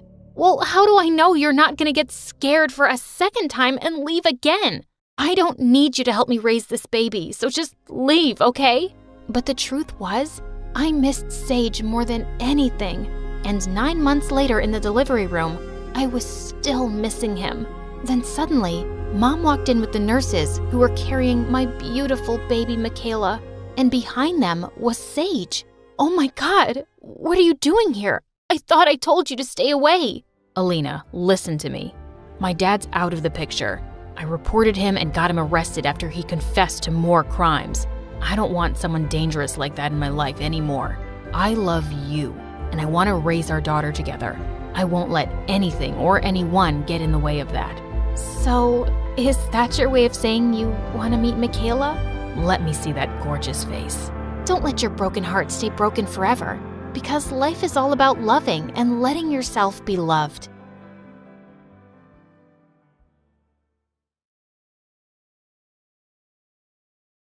Hi, my name is Irina, and I'm from Moldova. Please like and subscribe. I was born to poor parents. My dad worked as a janitor, and mom was a maid in a rich family's house. And no matter how hard they worked, they always seemed to be struggling for money. Once when I was 4, our landlord barged in and threatened to throw us out for not paying rent on time. Please, just give me a week. Irina fell ill this month, and we had to spend money on her medicines. I promise, I'll pay the rent soon. Just then, the landlord's eyes fell on the silver chain Mom was wearing. Why don't you give me that chain till you arrange the money? Mom reluctantly took it off and gave it to him. It was the only jewelry she had, and I was so angry she had to give it away. Dad, I'll go to work with Mommy and we'll get some extra money. You can use that to pay the rent. Dad hugged me and kissed my forehead. I'm so sorry, my love. I promise, things will get better. But they never did. We kept living under the curse of poverty. I hate poverty. Poverty is ugly. I often wondered why we were poor while other people were rich. In fact, as a child, I had a really inquisitive mind, and I always had a lot of questions about everything. Mom, why is a rose red but leaves green? How many stars are there in the sky? Who tells the sea to stop on the shore? Why are my eyes different from yours? I had really unique amber eyes, unlike anyone in my family or even our town. Sometimes complete strangers stopped by to give me compliments on my eye color and my thick brown hair that Mom oiled every week. But she never went to school, so obviously she didn't have answers for me. I was really excited when I turned 5 and joined the public school. It was my happy place. When I was in 8th grade, a cute boy named Thomas joined our school. He had long hair that kept falling into his eyes, and his smile was gorgeous. I had a huge crush on him. A few days later, it was his birthday, and he invited the whole class to the party. I was so excited that as soon as I reached home, I told Mom I wanted a new dress. But honey, it's the end of the month. I don't think we have enough. Mom, please? You didn't get me anything for my birthday. Think of it as my birthday present. Mom finally agreed, and we went to a nearby thrift store where I got myself a pretty dress. Then I spent the entire evening making a cool bow tie for Thomas. I was sure he'd look dashing wearing it. The next day when I reached the party, I was shocked to see Thomas's mansion. I had no idea he was so rich. I went in and found him standing in a corner with some girls who weren't from our school. I walked over and handed him the present. Happy birthday, Thomas. The girls suddenly turned to me, looking at me like I was some gross bug. Who's she, Thomas? Your maid? Where'd you get that dress from? Your grandma's attic? I could feel myself turning red as they laughed. Just then, Thomas unwrapped my present. Seriously? You actually thought I'd wear this cheap thing? And he threw it on the ground and stepped on it as he walked away. Feeling humiliated, I ran away from the party as fast as my trembling legs could take me. That day, I swore to myself that I'd also be rich one day, no matter what. So I studied my butt off to get into university, and soon after I graduated, I landed my first job as a financial analyst in a big company. One day we had a meeting with the boss where I was supposed to make an important presentation. I was nervous because I'd heard that our boss was a no-nonsense man. I was in the elevator rehearsing my presentation when a man in his 30s walked in talking on his phone. He was tall, handsome, and he had kind eyes. He hardly looked my way, but suddenly the elevator came to a standstill and the lights went out, and I panicked. I'm claustrophobic. Please, call security quickly. I need to get out of here. Hey, relax. The power just went out. It should be back on soon. And when it turned on a few seconds later, I realized I was standing right next to the man, holding onto his arm for dear life.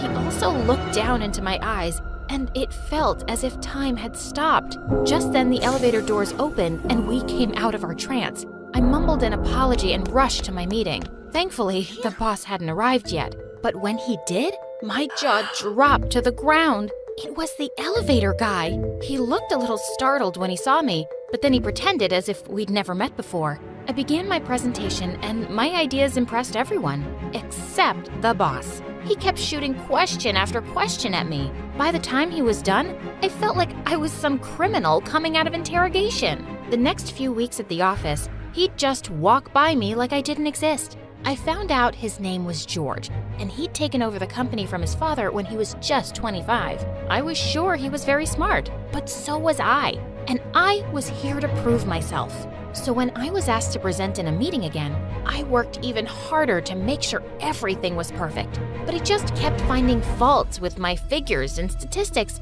and finally said, "I don't think this will work. I need a better plan by next week." I was fuming as he left, and a couple of hours later, I went to his office. "Sir, I just rechecked the figures, and they're all correct. I don't know why, but I feel like you just have some problem with me." And what problem would that be? Maybe your work just isn't good enough? Well, I'm confident that it is. I checked your employee file. You didn't go to any top business school in the country. In fact, your university isn't even top 10. It's what I could afford with a scholarship. Not everyone is just born a millionaire. Sir, I regretted the words as soon as I said them, but I felt too proud to apologize. He got a phone call just then and ran out of there. I was certain I was going to be fired. As I left the office that evening, I was waiting to cross the road when suddenly it started raining. Just as I was about to dash for cover, someone held an umbrella over me, and I looked up to see that it was my boss. We never finished our conversation. I'm sorry that I offended you. So then, you're not gonna fire me? I want to, but not for the reason you think. What? What do you mean? Suddenly, he took my hand and my heart was racing. I'm in love with you, Irina. I fell in love that first day in the elevator. I've tried to ignore my feelings and you, but you're all I can think about. And it wouldn't be appropriate to ask an employee to marry me. I was shocked beyond words. My boss wanted to marry me? I don't know what to say. I don't need an answer right away. Take your time to think about it. His kind smile was so reassuring, and on an impulse, I leaned forward and kissed him gently. He dropped his umbrella as he put his arms around me, and we had a perfect first kiss in the rain. I told my parents about it, and they were beyond happy. Irina, this is a match sent from heaven. You'll never have to worry about money in your life again. Although I didn't know too much about George, everyone at the office always spoke highly of him. And yeah, there was an age gap between us, but it didn't bother me. I really liked him. So I said yes, and we got married a week later. My life after marriage was the stuff dreams are made of. George loved me to bits and pampered me with expensive gifts, vacations to exotic places, and every comfort in the world. He even insisted on helping my parents out, and I sent them money every month.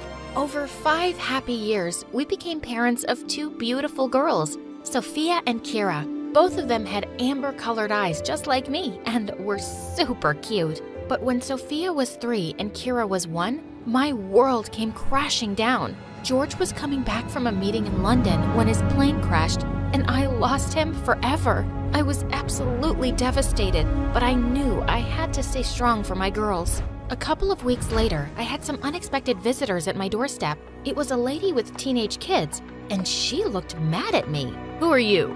And what are you doing in my house? Excuse me? This is my house. You wish. I'm George's ex-wife and the mother of his children, and now this house belongs to us. His what? She even went on to show me a copy of his will, and he had indeed left everything to his kids from his first marriage. I couldn't believe it. He'd never even told me about another family, and he hadn't left us anything. I had no choice but to pack my bags and leave with my kids. I moved back to my parents' house since I had nowhere else to go. But my parents had been living off my assistance, and I knew they couldn't feed 3 more mouths. I immediately started looking for work, which was hard because I'd been out of the job market for so long. In my desperation, I took up a job as a receptionist at a small hotel. Mom would take care of Sophia in my absence, but Kira was too clingy. She wouldn't leave me alone at all. So I decided to sneak her into work. The first few days went smoothly,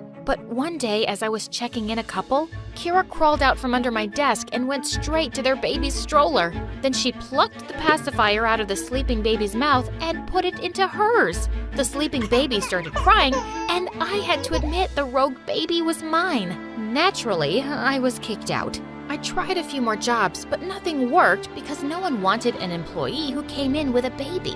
Then one night, I heard Mom crying to Dad. "We don't even have money for tomorrow's milk. How are we going to feed the kids?" That night, I made a decision that broke my heart into a million pieces. I was going to move out of my parents' house and give Kira up for adoption. As much as that killed me as a mother, I just couldn't see my baby struggling with poverty the way I did. With a heavy heart, I took Kira to an adoption home and kissed her goodbye. She was so little. She would probably forget me soon. I asked a colleague if I could stay at her place for a while. She agreed, so I decided to move in with her with Sophia.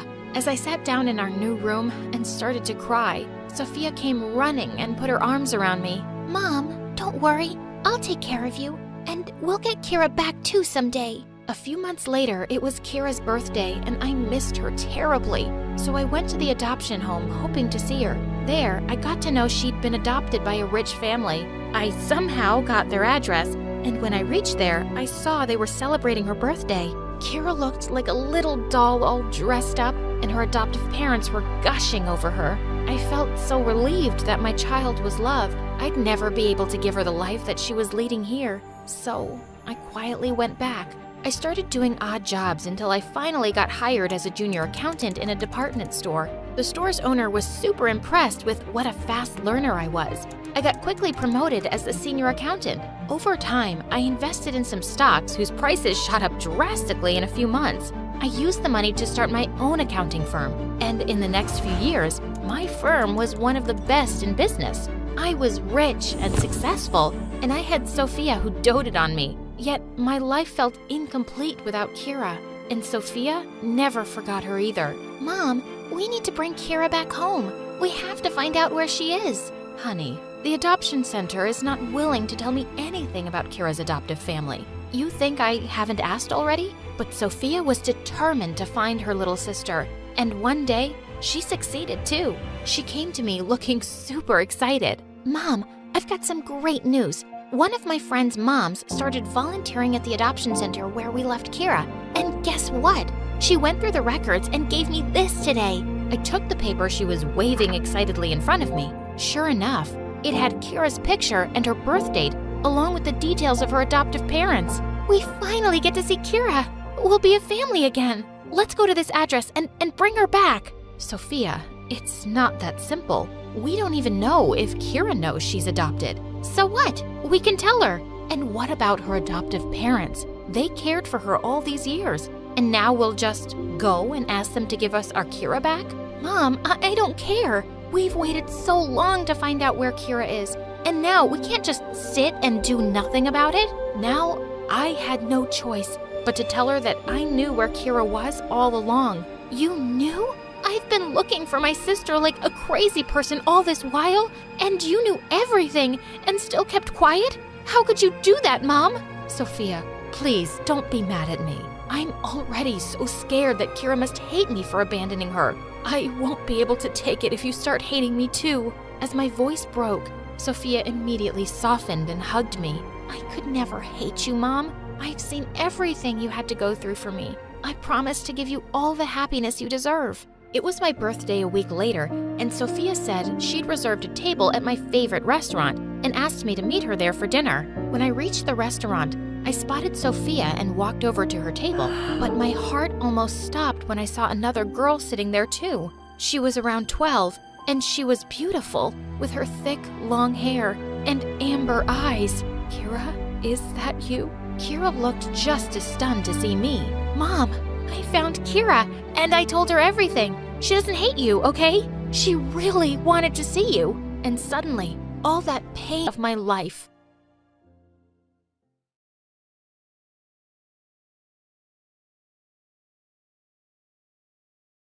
I'd been avoiding this all night, but it was time to face the truth. I was standing in the middle of the dance floor at the winter formal, surrounded by two of the most popular boys in school, Nicholas and Isaac. Nicholas gave me flowers. Isaac jumped in front of Nicholas and started singing me a love song. Nicholas threw a glass of punch in Isaac's face, then gave me a diamond necklace. Both of you, get away from me! How many times do I have to tell you I don't love you? But we shared a chicken sandwich. I gave you half my fries. What about me? We walked on the beach under the moonlight and kissed under the stars. I liked all your Instagram posts, and I texted you 1,000 smiley face emojis with hearts in their eyes. The hearts were in all of their eyes, Ember. Do you know what that means? Leave her alone, you jerk. She's my girl. No, she's mine. No, mine. The lovesick boys started shoving each other, then it turned into an all-out brawl. I snuck out the back door and ran straight into my worst nightmare, my nemesis, the boy that stole my heart and had the power to break it into 1,000 pieces. His name was... oh, I can't even say his name without getting butterflies. I feel like such an idiot. What's wrong with me? Things were never supposed to turn out this way. It's best if we start my crazy story from the beginning. Maybe that'll give me time to figure this out. I'm Ember, and I'm a professional heartbreaker. But before I continue, please like and subscribe. It all started with my best friend, Lisa. Lisa and I were inseparable since birth. We loved the same movies, music, and games. We'd finish each other's sentences and keep each other's secrets. But everything changed when Lisa discovered boys. When we were 9, Lisa ran up to me and my neighbor Wilson at the park. Do you see that boy over there? The one that's picking his nose? Of course not. The one that's eating sand? No, the one next to him with the dark hair and dreamy brown eyes. I think I'm in love with him. A day later, Lisa and the boy were a couple. A week after that, the boy broke Lisa's heart and she lost her mind. She cried for days. Wilson and I tried to cheer Lisa up, but nothing worked. Then one day, Lisa walked up to me and Wilson happy as a clam because she'd found another boy. Then he broke her heart and the whole cycle continued over and over and over again. Why do you keep crying over these stupid boys? The last one smelled like a stinky old sock. He didn't smell like a sock. He smelled like a man. But he was only 12. You guys don't get it because you're not as mature as I am. You're only 2 months older than we are. But you know nothing about the magic of love. It went on like that for years until we reached high school and Lisa fell in love with a football player named Nicholas. Yeah, the same guy from the beginning of my story. The one with the horrible singing voice and obsessed with heart emojis. Ember, he's the one. I just know it. You said that about the last boy. No, it's for real this time. I think I'm gonna marry him. A day later, she and Nicholas were Insta official. They dated for a year, but the whole time he was cheating on her and it broke Lisa's heart. The same thing happened with another boy at school named Isaac, a smooth-talking, rich model. Yep, he was the second jerk you met in the beginning of the story. Every time Lisa saw Nicholas or Isaac with another girl, she'd break down in tears. She couldn't pay attention in class. She started failing all her tests. Her grades dropped, she stopped coming to school, and eventually couldn't get out of bed. Lisa's parents got so worried about her that they moved away, and I lost my best friend forever. I was devastated. She even refused to contact us and changed her number and deactivated all her social media accounts. Her mom told us to respect her wishes. You still have me. It's not the same, Wilson. After Lisa left, I blamed myself. Nicholas and Isaac were heartbreakers, and all the girls loved them, even though they both had the IQ of a fly and were the most conceited boys on earth. They had a new girl every week and ripped the poor girl's heart to shreds. I should have protected Lisa from those jerks. She was my best friend in the world, but I wasn't there for her. I'm the reason she's gone. That's not true. Lisa made her own decisions. She chose to date those guys. If it's not my fault, why does it hurt so much? A couple years later, in my senior year, I had a major glow-up. My dark olive skin and long curly hair got me so much attention, people thought I was a model or a movie star. Nicholas kept staring at me in gym class. I tried to ignore him, but he cornered me in the hallway. Hey, beautiful. I couldn't help but notice that you're almost as hot as me. I've never seen you around. Is this your first day? No, dummy. We've been in the same classes for 2 years. He looked at me like I was crazy. I'm Ember, Lisa's best friend. I don't know any Lisa. Your ex-girlfriend's Lisa? He shrugged his shoulders like he didn't even care. I wanted to slap him in his stupid jerk face. I'm captain of the football team, you know, and I've got 2% body fat.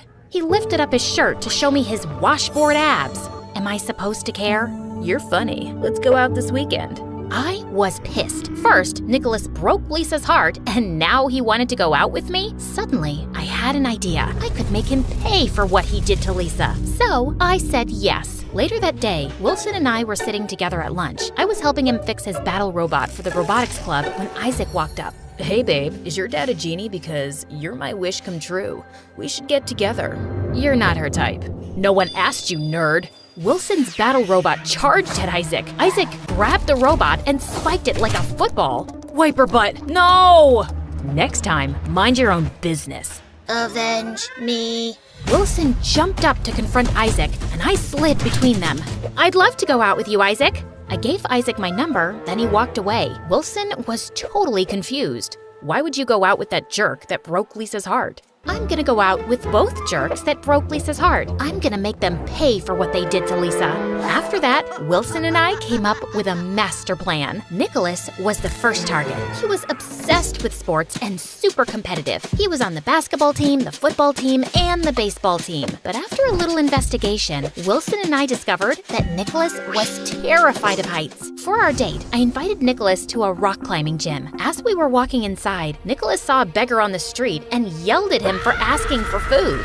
Get your own food, loser. Ugh, can't understand why these poor people choose to live on the sidewalk. There's an apartment building right across the street. I couldn't believe how insensitive and stupid Nicholas was, but I had to stay focused on my mission. Good question, but tonight's about us. Let's go have some fun. I took his hand and pulled him inside. Nicholas took one look at the rock wall and broke into a sweat. I don't know about this, Ember. Can't we just go to the movies? Are you scared? I didn't know you were a chicken. I'm no chicken. I'm not afraid of anything. I'll climb to the top twice as fast as you. You're on. I raced to the top, and Nicholas struggled to keep up. Come on, Nicholas. You can do it. Just don't look down. Nicholas looked down and freaked out. He started crying like a baby. It took 20 minutes for the instructors to pry him off the wall. Wilson recorded the whole thing on his phone and posted it online. The video went viral in minutes, and Nicholas was the biggest joke. The next day, I went out with Isaac. He got us concert tickets to see a famous pop star. He met me at my door with a huge bouquet of flowers, but when he wasn't looking, I slipped a couple doggy treats in his pocket. As we were walking to his car, my neighbor's huge dog charged towards him. Isaac got so scared, he turned to run, but slipped and fell face first in the mud. His clothes were ruined, and so was his perfect hair. I'm so sorry. It's okay. It was an accident. Too bad we'll miss the concert. We don't have to miss it. Come with me. I dragged Isaac inside my house and told him he could take a shower. I gave him a special bottle of shampoo to wash his hair and some of my dad's old clothes. 10 minutes later, I heard Isaac scream. My hair! Oh no! Silly me. I guess that wasn't shampoo. At least the green brings out your eyes. Isaac ran out of my house like a maniac. I wished Lisa was here to see what we did. She would have been so proud. Wilson and I celebrated. I even had the rest of the weekend to help him fix his broken battle robot. I really appreciate your help, Ember. It's the least I can do. I couldn't have gotten back at Nicholas and Isaac without you. I was worried that you'd fall for those guys like all those other girls at school. Give me some credit. Those guys are the worst. I like guys that are smart and kind. Then Wilson gave me a strange look. I think I like you. I mean, like you, ever since we were kids. I was wondering if maybe we could go out on a real date. I was shocked. I never saw Wilson as anything more than a friend. But as I thought about dating him, I suddenly started to blush. Sorry, I guess that was a dumb idea. I'll leave now.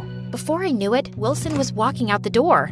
Wait! I grabbed Wilson's hand. He turned to me, and when we looked into each other's eyes, I swear that sparks started flying. Or it could have been the porch lamp shorting out again. It had been doing that for weeks. The next day, spring break started, and Wilson and I spent every minute together. We grew closer by the day, and after we shared our first kiss, I finally understood what Lisa meant about the magic of love. Being with Wilson made me feel like I was walking on a cloud, though it was bittersweet because I still missed Lisa so much. But when school started, everything changed. My first day back, Nicholas ran up to me with a huge smile on his face.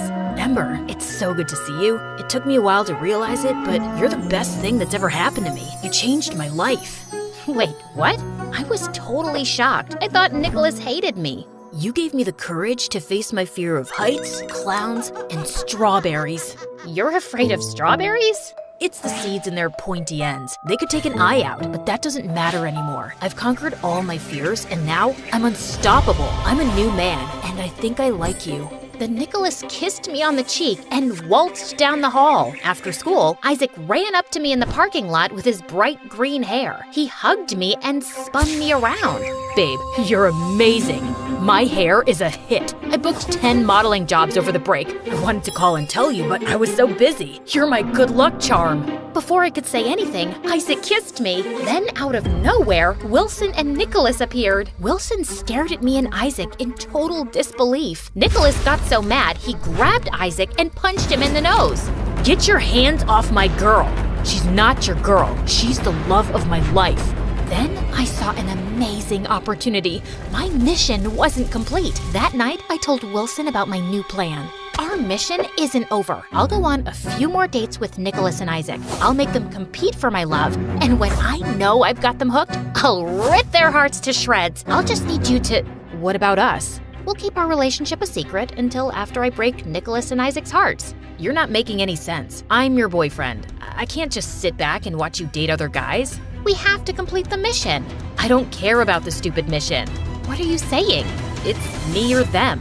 I chose the mission. I couldn't back off now. It was too important. I owed it to Lisa. After that, Wilson and I broke up. I kept dating Nicholas and Isaac and made them compete for my affection. It was funny seeing them try to one-up each other to win my heart, but every time Wilson saw me with them, he gave me the saddest looks. What are you staring at, nerd?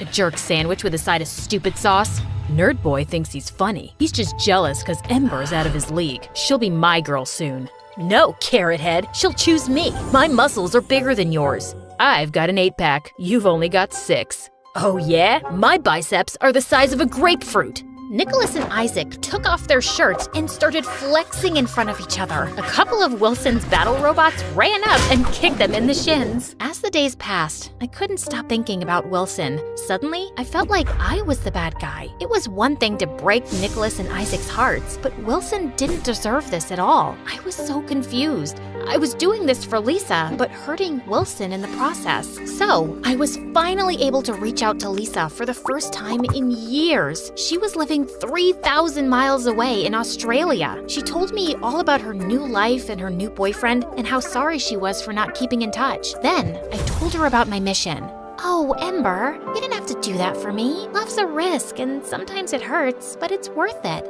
I was trying to break those heartbreakers' hearts and broke Wilson's along the way. I feel like a hypocrite trying to teach those guys not to play with a person's emotions while I was doing the same thing.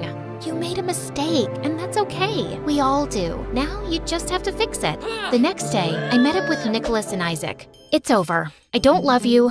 I don't want to see you anymore. They didn't take it very well. They dropped dozens of teddy bears, candy, and love notes at my door, but I sent it all back. I tried to contact Wilson, but he didn't return my calls. And when I went by his house, his mom told me he was out of town at the National Robot Battle Championships. I was proud of Wilson, but so sad I wasn't there to support him like he'd always supported me. He posted a bunch of videos from the competition online. The moment I saw his face and heard his voice, my feelings for him rushed back, and suddenly, I was nursing my own broken heart. A week later, a couple of girls from class encouraged me to go to the winter dance. It was better than sitting in my room all alone, so I agreed to go. So, yeah, now we're back to where we started. Hey, editor, can you speed things up from here? No problem.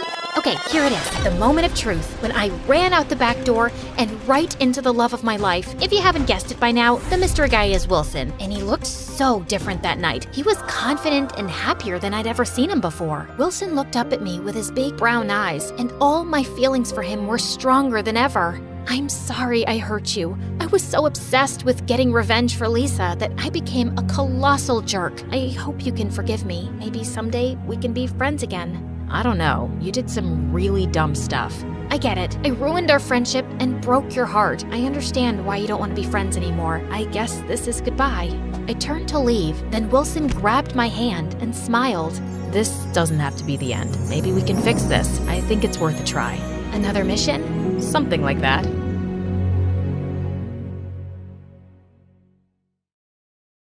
Hi, Hi, I'm Princess Leia from Liechtenstein. Before I continue, please hit like and subscribe. The moment my mom gave birth to me, everyone in the village instantly fell in love with me. I was the world's friendliest baby and loved attention. Then when I was 2 years old, my sister Emily was born, and she was a little different. Every time Emily was around people, she would scream and find somewhere to hide. One day when I was 8 and Emily was 6, Mom and Dad had a royal garden party. I loved talking to all the grown-up guests, but Emily was terrified. Leah, I don't want to be with all these people. I want to be in my room, but Mom isn't letting me. Here, you can hide underneath my gown. Then no one will see you and I'll sneak you out. But hiding my sister underneath my dress wasn't the best idea. I ended up tripping over the refreshment table, spilling a chocolate fountain over some lady's dress. Mom and Dad were horrified, and my clumsy accident ended up being all over the news. But my parents didn't blame me for what happened. They were just worried and confused. Why is Emily so anxious and afraid of everyone? Was it something we did? It just doesn't make any sense. Emily's anxiety only got worse over the years. By the time she was 8, she refused to even leave our bedroom. Everyone in the village still adored me, but they were convinced something was seriously wrong with Emily. I hear she just stares out her window all day. It's a shame she's not more like her sister Leia. Worst of all, Emily wanted me to stay with her in our room all the time. I couldn't even go downstairs for dinner without Emily crying. Please don't leave me. I'm so lonely, and you're the only person that I actually like. It was so hard saying no to her. My parents tried enrolling her in therapy, but nothing seemed to work. And as time passed, I got tired of being cooped up in our room and wanted to go and have a life. One night when I was 16, I took a walk around the castle to get some fresh air. Then suddenly, I looked up and almost had a heart attack. There was a guy trying to climb onto the roof. Hey, what do you think you're doing? Climbing onto the roof? What does it look like? Excuse me, but this happens to be the King and Queen's castle? You better climb down before I tell my parents about this. The guy jumped down from the roof, landing inches away from me. There, I came down. You're welcome. With that, he just walked off, and I felt my blood boil. I just knew he'd been trying to cause trouble. The next day I came down for breakfast, and I was shocked to see my parents with the guy who climbed the roof. Oh, darling, you're awake. I'd like you to meet Nico. He's the Duke's son and a lovely young man. But I saw him climbing onto the roof of the castle last night. He's dangerous. He was up to no good. No. Nico just likes lying on our roof to watch the stars at night. What? My parents were crazy. What king and queen would let some weirdo climb their castle walls at night and believe such a stupid lie? Fine, be naive and let this intruder do his thing. But when he puts all our lives in danger, don't come crying to me. I was gonna sneak up on Nico and see what he was up to. I would have one of our guards bring me up to the roof with a harness and a rope. But that night, as I rose up to the castle roof, I saw Nico sitting with tears in his eyes. He didn't even look surprised to see me. Nico, are you okay? I came to check on you, but... I figured you'd check on me sooner or later, and I haven't been okay for years. What do you mean? I'm not really the Duke's son. I'm adopted. When I was 10 years old, my parents left me, and they never came back. Wow, I didn't know that. My parents were friends with your parents, so they'd take me up here a lot when I was young. My mom and I used to sit here together and watch the stars. Once, she told me if I ever got lost to come up to this spot, and she'd know where to find me. I know she'll never come here, but hanging out at this spot makes me feel closer to her. Your dad's a saint. He was the one who convinced the Duke to adopt me. I just wish I didn't miss my parents so much. I was too stunned to speak. I had totally misjudged him. We ended up talking for hours, and before I knew it, the sun had come up. I should go, but this was really fun. Maybe we can do this again tomorrow night? I'd like that. You're a good listener, Leah. Then one day, something crazy happened. I was having lunch at school when suddenly a few girls came up to me with smirks on their faces. According to one of your maids, your weirdo sister threw a chair at a new maid of yours this morning? We didn't know she was that crazy. Oh, God, I wanted to disappear. They should just lock her up forever. You shouldn't have said that. I yanked the girl's hair hard and she started to scream. Just then, someone pushed the girl backwards and I saw it was Nico. You forgot you're speaking to our future queen, girls. Come on, Leah, let's go for a walk. Nico led me away from the girls, and that's when I asked him how he was in my school. I've been homeschooled my whole life, but my dad decided it was time I start studying with other royals. I was really happy Nico had transferred, but his words made me think of Emily. She had wait to tell the others, and then suddenly I felt a hand around my ankle. I jumped back in fright and fell on the floor, and then someone popped up from behind the couch. Oh, hi, Marina. I thought it was Natalia bringing me food. Oh my god, how could it possibly be? It was Petrov, the hockey team captain at my old school and my biggest crush. What on earth are you doing here? Just then the door burst open and she walked in with a tray of snacks. She looked shocked to see me, then quickly smiled.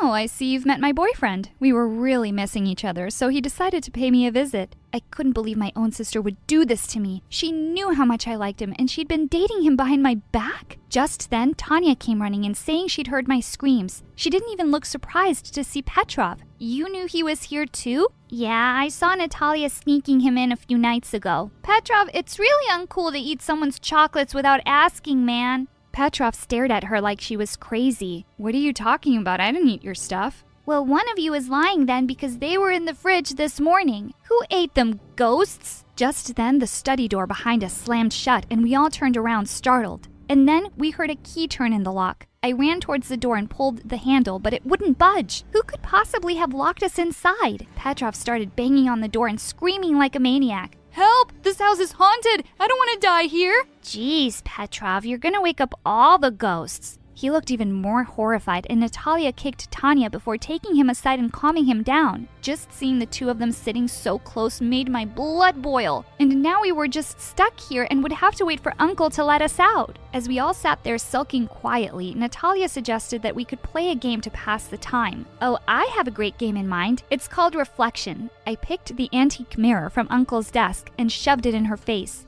Mirror, mirror in my hands, who's the worst sister in all the lands? OMG, loser, get over it. Petrov looked really confused and asked what was going on. Natalia just said, oh, nothing. And then she grabbed him by the collar and started kissing him in front of me. Oh, my eyes, my eyes! Tanya ran off to the other end of the room and refused to come back. She snuggled into a big armchair, and after a few minutes we could hear her loud snoring. Natalia opened a packet of crisps for herself and Petrov and glared at me. Don't even think about it. Also, why were you snooping around at night? As if I'd tell you. When Petrov asked us what we were fighting about, Natalia spilled out everything about how Uncle was leaving one of us $1 million.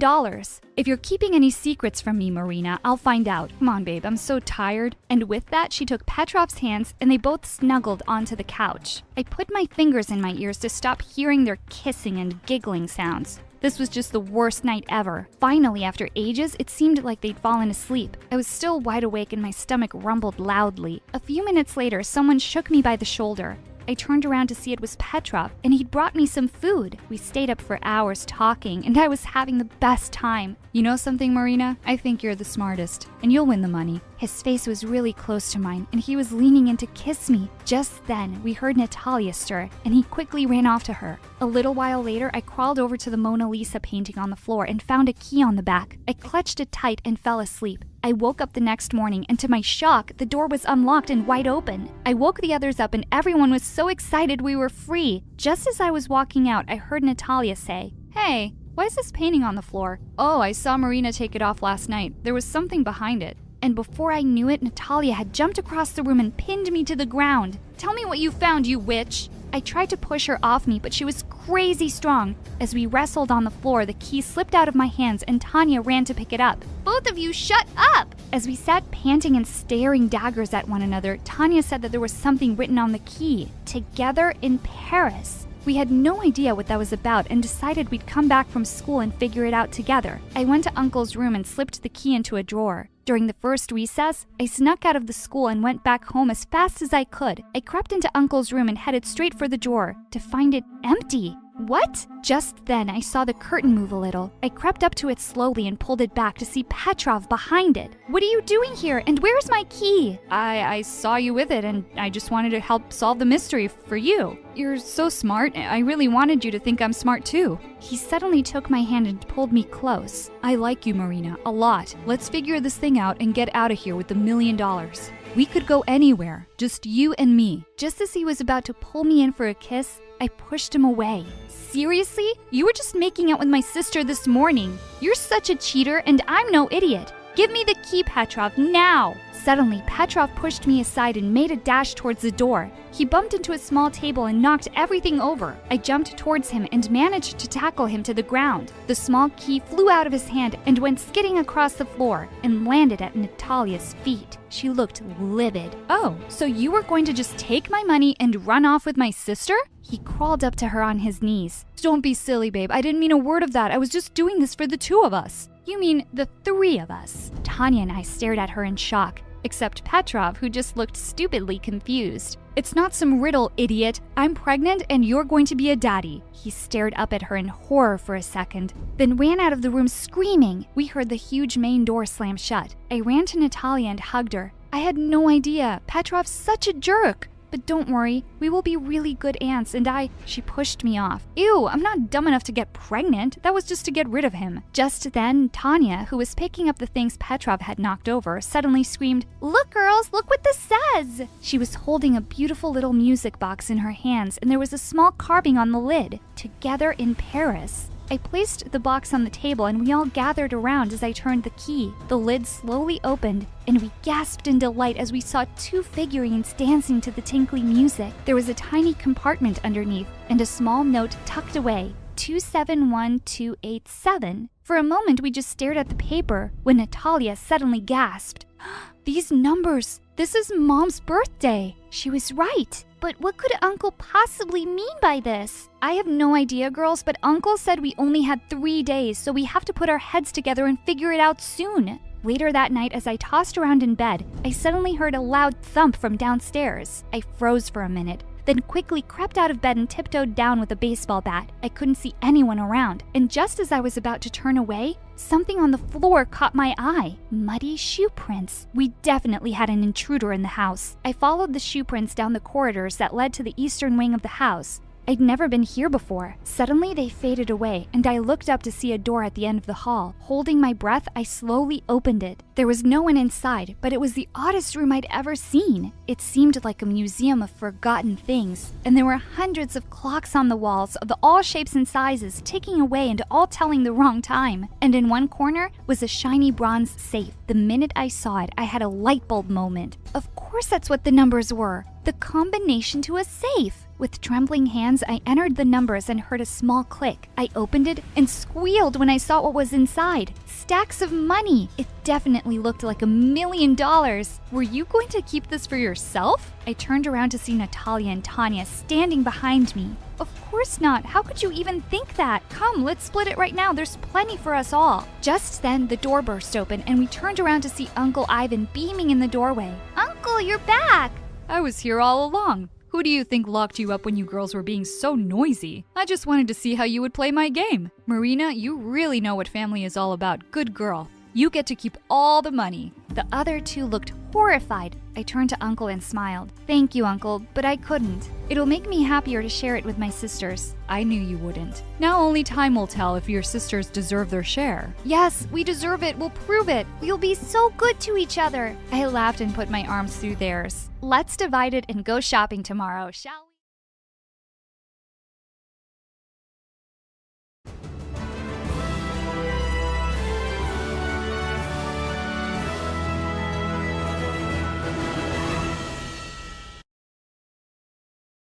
Hi, I'm Lena from Poland. I grew up in a family of models. My mom and my 3 sisters were always spending time wearing makeup, but that made me nothing close to being a girly girl. They used to call me tomboy because I cared about cars and mechanics more than stupid makeup. But that's because my dad's a mechanic and I didn't care about their stupid opinions. One day when I was 5, on Christmas, my parents brought us some gifts. When it was my turn to open mine, it was a boy's underwear. Ew, Mommy, what is this? She and my sisters laughed like maniacs, and Mom said, "Oh, aren't you happy about it? It's boys' clothes since you're a boy, you know." I found tears flooding down my face, and I said, But Mommy, I'm a girl." I wish. Just then, my dad held my hand and gave me another present. "Don't cry, sweetie. Take this." I opened up the box and felt thrilled. It was a toy car and a mechanic's toolkit. Oh, Daddy, you're the best. But does this make me a boy? No, of course not. You're you. Don't be embarrassed to be yourself. And my sisters laughed even harder. Yeah, that suits you better, tomboy. I looked at my dad to say something, but he simply patted my head and smiled. Well, the truth is my mom and sisters thought they were models, but they only worked as waitresses and kept applying for modeling jobs for as long as I could remember. Mom believed that people were coming to the cafe only to see her and her daughters. One day, when I was in the 4th grade, Mom barged into my room screaming because her skirt that she used to wear 10 years ago was too tight. We're such beautiful ladies. I was prettier and more attractive, but getting pregnant with you ruined my body. I don't know why I wanted a kid after an 8-year gap. Maybe because I wanted a boy. Well, God listened and here you are. Mom, I have no idea what you're talking about because, honestly, you're not even that pretty yourself. Mom got red in the face and yelled, "Go to your room, and I hope you never come out." Is that meant to be a punishment? Because I enjoy my time there. And just like that, from that day, I started to spend my time in my room learning about mechanics, reading books about it, or helping Dad around the garage. But there was one major perk of living with 3 mean sisters who cared about fashion and makeup. I met a lot of cute guys coming and leaving our house because my sisters dated half of the guys in town. And to be honest, I started to wonder how it would feel to kiss a boy. So when I was in the 7th grade and my aunt visited us with her son, I took him aside to show him my mechanic toys. Then I cornered him and blocked his way. "Kiss me if you want me to let you go." My cousin started yelling until his mom and mine came running to us. He said, "Ew, I don't kiss boys." But instead of being angry, Mom looked pleased. "Oh, Lena, I never thought you'd like boys. I thought you were into girls. I can't believe I'm saying this, but you just made me so proud. Not all is lost." Ugh, like I cared to make her proud. I just wanted a kiss, and I was determined to get one. So I turned to my only other option, school. At school, I had the same reputation at home, but there, at least, I could kick anyone's butt if they tried to mess with me. Anyone except Monica, the school queen. Once when I was in the 10th grade, she came to me and said, "Hey, Robin, I told you 1,000 times, my name isn't Robin. And who even is Robin anyway?" "Oh, he was a boy who attended the same kindergarten as me. He used to pee his pants, and you remind me of him. You're both ugly and have a crush on me. I'm telling you for the last time, I'm not into girls. Now out of my way." Then she pushed me aside and walked away. What a total nut job. That idiot thought I had a crush on her. Well, the person I really had a crush on was her boyfriend, James. But she didn't know something I did. James was cheating on her, like, at least with a different girl every week. Once, he came to my dad's garage with one girl, and the following week he came with a different one. But I didn't care. I still liked him. So one day, I figured out a plan. When he came to my dad's garage again, I offered to help him. The girl with him didn't mind me talking to him and touching his shoulder because she already thought I was a lesbian. I took his number and said I would call him when the car was ready. I was fully prepared to have James fall for me, but that night, everything changed. When Dad and I got home, we found no one. My mom and sisters were gone, leaving a note saying, "We thought it was the right time for us to leave and pursue our careers. Staying with both of you is just keeping us stuck and losers. So goodbye." Honestly, I felt good and thought Dad would feel the same, but when I looked at him, he was crying. Then he collapsed and started sobbing. "I knew I wasn't good enough for your mom. No matter how hard I tried, she would always look down on me." I hugged him and said, "No, Dad, you're amazing. My mom is stupid, and so are my sisters. We're going to be just fine, the two of us." But nothing was after that day. Dad went through a severe depression and stopped going to the garage. He never wanted to work there because it reminded him of Mom. I sometimes had to work instead of him to provide for us. So at school, I got so busy working and fixing other kids' cars that I forgot all about James and my crush on him. Until one day, he and his jerk girlfriend came to me. "Hey, Robin, me and James have been arguing since this morning whether this shirt is too revealing and attractive." James, the little cutie, is so jealous because a lot of guys were staring. But I keep telling him that I'm wearing too many clothes here. It's not my problem the guys are crazy about me. So, since you have a crush on me, I thought you can give an honest answer here. Do you think this is too attractive? I looked at her. Why did she even exist? She had gotten me on one of my worst days. So I said, I think it's not attractive enough for your boyfriend because he's cheating on you with half of the girls in school, and they are wearing way less clothes than you. Monica looked at me with her mouth open and said, "Ugh, I didn't know you were this helpless. Trying to make me break up with my lovely James so you can have me? That's so lame." I would have punched her face, but then behind her back, I saw the new janitor, and I almost passed out. It was my dad. He smiled shyly at me, and before I could warn him, he introduced himself to Monica as my dad. She grinned at me, and without replying to him, walked away. I couldn't help but groan. To be honest, I wasn't ashamed of my dad or anything, but having him as my school's janitor added more misery to my life, and that witch didn't leave me alone. One day during a class, I dozed off because I was super tired. Apparently, I was talking in my sleep,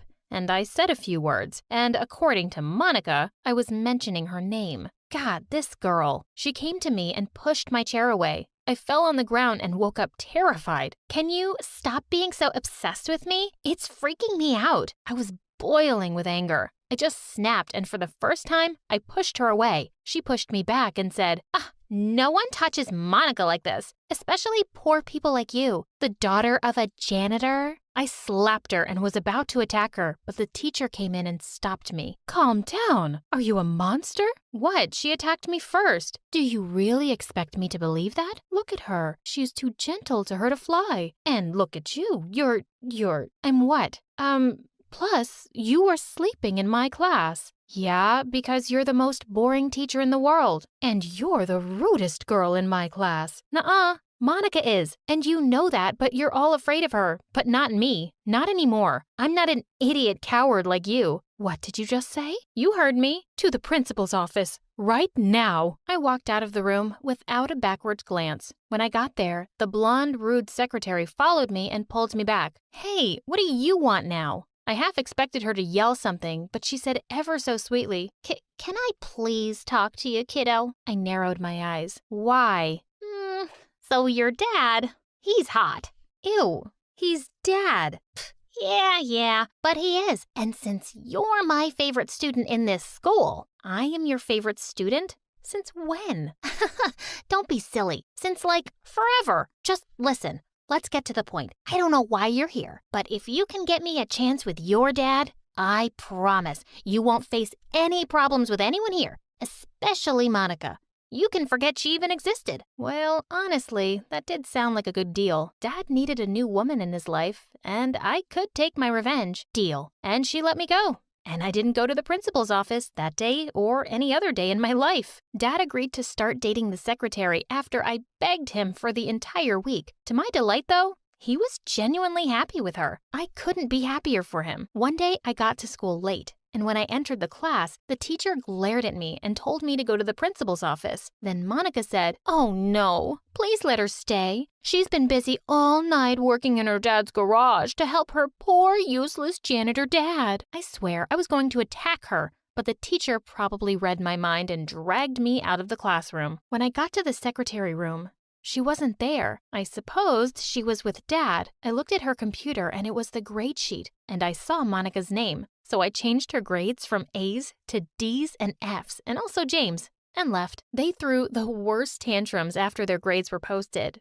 but the secretary stood firm, and before long, everyone in the school knew about my power. Of course, some students tried to tell the principal, but since he liked and trusted his rude suck-up secretary, he didn't do anything. And she didn't have an idea I was behind all of this, and I really felt like the godfather. Suddenly, boys were into me and wanted to hang out with me, and honestly, I enjoyed the attention and hung out with a couple of boys. But my eyes were only on one boy, James. I mean, the heart wants what it wants. So one day, while he and Monica were having lunch together, I went to him and said, "Hey, you gotta date me or kiss your dream college goodbye." He looked at me and pushed Monica away. "Of course, babe. Come sit next to me." Monica looked furious, but she knew her time as the school queen was over. She never faced me again. Dating James was nice at first, but soon enough, I found out he was a jerk. And I even felt sorry for Monica that she had to deal with him. He was embarrassed to be seen with me, and I was certain he was cheating on me. Once, he sent me a message by mistake that said, "Hey, babe. Want to go out tonight? That disgusting tomboy is busy in her dad's garage tonight." I cried when I read it. Next day, James came to hug me and I pushed him away. "Don't touch me, you cheater." Instead of apologizing like a decent person, he rolled his eyes at me and said, "Oh, but you knew that a long time ago and still wanted me because you're a helpless, ugly loser." Suddenly, I lost it. I had done so much for him and he was being such a pig. I slapped him hard. "Whether you slap me or not, you're still the janitor's daughter. Nothing more." Before I could reply, I heard a voice behind me. It was my dad. "Don't you dare talk to my daughter like that, you little mutt." "Dad, don't worry about him. He's a jerk." Then my dad put his arm on my shoulder and said, "I'm sorry I'm embarrassing you, Lena." "No, Dad, you're not. I'm so proud of you. Don't mind these empty-headed ignorants. They know nothing about hard work, about dignity, about being yourself without feeling embarrassed. Dad, we aren't like them. We are free." Dad looked at me with teary eyes and smiled. "Come here, sweetie. Give your old man a hug." We hugged. That night, I had the loveliest dinner with my dad and his girlfriend and felt like the luckiest girl in the world. I couldn't wait for tomorrow to become a better person and to love myself more.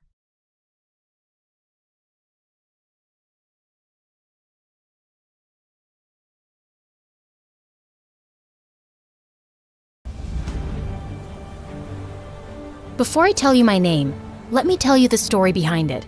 I was born in the Shoshone tribe. My father was the chief.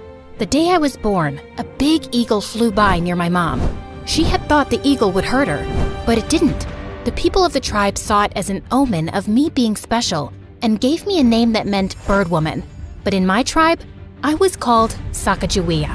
Since I was born a little before I was meant to, the entire tribe was pretty disappointed seeing how small and fragile I was.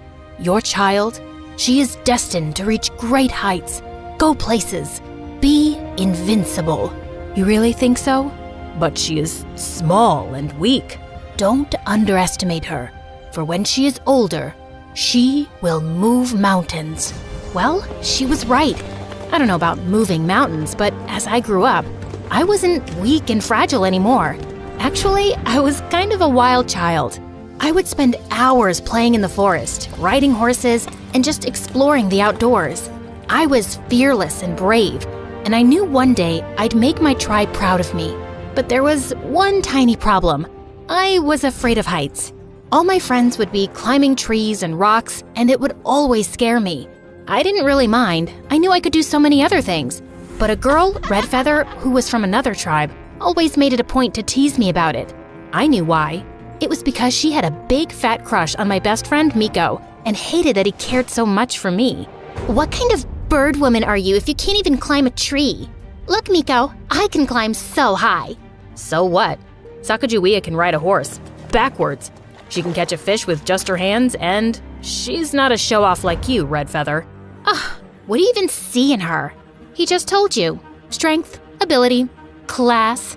Now shoo off before I whoop your butt. You wouldn't dare. Oh, but I dared. In seconds, Red Feather and I were tangled like two wrestlers, but I instantly let her go when I saw my dad coming. He had told me so many times not to argue with Red Feather. Her tribe was always looking to get into a fight with ours.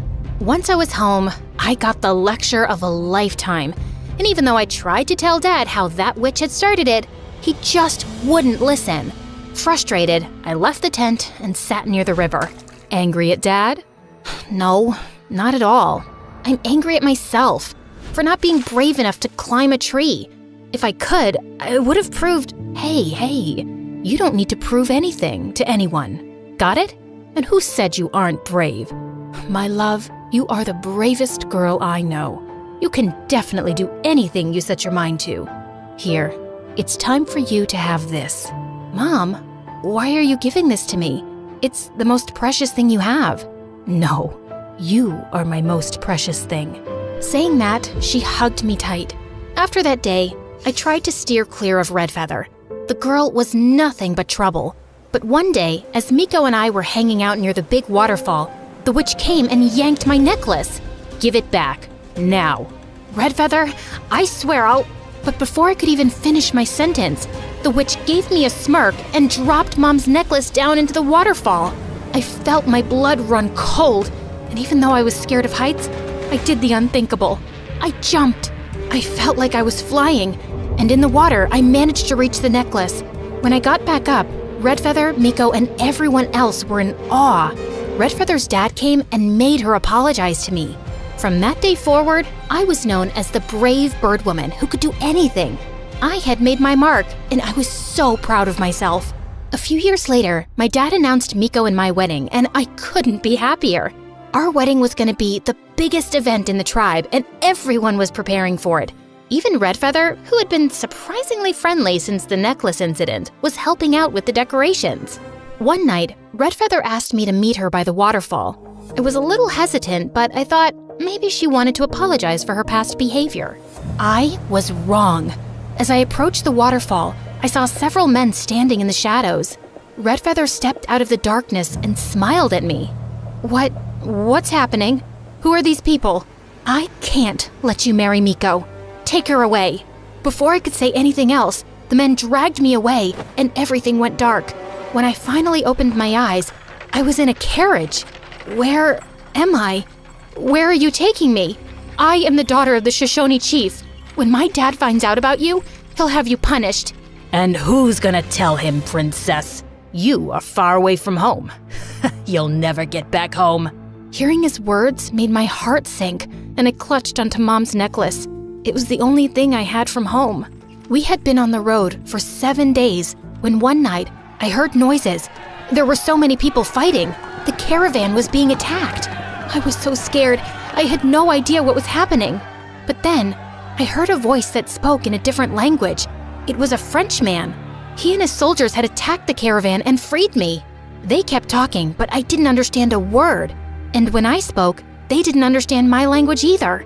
But even with the language barrier, I knew they meant well. I didn't know how to get back home. So one of the soldiers found a nice family who adopted me and taught me their language. I was so thankful to them and all the help they gave me. Years passed and I missed home terribly. Unfortunately, we had traveled too far in an unknown direction, so I didn't know my way back. When I turned 18, I got married to a Frenchman, and just when I had my son, my husband left me. I was disappointed. As a little girl, I had thought I would go places, have a life filled with adventure, make my tribe proud. But everything had gone so wrong. But things changed when one day, 2 men, Lewis and Clark, came to my town. They had heard about me and wanted to know if I could help them find a new route to the Pacific Ocean. Sacagawea, we heard you used to be from the Shoshone tribe. We need your help to find a new route to the Pacific Ocean. I'm not sure I can help you. I have been away from my home for many years. You don't need to worry. We have maps and guides to help you. We just need your help to navigate the terrain and communicate with the locals. That sounds like a lot of work. Why should I take up the offer? Because we're headed west. This might be your chance to get home. What? All right, I'll do it. I was so excited to be joining the expedition in April of 1805 with my newborn son tied to my back on a sling, ready to set off on the adventure of a lifetime. As we made our way along the river, I helped out in any way I could. I showed the men how to find edible roots and plants, and how to identify which ones were not safe to eat. Everyone was amazed at how much I knew, and some even joked about me being the team's official hunter. It was everything my mom had taught me. We had been traveling for months, and Lewis and Clark were always friendly to me. I realized how important the mission was for them. One day, as we were crossing a river, our boat capsized. Oh my god! Our documents and supplies! All our hard work will be gone! Quickly, I jumped into action and was able to save most of the supplies and important documents. Sacagawea! That was amazing! Oh, thank you so much for saving these. I owe you for life. It's no big deal. I'm here to help, aren't I? That you are. But your bravery needs a reward. I had thought they'd give me some coins as a reward, but when they named the river after me, I was speechless. Wow, I am so honored. Just promise us you're gonna stick around with us till the end, because I know for sure we can't finish this journey without you. I promise, I will. Our journey continued for months, and when it was summer, we stepped into a land that was familiar. I ran into the forest, and when I saw the waterfall at the end, I felt like my heart stopped. I was home. It was the land of the Shoshones. I was ecstatic. When I walked into the chief's teepee with Lewis and Clark, I was stunned to see the new chief. It was Miko. Sacagawea? Is it really you? Yes, it's me. But how is this possible? We thought you were lost forever. I was taken away by some men and adopted by a nice family. Miko was filled with joy, and tears of happiness rolled down his face. He then asked Lewis and Clark to give us some alone time. He called my mom and dad, and the moment they saw me, they hugged me tight. Sacagawea, I can't believe my eyes. I am so happy to see you here. Me too. I missed my family and my tribe so much. We never knew what happened to you. We searched for you for months and months. It was then the hatred I had for Redfeather came back, and I told Miko, Mom, and Dad everything. Miko had his guards bring in Redfeather from her tribe along with her father. The moment Redfeather saw me, her face went pale and she fell on her knees in front of me. You witch! I knew you were jealous of me, but how could you stoop so low? Sacagawea, I am so sorry for all the wrong I have done to you. I am sorry. Please forgive me. I wanted to tell her no, and how could she even ask for me to forgive her?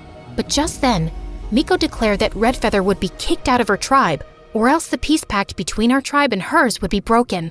To my surprise, Redfeather's father didn't hesitate a bit and agreed. I apologize for what my daughter did to you. I'm ashamed of her. It was her doing. You don't have to apologize for her. Once Redfeather left, Miko and my parents asked me to stay in the tribe, but I just couldn't. I had made a promise to Lewis and Clark. While my parents agreed to let me go, Miko was making it hard. You just came back. You can't leave now. Please, Sacagawea, stay. I will, Miko. I give you my word. Once the journey is finished, I'll come back here, to the tribe, to you. Reluctantly, Miko let me go, and I accompanied Lewis and Clark on the rest of their journey. We continued on our travels, but one day, something horrible happened. As we were passing through a thick forest, an arrow hit a tree just inches from Lewis. I was so scared and desperately wanted to help my group. I quickly grabbed my bow and arrow and ran towards the attackers. I was determined to protect Lewis and Clark, and I started shooting arrows at the attackers. One of the attackers stopped, and seeing a native woman protecting the European men, he called off the attack. You are with them? Yes, I am. They come in peace. Please, let us pass. Everything has a price. Give us something. Perhaps the necklace around your neck. Will you let us pass if I give it to you? Yes. With a heavy heart, I took off my mom's necklace and handed it to the man, and the attackers left, and I ran to Lewis and Clark. I was so relieved that no one got seriously hurt. Sacagawea, why did you give your necklace? I know what it means to you. It was precious to you. For me, my friends are more precious. Your safety means everything to me. I just did what I had to do. No, you did more than that. You saved us all. I felt so proud of myself. Finally, I had done something that my parents and the tribe could be proud of. We continued our journey and finally made it. After months of traveling, here I was, standing by the Pacific Ocean. I felt like I was in a dream. The sound of the waves crashing against the shore, the smell of the salt in the air, and the feeling of sand between my toes. It was breathtaking. I couldn't believe I was here. I had been on this journey for so long, and now I was standing at the edge of the world. I realized in that moment how much I had grown. I had gone from a scared little girl who was afraid of heights to a brave and fearless woman who had gone on an amazing journey. We stayed for a month, and when it was time to return, Lewis and Clark asked me to come with them on another expedition. I really wanted to because I loved adventure, but I had other plans. When I returned home, the first thing I asked was where Miko was, and my parents told me that every morning he sat by the waterfall. So I snuck up to him and hugged him, and we both ended up in the water. Oh my God. You came. I promised, remember? Saying that, I kissed him, and it felt so right, like I was finally where I belong, finally home. Today, Hi everyone, my name is Danielle, and I'm not your typical teenager. I've always been different. Instead of playing dress up with the girls, I preferred playing football with the neighborhood boys when I was a little girl. And now that I'm 15, I always play video games with the boys instead of going to the mall with my mom. I also sing a little, and it is my dream to become a professional singer one day. But before I get into that, please like and subscribe. I guess it's no surprise that I've barely got any girlfriends. My best friend's name is Chase, and he lives down the road from my house. Chase and I go to the same school, but since he's 2 grades above me, we only hang out after school. With his dark hair and light eyes, he's one of the hottest and most popular boys at Pineville High. I've had a crush on him for years now, but I know he'll never like me that way. Not when he could have any girl he wanted. No one knows we're friends, and I'd like to keep it that way. At least then his female admirers will not find a reason to attack me in the hallways. At any rate, I am already pretty unpopular in school. Ever since I accidentally spilled juice on Michelle James's prom dress, the entire cheerleading squad has had it out for me. Well, I didn't trip on purpose. I've just always been a bit clumsy. This year was going to be different, though. This year, I planned to change. Now that I'm a freshman, I think it's time I got a boyfriend. Believe it or not, I've never even had my first kiss. So I straightened my auburn hair until it was long and shiny and picked out a super cute back-to-school outfit. I even applied makeup. In fact, with my pink lips and long eyelashes, not to mention my super cute miniskirt, I looked unrecognizable. Well, that was the plan. The first person who saw me was Chase, as he was picking me up from school. But his reaction was not what I expected. Whoa, what are you up to? Nothing. Is it obvious that I was a bit nervous? Chase gave me an angry look that had me squirming, then looked ahead and continued driving. He refused to say one more word to me during the entire journey. But apart from the disappointment with Chase, the rest of the day was perfect. Nearly every girl wanted to know where I bought my yellow crop top and blue miniskirt, and nearly every boy wanted my number. Yes, even the ones who were already in relationships. And by the end of the day, I had a date with Hugh Lautner. Hugh was a quarterback on the soccer team and super cute. He promised to pick me up from school tomorrow, even though he lived an hour away in a much posher part of town.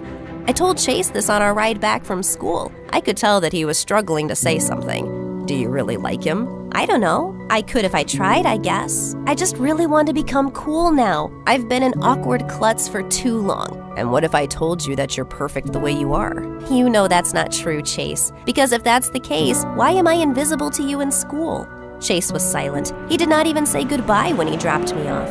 That evening, Hugh and I went out for pizza. You're different from the girls I know. They always order a salad and say they're dieting or something. It's so much more fun to go out with a girl who eats. Soon, Hugh started dropping me off and picking me up from school. Unlike Chase, he never pretended not to know me in school. Apart from the awkward glances, Chase and I stopped being friends. I'm not going to lie, I missed his friendship. I missed playing video games with him and chatting with him until we fell asleep. But maybe I had never meant anything to him because he let our friendship end so easily. It hurt, but I kept my feelings to myself. Soon, Hugh asked me to prom. Of course I said yes. I spent a long time getting ready and spent all my money on a beautiful silver gown. Everyone oohed and ahed when we made our entrance as a couple. But even though I was with Hugh, I kept looking around for a glimpse of Chase. I wanted him to see me all dressed up. My heart sank when I could not see him anywhere. Finally, it was time to announce the prom king and queen. It was no surprise that Hugh won prom king. His queen, though, was head cheerleader Michelle. Michelle gave me a smug look before she grabbed Hugh for the official dance. Soon, she started getting close to him. I thought he would stop her, but he seemed to enjoy it. Then suddenly, she kissed him, and he started kissing her back. Shocked, I ran out of the hall and continued running. By the time I reached home, my beautiful dress was torn at the bottom, and my cheeks were stained with tears. Suddenly, a familiar figure stopped in my path. Chase. He was wearing a tight-fitted jacket and looked, so handsome. What happened? I told him everything, and he took me into his arms. Let me go beat him up. No! Will you please stay with me, though? I missed you. But you chose him. What? What do you mean? You threw away our friendship. You completely changed yourself just to be with him. I liked you just as you were, in your pajamas, with your love for video games. But I liked you too. I was invisible to you only in school, so I had no hope.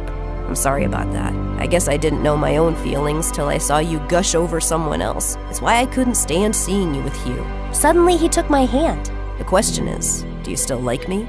Yes. So will you go on a date with me? Of course I will. Wear your pajamas and meet me for video games then.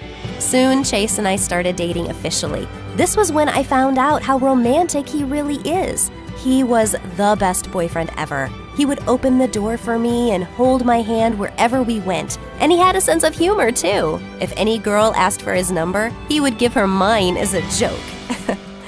A year passed, and soon he was going to go off to study at Yale in the fall, and I was really going to miss him. You'll forget me. Never. You'll get busy with studies and stuff then. Maybe, but I'll still come back for you. Or you can come study with me. Like that was going to happen. I was not as bright as Chase. Besides, I wanted to pursue music as a career. I had started recording videos of myself singing, but was too shy to show them to anyone. Soon after Chase left, I began devoting more time to my music. I started singing at school, but only when the classrooms were empty, and recording videos of myself. But I never shared them with anyone, including him. Chase and I were still going strong, though. He'd send me a good morning text every day and video call me every night. I miss you so much. I just want to get on the next flight and come see you. I wish you could, but I want you to concentrate on your studies instead. Yeah, I know. Promise me you'll at least apply to Yale, though. Okay, I promise. I probably shouldn't have made that promise, though. I really wanted to be a musician and had been practicing a lot recently. That night, on impulse, I shared one of my singing videos on YouTube. I applied makeup and wore a wig, though, so that no one could tell it was me. The next morning when I woke up, I realized it had gone viral. In just one night, my video had garnered 100,000 views. When I went through the comments section, I was shocked. Everyone loved my voice, and people wanted to know who the mystery girl really was. There were a few trolls, but I just ignored them. My eyes filled with tears of happiness, and I wanted to share the news with someone. But who? If Chase still lived down the street, I'd have gone running in my pajamas to tell him. But now that he was so far away and so busy, I didn't want to disturb him, especially since he had exams going on. Chase was busy with his studies for the entire week, but so was I. I started sharing more videos, and soon even magazines and news channels were picking up stories on the mystery girl. Everyone wanted to know who I was, but I was going to keep it a secret until I told Chase. But by the end of the week, I received a call. Good afternoon. Am I speaking to Danielle Jones, aka Mystery Girl? What? How do you know? I didn't tell anyone. It is my job to know Miss Jones. Oh, okay. Let me introduce myself. We are Superstar Inc., and we like to give a launch pad to actors and musicians who show a lot of promise. Now, there is no denying that you're talented, but you've also managed to create a fan following around your mystery girl persona. Part of the allure, I think, is because no one really knows your identity. Okay. And we want to keep it that way. We are offering $1 million for your talent and your silence. This means that you need to keep your double life absolutely secret. And clearly you haven't been doing it well enough because it wasn't that difficult for us to figure out who you were. Does that mean I can't even tell my boyfriend? Of course not! He may be trustworthy now, but what happens if you two break up? You think you'll keep your secret then? I was silent. I knew it was wrong not to tell Chase my secret, but I also didn't want to jeopardize my only chance at fame. So, I agreed to the conditions set by Superstar Inc. Within days, I was whisked off to LA. They gave me the swankiest car and the fanciest apartment, and suddenly I was making more money than I had ever dreamt of. The best fashion labels wanted me to sign as their models walked the ramp, so I was soon flying all over the world, from Milan to Paris to Zurich. Unfortunately, this meant that I was growing distant from Chase. I kept missing his calls and texts because I was always so busy with some concert or tour. I couldn't tell him the truth, so I would just send lame excuses. I slept off early last night, but I could see you were online till 1 a.m. I guess I was sleep texting then. Finally, one day, Chase sent me still broke. I spent many nights crying and poured all my pain into my music. The audience still loved my songs, even though they were sadder now. Male singers and actors would keep asking me out on dates, but I was still nursing a broken heart. I no longer had any ties to my old life, though. Mom and Dad had stopped trying to call me home for a visit, and we only exchanged the occasional text. I guess they still wanted to know that their daughter was doing all right. As time passed by, my heart began to mend. I began dating Hollywood stars, but I could never forget Chase. Even 3 years after he ended things with me, I was still not completely over him. One day, I was doing a live show with Aaron, an up-and-coming Hollywood actor. Everyone told me that you're a cutie, but I had no idea you were this cute. Thanks, I guess. I could marry you right now. On live TV? Yes. Will you marry me? Aaron got on one knee and pulled out a ring. Oh my God! No, I'm sorry, I can't. Why not? Because I don't love you. My heart is with someone else. But you're not dating anyone. Trust me, I've been having you followed. That's illegal, I'm sure. And he left me years ago. His name was Chase, and he was the best boyfriend ever. I started crying. Suddenly, I was sick of this job. It may have brought me fame and money, but it cost me my relationship with my parents and boyfriend. It was time to tell the truth about who I was, whether Superstar Inc. allowed it or not. Suddenly, I took off my wig and wiped off my makeup on live TV. My name is Danielle Jones, and I am the mystery girl. Only I don't want to remain a mystery anymore. I am real, and I want to live my truth for myself and my fans. My confession sent Superstar Inc. and the rest of the country into a tizzy. By the next day, I was the top trending topic on all the news sites. Superstar Inc. fired me and took back my apartment, but I didn't care. I had made so much money that I could live anywhere. The only place I wanted to go, though, was home. After 4 long years, I landed on my parents' doorstep to apologize. They had seen the news and cried tears of happiness while hugging me. There was still one more apology I needed to make, though. I texted Chase, "Hey, it's Danielle. I know this comes really late, but I'm sorry for everything." I waited a few hours for a response, but none came.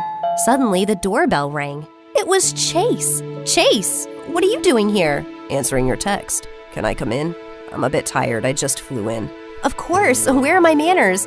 Will you have something to drink? Oh, wait, why are you wearing hospital scrubs? Firstly, I'll have just you. And secondly, I'm a neurosurgeon now. I'm just flying in from my last surgery of the day. I have to go back tomorrow. Wow, that's amazing.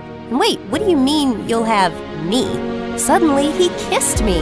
I've been waiting to do this for years and years. I blushed as Chase lightly brushed a strand of hair from my face. So what do you think? Huh? About what? About picking up where we left off. I think that's a great idea. But let me just grab my pajamas quickly. We laughed as Chase pulled me in for another perfect kiss.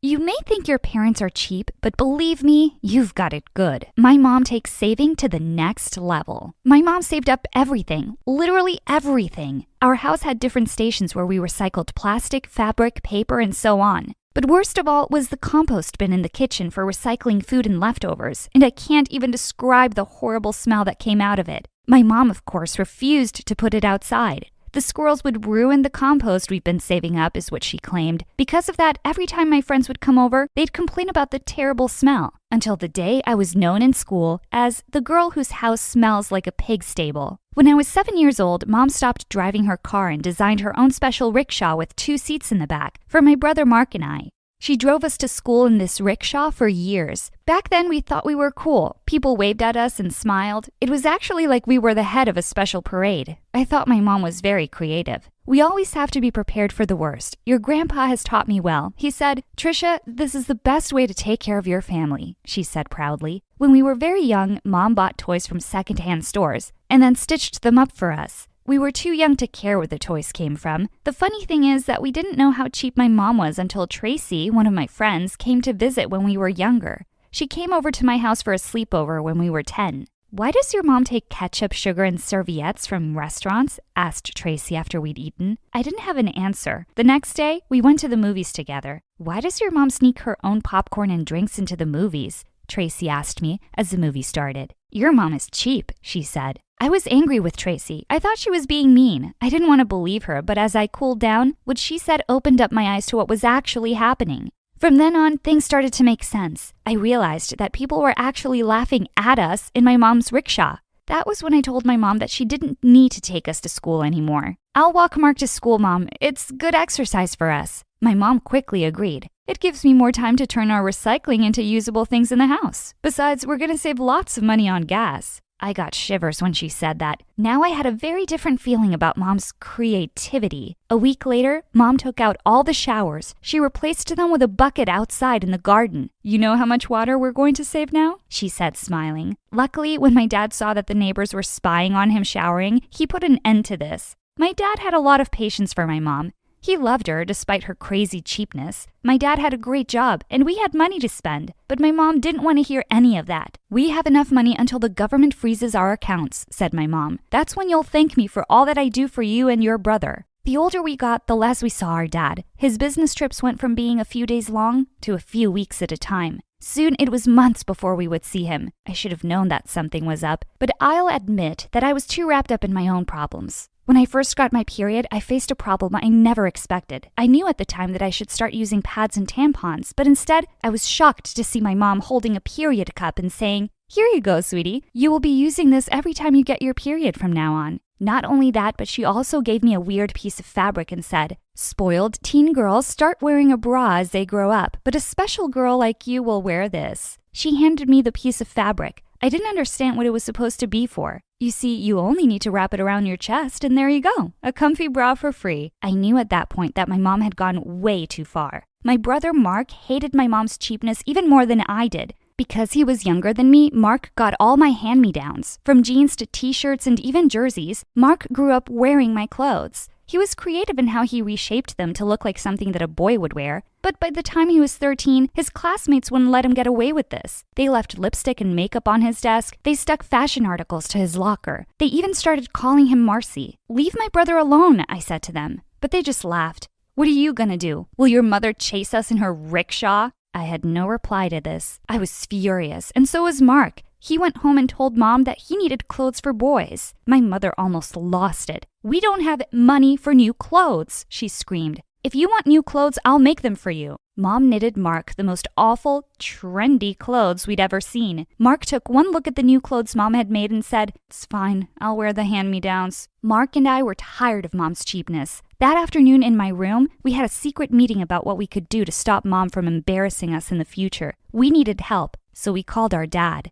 Dad didn't like to fight with Mom. He was a calm man who didn't like complications and fights. So whenever Mom went into one of her raging cheap spins, we made an arrangement with Dad. He sent us the money we needed, and in return, all he wanted us to do was keep these transactions from our mom. We agreed. Now we were able to buy all the clothes and items that we needed. The next part of our plan was pretty simple. My best friend Tracy lived down the road from us. We kept our secret stash of clothes at Tracy's house. Every morning we left home in Mom's clothes. Then we stopped at Tracy's house, changed, and then went to school in our new clothes. We did this for years, and there was peace in the house. But nothing lasts forever, especially when you've got a mom that has a PhD in cheapology. Summer vacation arrived, and I was excited. I'd just started dating a boy that I really liked. His name was Devin. He didn't judge me like the other kids did. I was looking forward to spending time with him and getting away from my bizarre life. That idea didn't last long. A week into the vacation, Mom arrived home with shovels, pickaxes, and other digging equipment.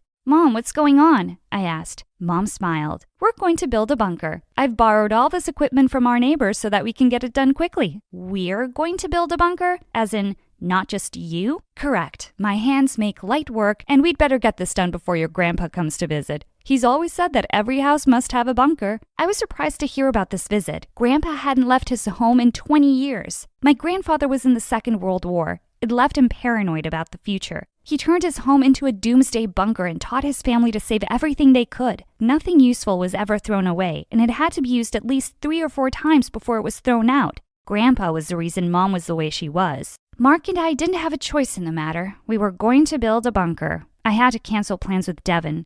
I made as many excuses as I could, but he wouldn't believe any of them. "I'm coming over to see you," he said. Before I could stop him, he hung up. A few minutes later, he arrived at my house. Up until then, I'd managed to keep him outside. I greeted him at the front door, covered in dirt. "What's going on?" he asked. I knew that no excuses were going to make any sense now, so I told him the truth. To my surprise, he didn't run away or even laugh. "Cool, I've never seen a bunker before. Can I check it out?" I let Devin in. I introduced him to my mom. He held out his hand to greet her. She put a shovel in his hand. "If you're going to be here, then you're going to work," she said.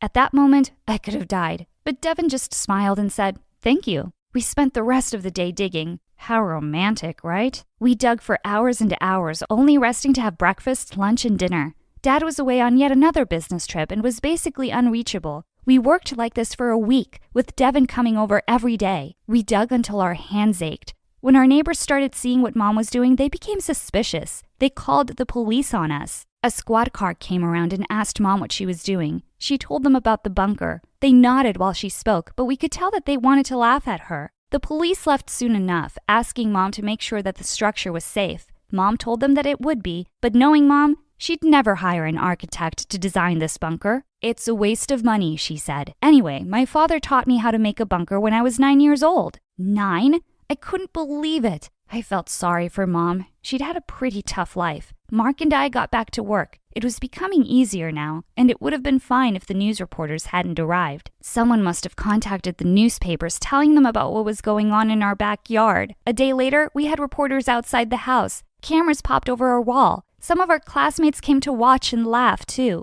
We live in a town where not much news happens, so when someone starts building a bunker, it gets onto the front page of the newspaper. Mark and I were totally embarrassed the following week when we saw Mom smiling on the front page of the paper. The headline read, "Doomsday Lady Builds a Bunker." I was so grateful that we were on vacation. I was so grateful for Devin. He stayed through the whole ordeal and held me when it became too much. I knew then that he loved me. I also knew that I couldn't live this way much longer. A few weeks later, the bunker was finished. Mom called Grandpa to tell him that she was ready for his visit. He canceled on her, saying that it wasn't safe to leave the house. Mom was upset, but I was furious. I couldn't do this anymore. The day I turned 18, I left home. Mom wasn't happy and neither was Mark, but I wouldn't let them stop me. Devin and I found jobs and made enough to rent a small apartment. A few years later, we got married. A few years after that, we had 2 beautiful children. Being a mother was tough, but I promised myself I'd be nothing like my mom. I kept in touch with Mom, but only through calls and messages. I kept my distance from her. Mark came to visit often. Dad, well, he was so busy with work that we barely heard from him. When my kids were about 5, Mom called me with news. "Your grandpa is coming to visit," she said excitedly, "and I'd like you to come and see him." I didn't want to go, but Devin talked me into it. "Family is important," he said. So we went. The next day, we went to my mom's house. "He'll probably come on the bus," said Mom. Back in the old days, he would have walked, but his hip is acting up now. Mark and I looked at each other. What kind of family had we grown up in? "Go to the bus to pick up your grandfather," said Mom. Mark and I walked down the road to the bus stop. The first bus arrived, but Grandpa wasn't on it. He wasn't on the second or the third bus. An hour later, we walked back home. As we arrived back at the house, a brand new car pulled up to the house. Mark and I couldn't believe it. It was Grandpa. He looked nothing like we remembered him. The Grandpa we remembered wore old clothes, cut his own hair, and had a beard longer than Santa's. This Grandpa stepped out of the car looking different. He was dressed in sick clothes and looked like $1,000,000. "Kiddos, so good to see you both. Come give Grandpa a hug." We hugged him and smelled his cologne. It was definitely something expensive. Then we helped him with his bags. If we were shocked by what we saw, Mom's reaction was even worse. She just about fell over when she saw Grandpa. He was different, calmer, friendlier, laid back, and full of jokes. Mom showed him around the house. She went through each room and explained how she had used everything that he had taught her when she was a girl. Grandpa smiled politely, but we could see that he was surprised and a little shocked by Mom's efforts. Finally, Mom showed Grandpa the bunker. We could tell how proud she was of her design. "And we put it together in just over a month," she said, "filled with everything we'll need for 10 years. Grandpa's face went white. "That's great news. Why don't we get some fresh air? And I could use a glass of water." Mom said she'd get it for him. While Mom was away, Grandpa pulled us aside. "What's happened to her?" he asked. "What do you mean?" I said. "She's always been like this? Always?" asked Grandpa. He paused a moment and then dropped his head. "It's my fault. I raised her believing that the end of the world was always just around the corner, although I was rich. But after my wife was gone, I realized I was a lonely man and that I missed out on a lot in my life. I decided to change. I'm sorry, kiddos. But don't worry. I'm going to talk some sense into her." Mark and I could have cried at that point. We were so relieved. We hugged Grandpa and thanked him. That evening after a tinned food dinner, Grandpa sat Mom down and had a heart-to-heart with her. I sent Devin home with the kids. Mark and I listened from another room. "You've done a great job of preparing for the end of the world, Trisha, but it's not going to happen anytime soon." Mom looked shocked. "What do you mean? Grandpa stopped her. "I know. When you were growing up, I thought that the world was in serious trouble. I filled your head with a lot of ideas that I now see are a bit extreme. After your mother was gone, I started to think about life differently. Trisha, it's important to save and be sensible with what we have, but it's also important to enjoy life." It was the toughest conversation that Mom had ever had. Everything that she had ever believed in had just been pulled out from under her. She was quiet for a long time. "Dad, it's okay. I'm going to keep doing what you taught me. We need to be prepared for every disaster." Grandpa tried to reason with her, but she didn't want to hear it. Mark and I tried to. "Enough of this, Mom," I said. "This is the reason why I left. And it's the reason why Dad left too," said Mark. Mom shook her head. She looked completely confused. "No, he's away on business." "He's been away on business for 10 years now, Mom," said Mark. "He told me that he's not coming back, and it's because of you, because of all of this." My mom burst into tears. "So I just let go? Give up?" My mom said quietly. "You have this skill and it's so great, but you can't always be sacrificing the present for the future. The world is not going to end anytime soon." Grandpa chuckled. A long pause followed. Then her eyes became wet with tears. She began to speak, but only tears fell. "It's okay, Mom. We're all here to help you." Mom took a deep breath before she spoke. "Okay, how do you guys do it? Do we have to go out for dinner as regular people do? I can do that now for a start." I smiled widely. Things wouldn't change all at once, but, well, she was finally trying to bust out of her bubble, and that's all that mattered to us. Hey guys, I'm Ashlyn, and I lived with my mom and 2 siblings in Atlanta. And I have superpowers. Hang on to see why. My mom was a famous businesswoman in the city. She was from a filthy rich family and considered herself royalty. She carried herself like a queen and made sure my siblings and I behaved that way too. From the way we spoke, dressed, or even our posture, everything needed to be perfect. But because of my superpower, I couldn't get anything right. Mom, I'm sorry. I was just squeezing the ketchup. I didn't know how it ended up in your face. It's not my fault. He threw the ball at me first. He ducked and it shattered the window. Yep, being the clumsiest person on earth was my superpower. Sometimes, I even felt if I was bubble wrapped and kept in a corner, I would still end up breaking things. My siblings used to bet on how many times I'd trip over myself or drop something. Like once at the dinner table, I got the hiccups and they started giggling. Just wait, she'll break the glass. No, I think she'll break the glass and the jug. And sure enough, my sister won. But in the process, Mom was drenched in water. It's okay, Mom. It's just water. Let me help you dry this. I'll bring a fan. Oh, the fan isn't here. Okay, that napkin will work. When I pulled the napkin, it dropped the candle stand on the table mat, and in seconds it started burning. I quickly put out the fire with the curry. Oh, phew. Hiccup's gone and the fire's out. All good now. Oh, gosh, I'm sorry. Oh, just stop it, Ashlyn. How could you be so careless? Every time you're around, it feels like disaster is waiting to happen. Always finding ways to ruin everything in my life. Such bad luck. It's like you're a curse in my life. But Mom, it's not like I did it on purpose. Just get out and let me have my dinner in peace. And all of you are fired. Mom's words really hurt me every time. But thank God I had Annie, who was my nanny, but she was so much more to me. She tucked me in bed, told me stories, and hugged me. Things my mom never did. I shared everything with Annie, and when she saw me crying, she asked me what was wrong. Annie, Mom's always angry with me. She doesn't like me. I don't know why things themselves fall even when I don't touch them. Oh dear, don't cry. You know you have superpowers, so things just move around. It's not your fault. And don't worry about your mom. She loves you. Just be a little more careful. Yeah, I know. Annie tried her best to make me happy and told me how Mom was just overworked, but actually loved me loads. But Annie didn't know that years ago, I had found out the reason Mom resented me so much. It was because Dad had left her for a maid working at our place just 2 days after I was born. And since that day, Mom saw me as her bad luck. I tried not to let it get to me and focused on my studies, but I wasn't very good at that either. But still, I tried. I really wanted to win Mom's love because seeing her with my siblings made me feel like I wasn't even a part of the family. One time, when I was around 17 and on summer vacation, Mom had a launch party for her new business. Please, just spare me the embarrassment and stay in your room. Order pizza, watch MSA videos. Just don't ruin my party. Mom was always keeping me away from the fun things she did,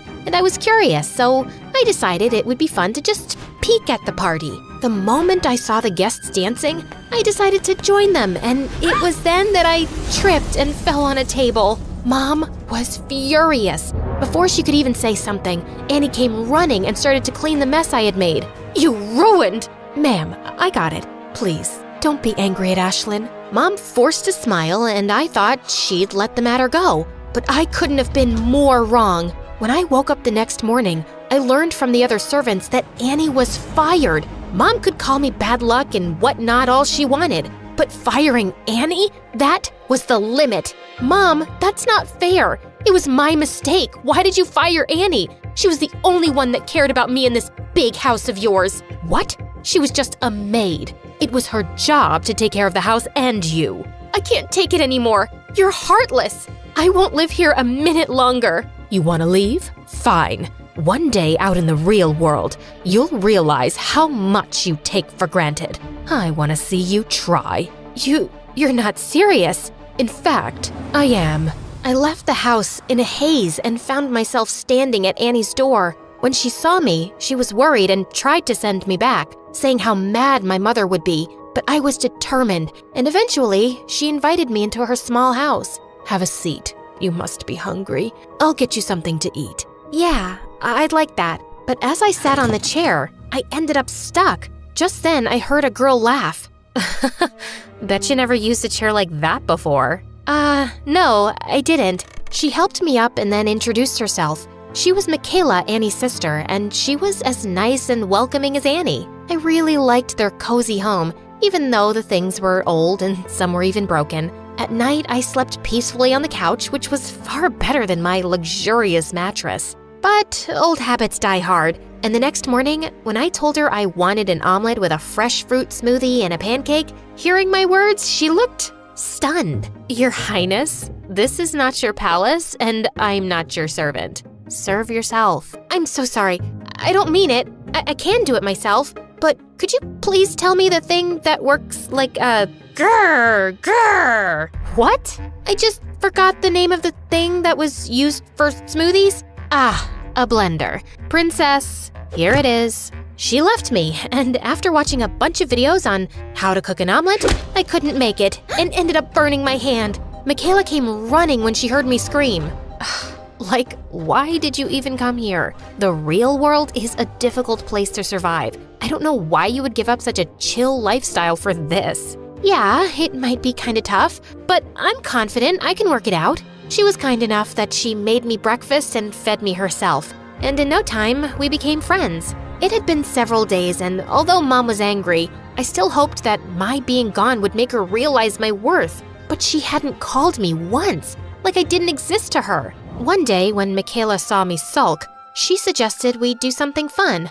I was totally up for it. We ate popsicles and cotton candy, which had previously been a big no for me, and even rode a bicycle. And it was just one more thing where I ended up with bruises all over my legs that I got by falling several times off the bike. A few days later, the summer vacations were over and Annie got me into Michaela's school so I could finish my final year of high school, since I didn't want to go to my previous one where I would have to face my siblings and even Mom when she'd come to drop them off. On my first day, everyone looked surprised to see me. I guess I might have overdressed. Ugh. Oh wow, Michaela, who is she? She looks so pretty. I love that fragrance she's wearing. All of them were really sweet, and everyone gathered around to chat with me. You have a Gucci bag? Is that a real one? No, thrift store. She bought it from there. You want to fit in or stick out like a sore thumb? Fit in? Good. So from tomorrow, don't dress like you're modeling. Michaela was right. I needed to blend in. So I bought new stuff for myself. Things were going well at school, like really well. I even made friends and started to do well in studies. One day, we were walking down the hallway and I noticed a poster for a speech competition with the topic self-esteem. Michaela suggested that I should participate. I decided to give it a shot since it would be the perfect opportunity for me to voice my ideas, something I couldn't do much around Mom. I worked hard for weeks on my speech, practicing in front of my friends. I was still nervous, but I was determined to do my best. On the day of the competition, I kept my eyes on Michaela and Annie as I stepped onto the stage.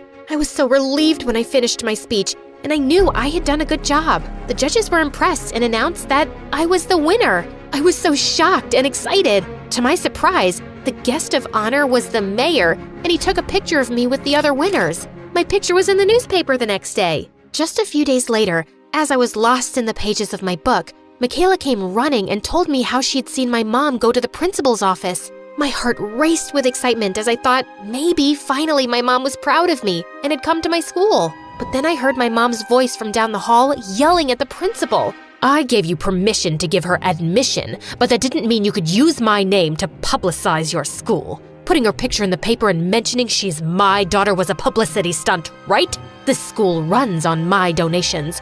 Do you have any idea how humiliating that is? Mom, why are you saying this? I thought you'd be happy, but all you care about is your name?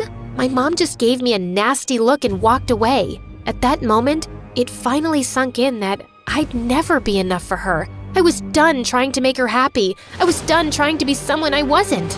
I went to school the next day like nothing had happened, like my heart wasn't breaking. Throughout the day, Michaela and my friends tried to cheer me up. She asked if I could come and watch them practice their cheerleading routine. I'm glad I did because she did a backflip and landed smoothly on her feet. It was amazing. OMG, I can't believe it. I did it. Yay, I did it. Oh, Ashlyn, girl, you are like my lucky charm. You know, I've been trying this routine since like forever, and I could never get it right. Today, you came and I nailed it. Awesome.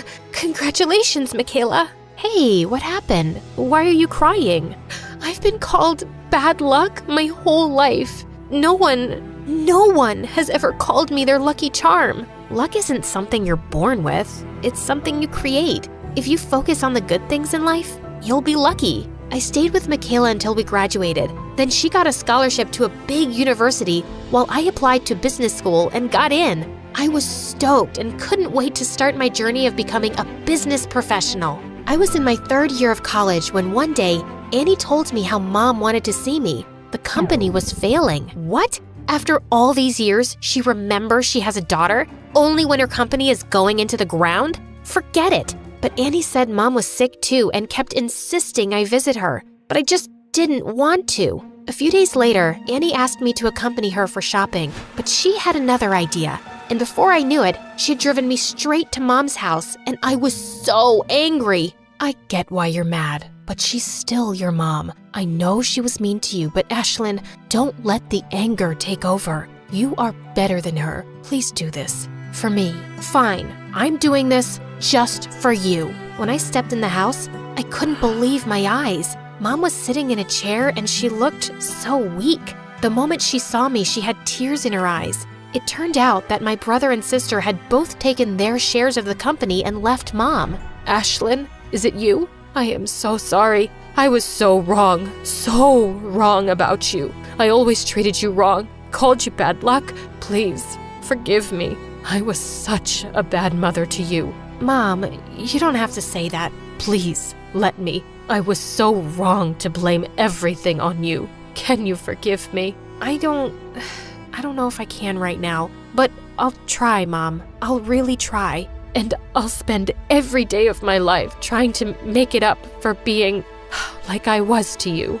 Then Mom and I hugged. She apologized to Annie and thanked her for always supporting me. Mom told me everything about her business and I decided to help her. I spoke to her lawyer and got to know that to save the company, we would need a merger with some big company. I I started working there day and night and bagged a meeting with a big company. On the day of the meeting, I was feeling confident and engaged in the discussion. Suddenly, I dropped the pen and it went rolling under the table.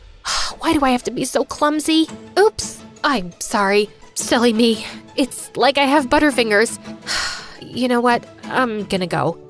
Come on. Happens to the best of us. We understand, it's just part of being human. If it had been my mom, she would have screamed at me. After that, the meeting went awesome, and they told me they'd let me know about their decision. At home, I told Mom everything that had happened, including dropping the pen. She looked unhappy, but right when she was about to say something, the phone rang. Oh my God, we got it! We got the merger! I knew it. I knew you could do it. This calls for a party. Mom threw an awesome party by the poolside. Everyone was having fun until Mom got a call, and her face suddenly changed. I followed her inside the house and saw my brother and sister were there. What are you two doing? Get out now or I'll call security. You can't really own this house anymore, can you? It's impossible. You ruined the business. Oh God, did you trick Ashlyn into helping you? We'll tell her the truth. What truth could you possibly tell her? That you were never sick, Mom? That it was all an act to make me save your business? I knew all along. Mom's jaw dropped and my siblings were left speechless. You knew? But why did you still help? Because someone very important to me told me I'm a better person than you. I turned around with a newfound confidence and walked away, leaving Mom behind. Hi, I'm Bella from Colorado, USA. Please like and subscribe. My mom came from a line of amazing horse riders, and our ranch was filled with trophies collected over generations. It was her dream that my sister Nora and I follow in her footsteps. We both learned to ride horses as soon as we could walk. But Nora was 2 years older and got a head start in life. And well, I could never seem to catch up. She always had straight A's in school. She was naturally athletic, and with her auburn hair and blue eyes, she was beautiful. Even though Mom loved us both, it wasn't hard to guess who her favorite child was. When I was in the 3rd grade, Mom threw a big birthday party for me and invited all our relatives. But everyone's focus the whole time was on freaking Nora. Such a pretty girl. You already look like a celebrity, darling. I'd been so excited about my new dress, but now I was just feeling angrier by the second. It's like I was invisible with Nora in the same room. Suddenly, I let out an ear-splitting scream and fell to the ground. Oh my God, I'm in so much pain. My tummy hurts so bad. Everyone came running to me and Mom rushed me to the hospital. I was happy I'd ruined the party for everyone, and they would have all just left. But hours later, we got back home to find a mess. I'm so sad you missed your party, Bella, but I made sure the guests had a good time, and I thanked everyone for your presents. I'm glad you're feeling better now. All I could feel was an urge to slap Nora. She just had my birthday without me. As we grew older, I slipped more into the background. I loved horses and could ride well, but it was obvious who the star in the family was. By the time she was 13, Nora had started participating in competitions and was super popular in school. And I'd grown into an awkward kid who was into sci-fi novels and mostly preferred to eat lunch alone in the gym. Once when I was in 7th grade, I was reading under a tree on our ranch when I heard a noise above me. Suddenly, a boy fell down, and I managed to miss him by an inch. Gosh, you nearly killed me. Who are you and where'd you come from? Fell down straight from heaven. I'm gonna punch you in your face if you don't tell me. Okay. I'm Jeremy and I just moved in next door. I did something to my stepfather and he's really mad, so I'm hiding from him. What did you do? I may have given some important papers to our dog, and he may have ripped them up. But trust me, my stepdad deserves it. He's not a nice guy. Come on, I'll show you a better hiding place. You can hide anytime you want. I helped him up to his feet, but he yelled out in pain. It seemed like he twisted his ankle. Just then, Nora came galloping on her horse, and Jeremy looked awestruck. Whoa, who is that goddess? Ow! You trying to break my other ankle too? Oops, sorry, it was an accident. Nora stopped by to ask who he was, and I explained. You obviously can't walk. Hop on, I'll give you a ride. The two of them rode away, and he looked like a princess who had been rescued by a knight. Why, Why did Nora have to be such a freaking hero? And Jeremy and Nora became best friends after that day. He was also in her class at school, and soon the two were inseparable, which meant that he was always at our place. And over time, I couldn't help having a crush on him. He was smart and funny, and we had so much in common. And he loved science fiction too, and we could talk about it for hours, if Nora would let us. One day, Nora showed me an expensive bracelet. Isn't it beautiful? Jeremy gave it to me yesterday. You mean on Valentine's Day? Yeah, but just as a friend, of course. Nora, are you dumb? It's so obvious Jeremy's in love with you. What? No, he's not. You wouldn't know because you don't have any guy friends. Or any friends, actually. And you are so self-absorbed. You're completely blind to everyone's feelings. You're giving him the wrong idea by accepting that present. You don't know what you're talking about, geek, so stay out of it. I knew I was right, but there wasn't much I could do. Soon after in 8th grade, I was so excited when I found out about a huge sci-fi convention happening in town.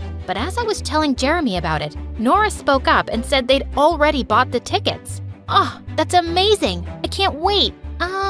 I meant I just got the tickets for me and Jeremy. We're going with our friends. So I can buy my own and come with you guys, right? I can't go alone, it's too far. No, you can't come with us. Why don't you have friends of your own, Bella? Come on, Nora, what's the big deal? I'm not gonna be the only loser with my baby sister tagging along, Jeremy. We're not taking her. You don't even like sci-fi. Why are you being a witch? Jeremy, please take me along. I'm sorry, Bella. Maybe next time? I couldn't believe he was being such a coward, and my heart burned when I saw them leaving for the convention a few days later. I just wanted to hurt Nora, and I had a brilliant idea for something I could do. A week later, I was having breakfast when I heard Nora scream. She came running downstairs and waved a calendar at Mom. How could you mess up my schedule, Mom? I had a match this morning, and I missed it. What are you talking about? I woke up to see 20 missed calls from my coach, and he just told me that the first match of the tournament was today. But you've written it here that it's next week. That's because I got a call from the organizers saying it was postponed. I don't understand. How could this have happened? Bella, did you have something to do with this? I don't know what you're talking about. Why don't I believe you? Oh, wait. Yes. I remember something now. Maybe I did pretend to be one of the organizers and called up Mom to tell her the wrong date. It doesn't feel good to miss out on something important, does it? The two stared at me in shock, and then Nora pounced on me. You horrible brat! How could you do this? You made me miss the convention. Who cares about that stupid thing? I'm disqualified for the whole season now. I cared. You shouldn't have been so awful to me. I hate you, Bella. I won't forgive you. Ever. Mom managed to pull Nora away, and she stormed off crying, and I was grounded for a month. For the next few days, Nora acted like I didn't exist. I hadn't realized she'd be disqualified for the entire season. Maybe I'd gone too far. I decided to apologize, but I found out that she'd left for a training camp for 2 weeks. But just 3 days later, we got some bad news. Nora had been in a riding accident. Mom immediately rushed off to camp, and when she returned with Nora, I was shocked to see her on a wheelchair.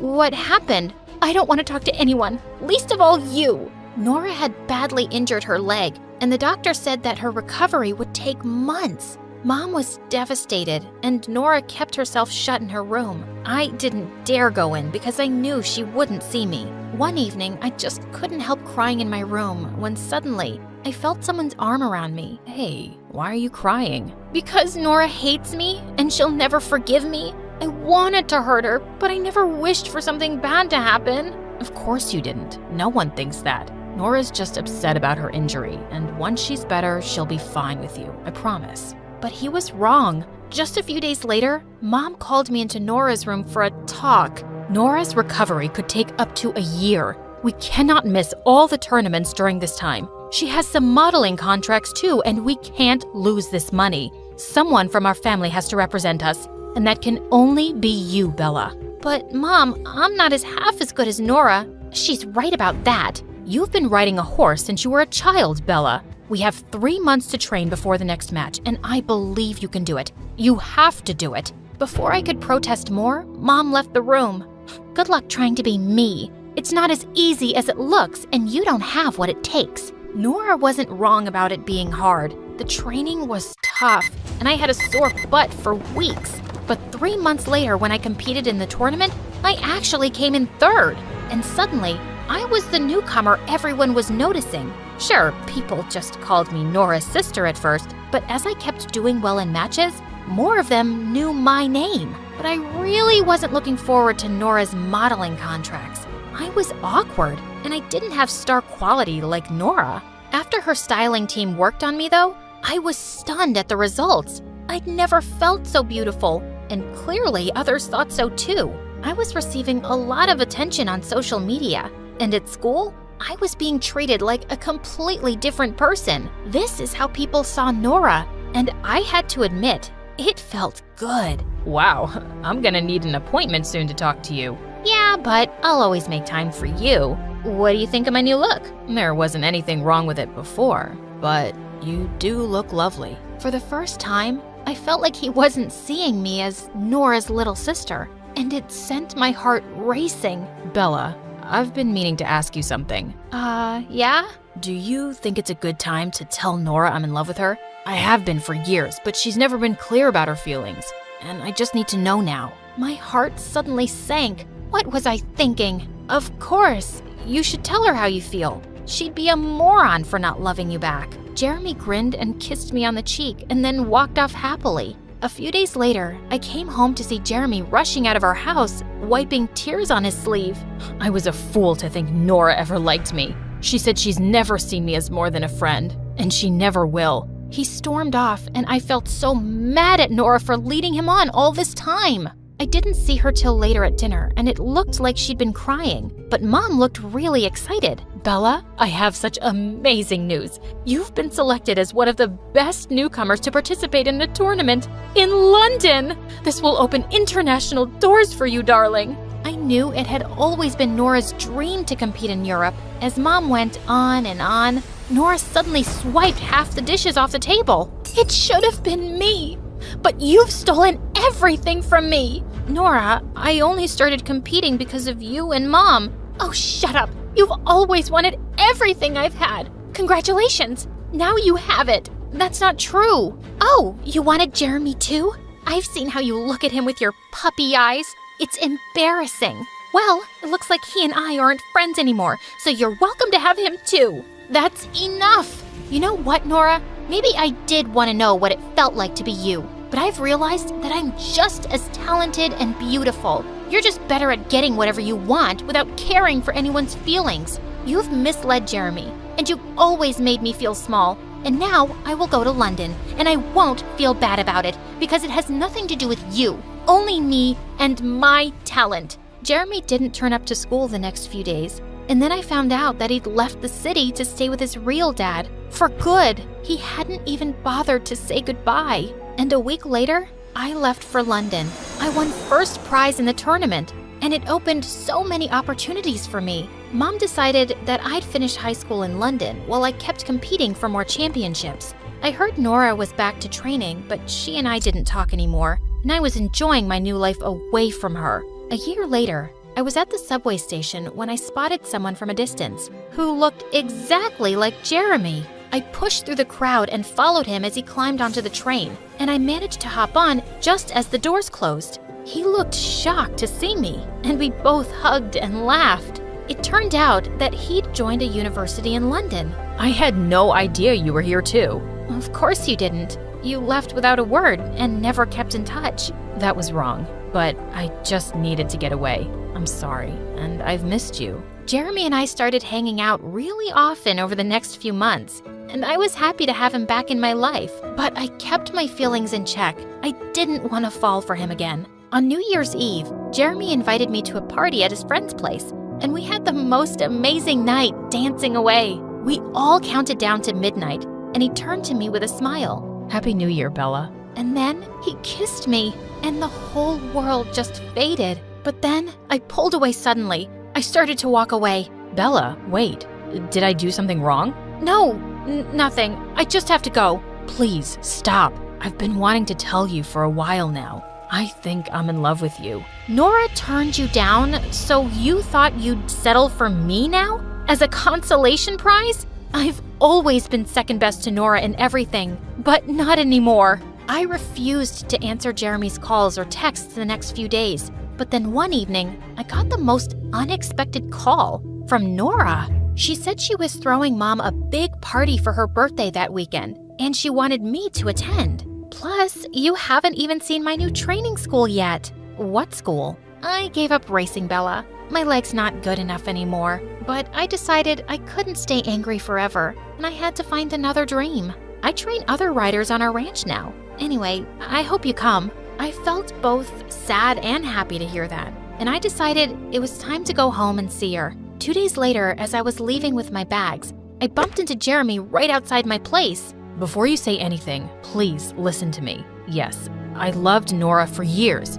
but being away from her made me realize that we weren't right for each other. We're better off as friends. And you're not second best to anyone, Bella. If you don't love me, I can accept that. But I just had to tell you how I feel. I love you. Jeremy, I love you too, you idiot. As he pulled me close, he suddenly noticed my luggage. Wait, where are you going? To see Nora.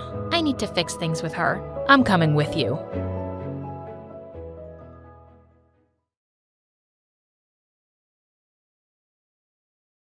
I hoped I looked confident because my insides felt like jello as the most popular girls sat opposite me at recess, their wolf-like stares fixed on me. Okay, so have you ever been to the super exclusive restaurant in Rome that only 1% of the world population knows about? Yes, who hasn't? I mean, other than the 99%. The poached snail pasta with volcano ash is pretty good, but honestly, I've had better. So when did you watch the new movie Spider-Man Across the Spider-Verse? October last year. Obviously, I wasn't gonna watch it with the general public. Ew. Daddy got a private viewing arranged for me. And who's your daddy? We just got him back after he was kidnapped the 5th time for ransom, so I really can't share this information. You understand how it is, right? I totally get that, girl. Welcome to the gang, Sophia. Phew. My research on stupid rich people had paid off. Hi, I'm Sally from LA, but for now, just call me Sophia. That sounds like a sophisticated rich girl name, right? Please, don't blow my cover. So, about that, I may look like a normal high school student, but the truth is, I'm actually a journalist. About a month ago, our paper received an anonymous tip that something shady was going on at the most elite private school in the country. Since I'd graduated only a couple of years before, not from this school, I'm not that rich, my editor sent me undercover to investigate. Now, I was in with the most popular kids in high school, and the first thing I noticed was that none of them seemed to study much and were partying every day, but they all had straight A's. The second thing I noticed was a boy named Matthew who didn't seem to fit in here, and he was constantly getting bullied by the popular jerks. I decided to find out why. So one day after school, I followed him. He'd walked several blocks down when suddenly, a flashy red sports car screeched to a halt, and the popular boys jumped out and surrounded him. Their leader, Aaron, grabbed Matthew by his collar. You know you have to do what we say, Pinocchio. You're our little puppet. Why are you being so difficult? I don't have to do anything anymore. I'm gonna expose all of you, even if it means getting expelled myself. And who's gonna believe you? They'll believe me when I show them proof. Yeah, this isn't a bluff, Aaron.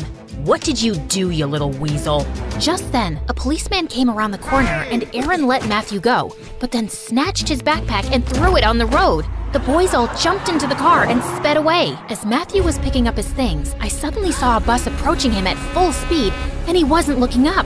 Without another thought, I raced toward him and pushed him out of the way. The bus driver pulled over to check on us, but Matthew wasn't moving. We called an ambulance, and I decided to wait at the hospital till his family arrived. And the doctor soon told me that Matthew had hit his head hard and he was in a coma. Gosh, so much for trying to save him. Matthew, please wake up and tell me what's going on with you and those jerks. Can you hear me? Hello? I shook him gently, flashed my phone light in his eyes, tried tickling his toes, but nothing. Then I gave him a passionate kiss on the lips. Nothing. Guess that doesn't work in real life. Just then, I turned around to see a couple who looked like Matthew's parents. They were distressed at Matthew's condition, but then, to my surprise, his mom turned around and hugged me. We received the full report of the accident, and you were really brave to jump in and save his life. The doctor's hopeful that Matthew will wake up once the swelling in his brain goes down. Matthew never mentioned you, but we're so glad to find out he has such a caring girlfriend. Girlfriend? Well, of course they thought that with my passionate kissing. I was about to correct them when suddenly I had an idea. Oh, yeah. Matthew's a great boyfriend. Lovely man. I mean boy. Such a weird age. Is he a man? Is he a boy? Who knows? He's a great guy. And before I knew it, I'd received an invitation to dinner at their place the next day. I walked away feeling conflicted. Yes, I was lying to these very nice people about being their comatose son's girlfriend, which was wrong, but Matthew knew something about the popular kids, and I had to find out what it was. The next day at school, I caught Aaron and the other jerks laughing about the accident. Good thing the Matthew situation got taken care of itself. What are you guys talking about? Why do we care about this Matthew loser? Oh, Sophia, you're cute, but you're too new for us to let you in on our secrets. You have to earn our trust, you know? Okay, and how do I do that? I'm pretty sure Matthew was bluffing, but he claims he has some dirt on us. Maybe a video? You think you can find out if he has any such thing and get it for me? That should be easy. I can totally go to Matthew's place pretending to be his sad girlfriend, and I'll look through his things. If there's anything to find, I'll find it.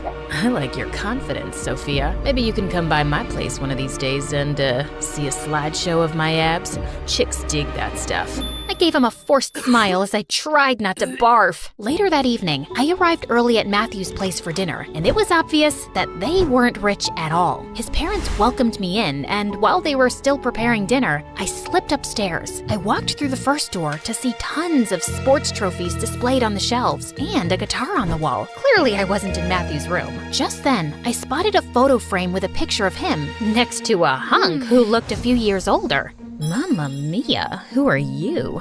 That would be me, Matthew's brother Cody. I turned around in shock to see the hunk standing behind me. He just stepped out of the bathroom, wearing nothing but a towel. Are you staring at my abs? I'm guessing you're my brother's girlfriend who my parents invited for dinner. What? I wasn't staring. How dare you accuse me of something so disgusting?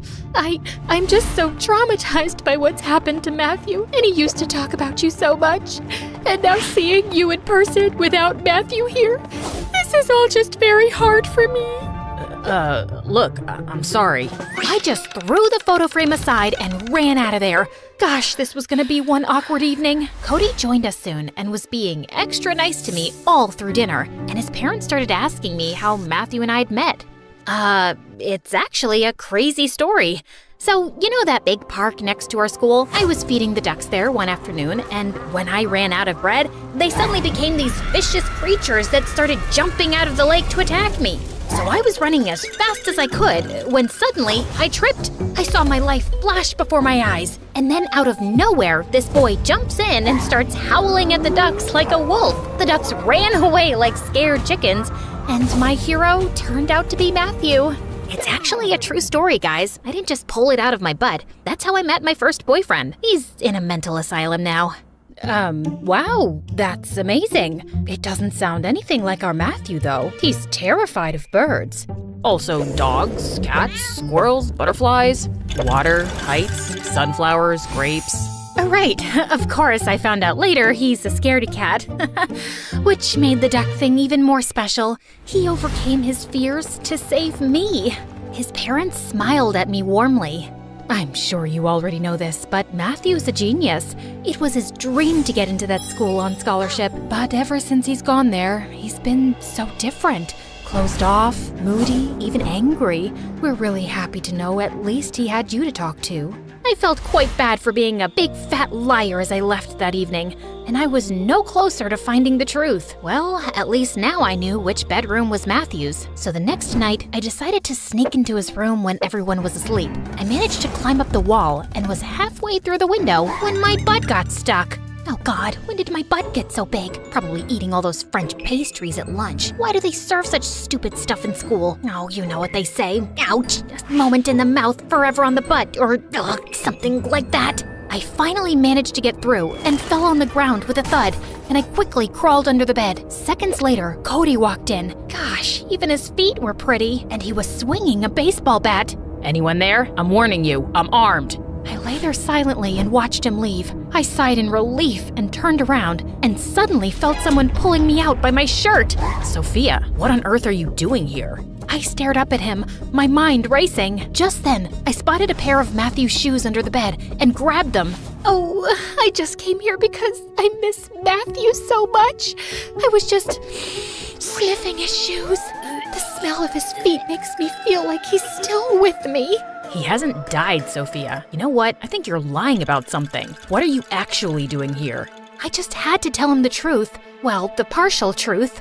Okay, so I didn't tell you before, but Matthew started shutting me out too lately. I've seen the popular kids in school talking to him a few times, but he'd never tell me what it was about. And right before his accident, I heard Matthew telling them that he was going to expose them all. He's involved with these kids in something serious, and I have to find out what. But what were you expecting to find here? The biggest bully, Aaron, seems to think Matthew has something on him, like a video maybe? I need to check his phone and laptop, please. I'll help you. We went through Matthew's phone and laptop, but didn't find anything. We searched all through his drawers and cupboards for any hard drives or any other clue, but turned up empty-handed, except Cody. Since when does Matthew get D's and F's? He looked at the quizzes I was holding up in shock. Never. Matthew's always shown us his report cards with straight A's. These quizzes are a few months old. If he was struggling with his grades, he never mentioned it. Well, he stopped talking to me pretty much since he joined this school. I miss him. You want to sniff his shoes? No, thank you. Come with me to see him at the hospital tomorrow? Of course. We started making hospital visits together, and I could see how much Cody cared for his little brother, and we often found ourselves hanging out afterwards too. At first, we were just talking about Matthew, but soon we were having conversations about everything. He seemed to find me funny, and I loved making him laugh with my silly antics. His parents loved having me over too, and it wasn't long before I had a major crush on Cody.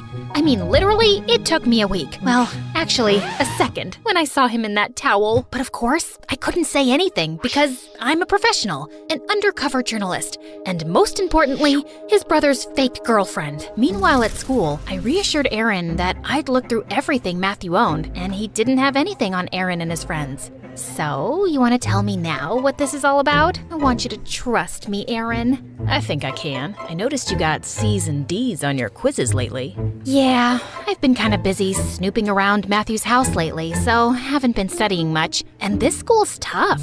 Well, you know that giant chemistry quiz coming up on Monday? You're gonna ace it. And then he pulled out some papers from his locker and handed them to me. The quiz with the answer key. Thank me later by going out with me, babe. He winked and walked off as I stood there in shock, then quickly stuffed the quiz in my bag. Aaron and his group were stealing exams from the teacher's room, and Matthew was involved in this too? And when I told Cody later that day in the hospital, he was stunned. Matthew? Cheating? Stealing exams? It can't be. He wouldn't. He's always been such a good kid. But he was getting bad grades and hiding them, and then something changed, right? And we know he's involved with these kids. He said he'd expose them, even if it meant getting expelled himself. I can hardly believe it. What have you been up to, Matthew? Just wake up and tell me. I put my hand on Cody's to comfort him, and the way he looked up at me made my heart race. Then he quickly pulled his hand away. Sophia, you're my brother's girl. Just then, the door burst open, and a short, curly-haired girl ran in, pushed me aside, and threw herself on Matthew. Oh my God, I came as soon as I heard. Come on, Maddie, I'm here now. Wake up. And then she planted a big kiss on his lips. Why is True Love's kiss not working? Maybe I should slap him hard. Hold up, who are you? I'm his girlfriend, Penny. Matt and I have been together for 2 years, since his old school. But I'd been away with my family for a month on this camping trip where we had no signals, and I hadn't talked to Matt in weeks. When I returned, a friend told me he was in a coma. You're Cody, right? Oh, my brother-in-law, I'm here for you. What are you talking about? That's his girlfriend. Sophia, why aren't you saying anything? I'm just speechless. What? I'm his girlfriend, his one and only. Where did this witch come from? Matthew saved me from the ducks. Oh God, he's playing us both. He's a two-timer. I'm such a terrible person. Ain't no way I'm giving up my man to some Gucci-wearing hoity-toity tree trunk. You and me, outside, now! I had no idea what to do. I couldn't expose all my lies, so I had to go fight this girl for my boyfriend. A crowd gathered outside the hospital to watch our catfight. Ugh, I was really in it now. You want a piece of me, Shorty? What you got in that nest on your head? Wow, your trash talk is pathetic. My mama can do better than that, Godzilla. Then she attacked me, and she was crazy. She knew frickin' kung fu. She kicked me in the stomach, punched me in the eye, pulled my hair, and bit my leg. She might have killed me if Cody hadn't intervened. And then she stormed off back to Matthew. Sophia, are you okay? Let's have a doctor take a look. No, I'm fine. I'll maybe get an ice pack for my throbbing eye. We sat on the bench outside as Cody held the ice pack to my face. I feel like I don't even know who my brother is anymore. Stealing exams? Having 2 girlfriends? Tell me about it. I'm really sorry, Sophia. Matthew doesn't deserve 2 beautiful girls fighting over him. You think I'm beautiful? Well, yeah, if it helps. More than Penny. It helps. Cody was just sitting so close to me, and he looked irresistible, and I found myself leaning forward and kissing him. He kissed me back, then suddenly jumped.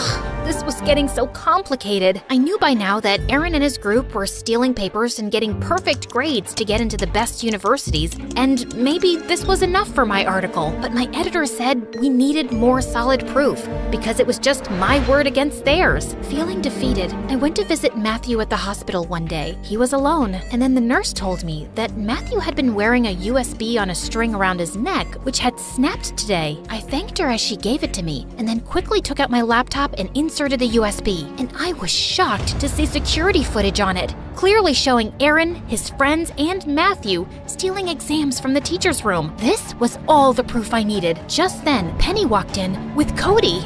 Good, you're here, Sophia. Or should I say, Sally? I was just telling Cody what I found out about you, you lying tall news reporter. With that, Penny shoved her phone in my face, showing my profile on the newspaper's website. So, let me get this straight. You've been here undercover as a high school student to write some article, and for that, you lied to me and my family about being my brother's girlfriend while he was in a coma, and you made us believe he's a 2-timer? Listen, I know it looks bad, but my parents are on their way here, and I think you should leave. Cody, please.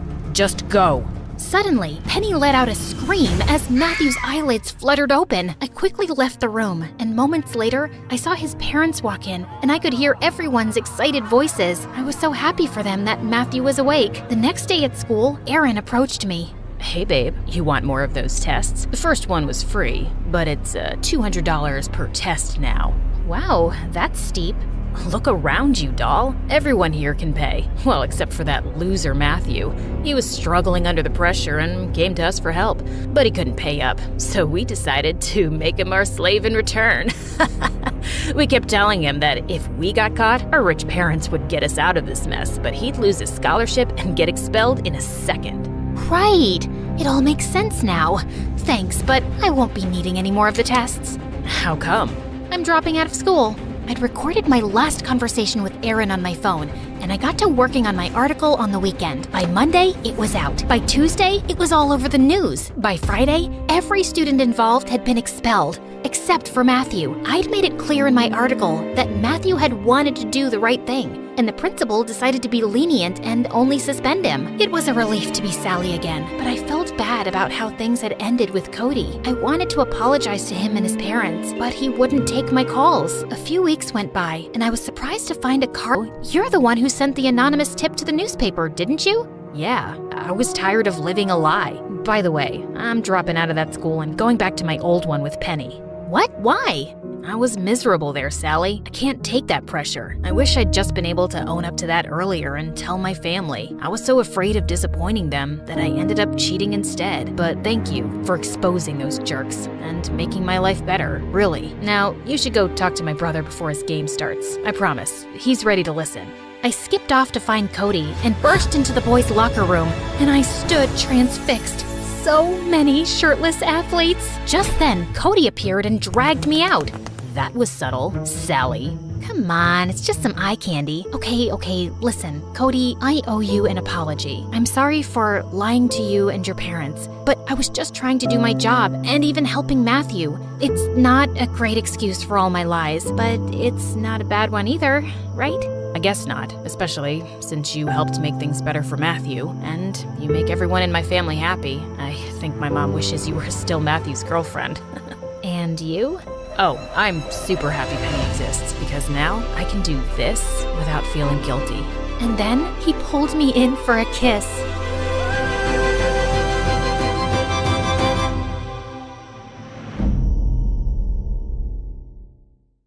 I whispered to myself as I scaled the wall. Just a few more feet. My dad would kill me if he knew what I was up to tonight. I know you're thinking I'm some kind of cat burglar, but it's not that bad. Oh, hi there, Daddy. We need to talk about your behavior, Jessica. I was just out studying with some friends and didn't want to wake you up. I've had it with your made-up stories. I know you've been sneaking off and meeting Armand. Ever since you started dating him, you've been out of control. You need some supervision. I started to laugh at him. It didn't work when I was a kid, and it's not going to work now. My father just looked at me and slammed the door so hard that a picture fell off the wall and broke. The next day, I slept in super late. Oh, it's already 1 p.m. I need to get ready. What the? The shocked boy looked at me with surprise in his eyes. Are you supposed to be Jessica? How old are you? I pushed him down with all my might and ran down the stairs to my dad's office, screaming for help the entire way. The boy chased me all the way.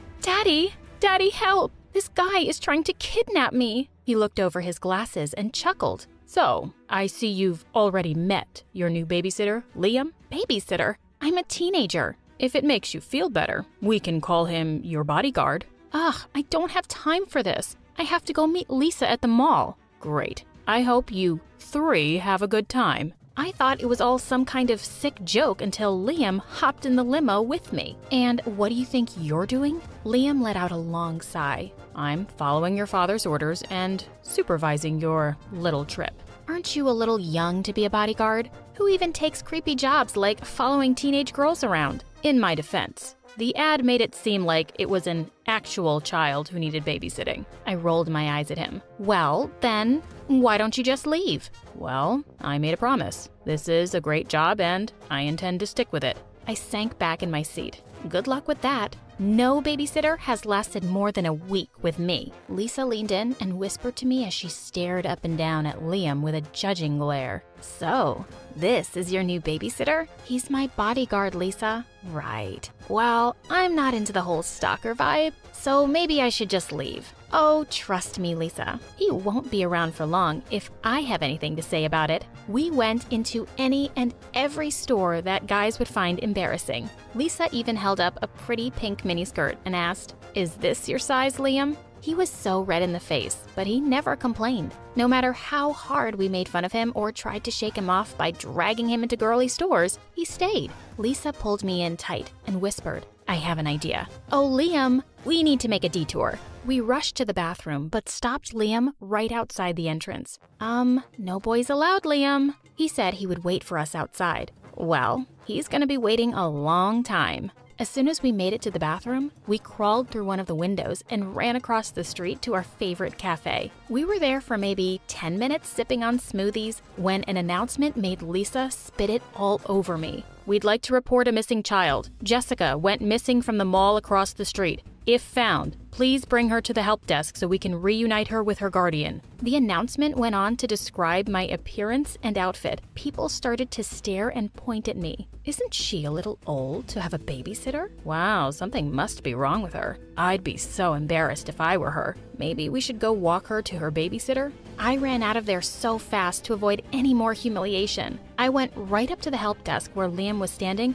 with a huge smile of relief on his face. That's the girl I'm watching. You can cancel the announcement. The attendant even handed me a balloon, like I was a child, and told me what a smart girl I was to come there. I was about to flip out when Liam rushed over and hugged me. Your father said I needed to stay with you. I was worried sick. I'm so glad you're okay. It was actually pretty pathetic how worked up he got over a stranger. Maybe losing him was going to be harder than I thought. Needless to say, Lisa said she was done hanging out with me until the Liam fiasco was taken care of. No matter what crazy things I did or how horrible I was, he stayed. One time, I stole a penguin from the local aquarium and let it loose in the gift shop. I mean, I tried everything. I made him come with me to this super sappy rom-com movie night at the local theater. I thought any boy would run straight out. Liam, he just cried. I was about to go crazy from how nice this guy was, until my prayers were answered by a little text from Armand at 2 a.m.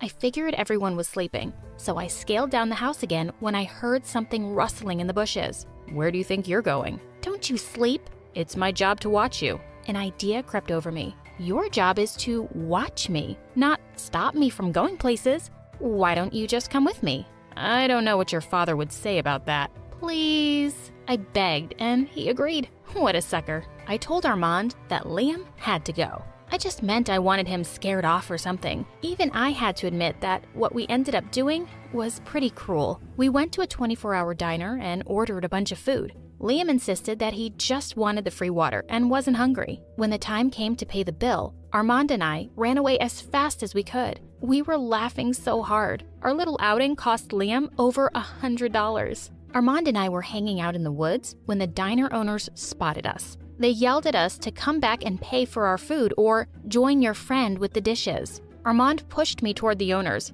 It was her idea. I stood there shocked as he scurried away like a bug. Armand just yelled that it was my idea, pushed me over, and ran. Unfortunately, when he pushed me over, he pushed my wallet into the lake too. That meant Liam and I had to do the dishes all night to pay for our meal. Ugh, this is taking forever. Why don't you just pay the tab? You've seen my Lamborghini collection. I promise to pay you back with interest. Liam shifted uncomfortably for a bit before muttering, I can't. What do you mean you can't? I don't have enough money in my bank account right now. I nearly fell over. You're kidding, right? That was like 1/10 of my allowance when I was 5. You have a job? Are you that stupid and irresponsible you blow your whole paycheck? He got really quiet and said nothing at all the rest of the night. We got home around 4 a.m. and were greeted by my very angry father. I braced for the lecture of a lifetime, but when he started shouting, he was looking at Liam. What do I even pay you for? You're fired. Mission accomplished, right?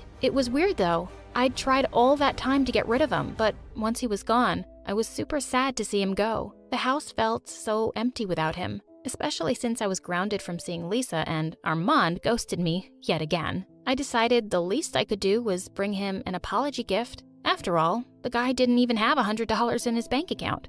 I looked through my dad's pictures and found his address. I nearly fainted when I made it to the house he had listed. It was a dump. I nervously knocked on the door and was greeted by a frail woman with breathing tubes. Phew, I made a mistake. Can I help you? Sorry, ma'am. I was looking for a guy named Liam, but it seems like I had the wrong address. Oh, honey, you have the right house. Liam is my son. He's out picking up my medicine. She invited me in for a cup of tea, and I felt too bad to say no. She told me all about her kind son who got a job babysitting to help her pay her medical bills. The woman coughed. I wouldn't get better if it wasn't for him. I'd never felt more horrible. Liam suddenly walked into the room and looked shocked to see me. Okay, upset to see me might be a better description. He pulled me into the kitchen with him and whispered, Haven't you done enough? Oh, I'm actually here to give you your job back. Are you now? Your father seemed pretty upset. No. Daddy insisted you come back. I'm here because he wanted me to. I don't know. I don't want your pity. Don't say that. It's not pity.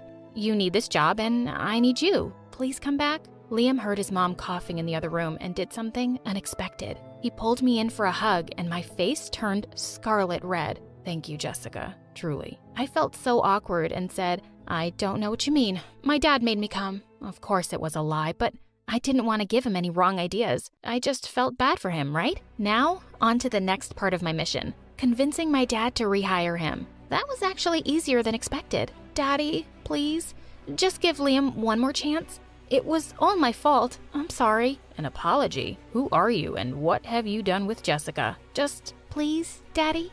Fine. You get one more chance, but only because I think this boy is a good influence on you. I rolled my eyes and left. Liam owes me big time. Now that I knew about Liam's personal life, I couldn't help but like him a little more, in a sad puppy kind of way. My heart started to flutter every time I saw him sipping his coffee in the morning. Every time I caught him staring, I couldn't help but blush. I wasn't being very good at hiding my girlish stares, though. This one time, I was watching Liam carry in some packages and Lisa snapped at me. Earth to Jessica, you can't seriously be pining over that guy. Don't you have your super hot dream boyfriend already? I don't know. Do I? I'm not even sure who's my dream guy anymore. Lisa said Armand and I were just having a rough patch because of the whole dinner thing. I shrugged. When it struck 12 that night, I kept waiting for that loser to message me or call me to wish me a happy birthday. For half an hour, nothing. I went downstairs to get water from the kitchen and saw a nicely wrapped package on the table. I gasped when I opened it. It was a rare, signed edition of Harry Potter.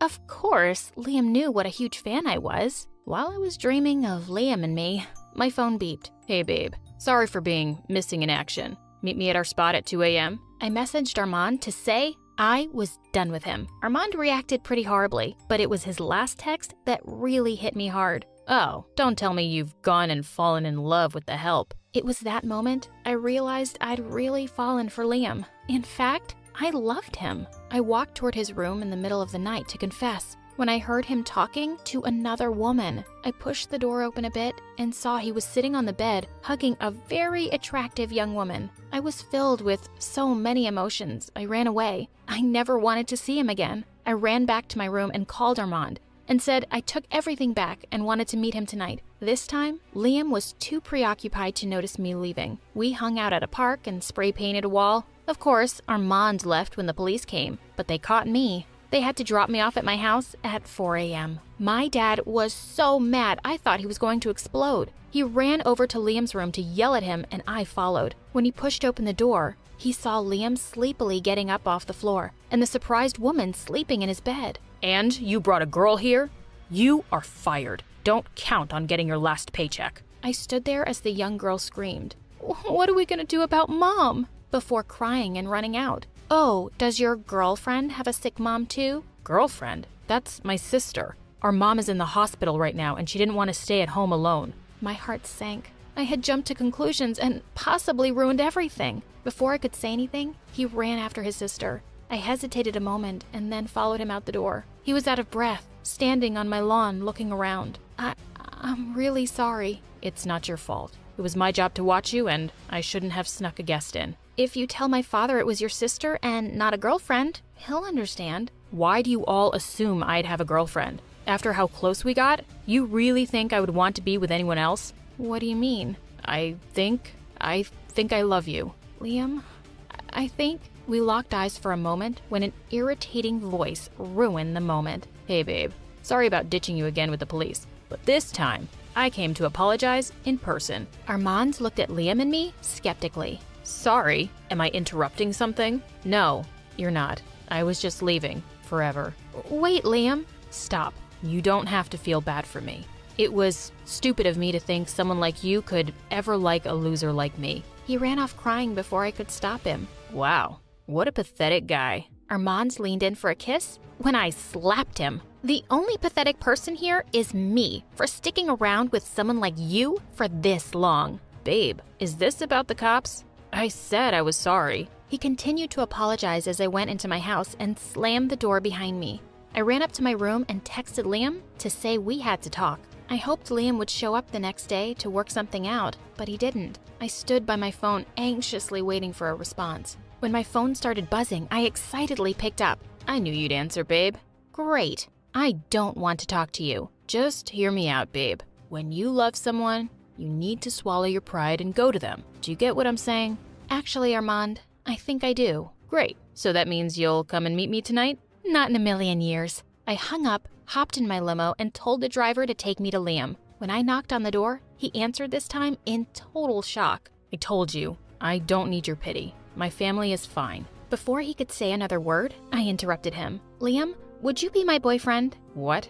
I don't understand. I don't understand either, Liam, but I love you. I love the way you help your family and work hard no matter how horrible I'm being. I love the way you cry at movies and always have my best interests at heart. Now, I'll only ask one more time. Will you be my boyfriend? Nothing would make me happier. We smiled at each other, and he got closer when his sister suddenly said, "So, your babysitter is now your boyfriend? We should send this story to My Story Animated. I'm pretty sure people would love it." Hey, I'm Celine, but my dad calls me Cece. My parents were always super rich. They had it all. Huge mansions, fancy cars, even their own helicopter. Mom really believed in keeping away bad luck, so she did all the crazy, superstitious stuff, like avoiding the number 13 and hating black cats. The day I was born, though, Mom almost dropped me when the nurse handed me to her. What is that? Look at her eyes. She's Satan. Get this devil away from me. Well, yeah, my eyes were a little different than others. One was blue and the other was green. But for some reason, my stupid mom thought it was the devil and meant bad luck. Growing up, Mom never really cared about me. Once, when I was 4, I gave my mom an invitation to the party that our teacher was having to celebrate Mother's Day. And Mom said, "To celebrate what? Giving birth to the devil? My life was way better before you. Your teacher is stupid and doesn't know what it's like to raise an enemy. Yes, you're my enemy. Just get lost." I went crying, and Dad hugged me and said he would attend the party himself, and we had a great time. When I was in the 3rd grade, Dad got me a puppy, and I was super happy. But the moment Mom saw her, she took her immediately. "This puppy is mine. I need someone to make me feel like a mom since I don't see you as a daughter." She kept the puppy for herself, but a week later, the puppy died. Mom went ballistic and said it was my fault. I got mad and threw my ball at her, but it hit the TV and broke it. Oh, God, I told you, this girl is trouble for me. She's cursed. When I was in the 7th grade, she started taking me to shamans to have my curse lifted. I was sick of her nonsense, so I decided to get back at Mom. Before the shaman could start her chants, I climbed on her table and went all Tarzan, screaming something in Latin. Mom got super scared and the shaman ran out of her own freaking house. It was hilarious. But Mom was more convinced than ever that I was evil. She even told my teachers at a parent-teacher meeting, and my classmates' parents told them not to sit with me. I was alone there. When I was in the 10th grade, my parents had set up a new office in LA, so they decided to move there for a couple of years. I was super excited because I wanted a fresh start at school where no one would call me a freak. So the first thing I did was get myself some cool blue contact lenses. LA was so big and lively. I loved it there. On my first day of school, I received a warm welcome and even compliments on my eyes. A couple of days later, I saw the poster for cheerleading auditions and I decided to try my luck. And to my amazement, I got in. The captain of the cheerleading team, Tiffany, was super friendly to me. "I want you on the squad, girl." And just like that, I joined the group of the most popular girls in the school. I couldn't believe it. My life was getting better and better over the weeks. That is, until Tiffany offered to drive me home one day, and I happily said yes. But when we got home, we saw Mom outside, and she looked scary. She started calling out to me nonstop. I turned to Tiffany. "That's our maid, but Mom fired her because she's a thief. She keeps coming here like a crazy person. Ew." "It's okay, Tiffany. You can go now. I'll deal with her." Mwah, mwah. When Tiffany drove off, I walked to Mom. "What now, Mom?" "Did you say to your dad that you liked my new car? You did? That's why it got burned today. You useless, bad luck girl." "Mom, that's the stupidest thing I've ever heard. Just leave me alone." I left her screaming and walked away. Just then, I bumped straight into a boy who was also running like crazy. He held my hand and said, "Run!" So I ran, as fast as I could. After a few minutes, I stopped him and I said, "Why are we running?" "Oh, from my crazy dad. He thinks I brought him bad luck, and he's furious now, and I just ran away. Oh, by the way, I'm your neighbor." "Oh, that's a lot of things we have in common. A crazy parent and the same neighborhood." "Oh, yeah, I know your mom. She is...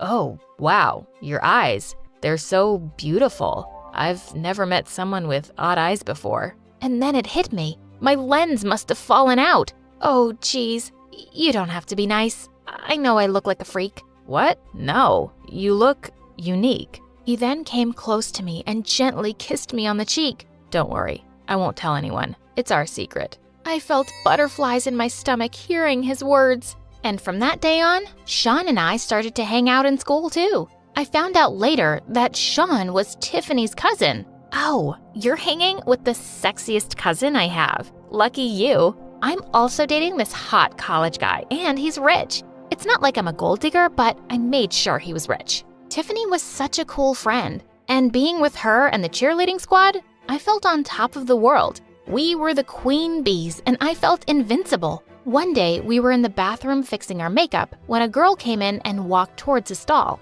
But Tiffany stopped her. Hey, weirdo, leave the bathroom. We're having a private talk here. But I really need to pee.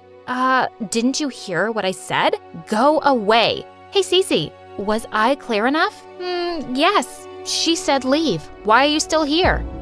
Because I need to go to the bathroom? No, she said leave. I tried to drag her away, but I forgot that I was still holding the eyeliner in my hand, and I accidentally poked her shoulder with it. She pushed me away, and I pushed her back hard, and she fell on the ground. She held her arm and screamed in pain. Tiffany and I freaked out and ran away. The girl later complained about us, and Tiffany and I were called into the principal's office. To make matters worse, Dad was there. He was so disappointed. You weren't letting that poor girl go to the bathroom? This isn't how I raised you, Cece. A bully? Who are you? His words made me realize what I'd done. I had tears in my eyes, and the way Dad looked at me broke my heart. I didn't mean to.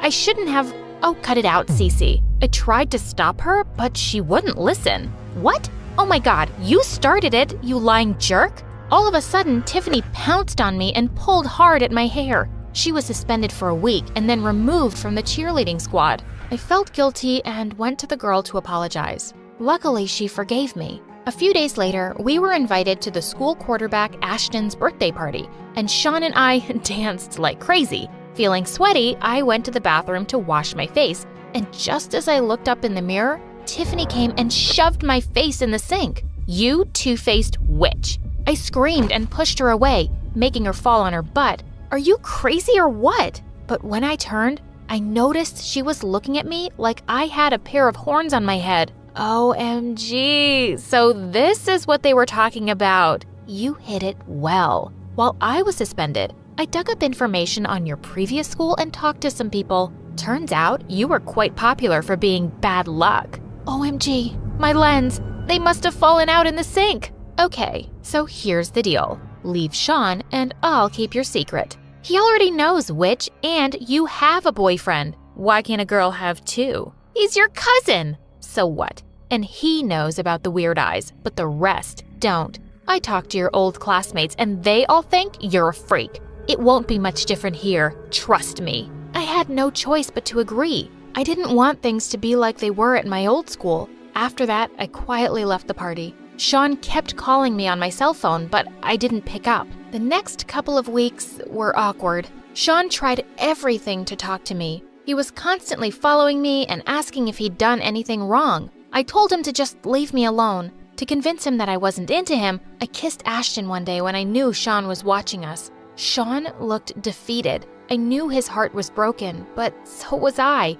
Tiffany was by his side and held his hand with a wicked smirk on her face. I hated her. The very next day, I was sitting in the cafeteria when Tiffany suddenly came and knocked my sandwich out of my hand and then squished it with her foot. I just heard. You were made head of the cheerleading team. I think you should turn down the position. Don't you agree? 'Cause otherwise, you know what happens. OMG! Now she was blackmailing me to leave the squad? That was it. I was done with that bully. I stood up and shoved her away. What will you do if I don't? Tell everyone my secret? Wait, let me help you. And then I climbed onto the cafeteria table. May I have your attention, please? I want to tell something about myself that I've been hiding from all of you. And then I removed my blue lens and threw them at Tiffany. Yup, I've got odd eyes. I'm freaky. Want to come and take a closer look? Go ahead. But the reaction from my schoolmates was not what I expected at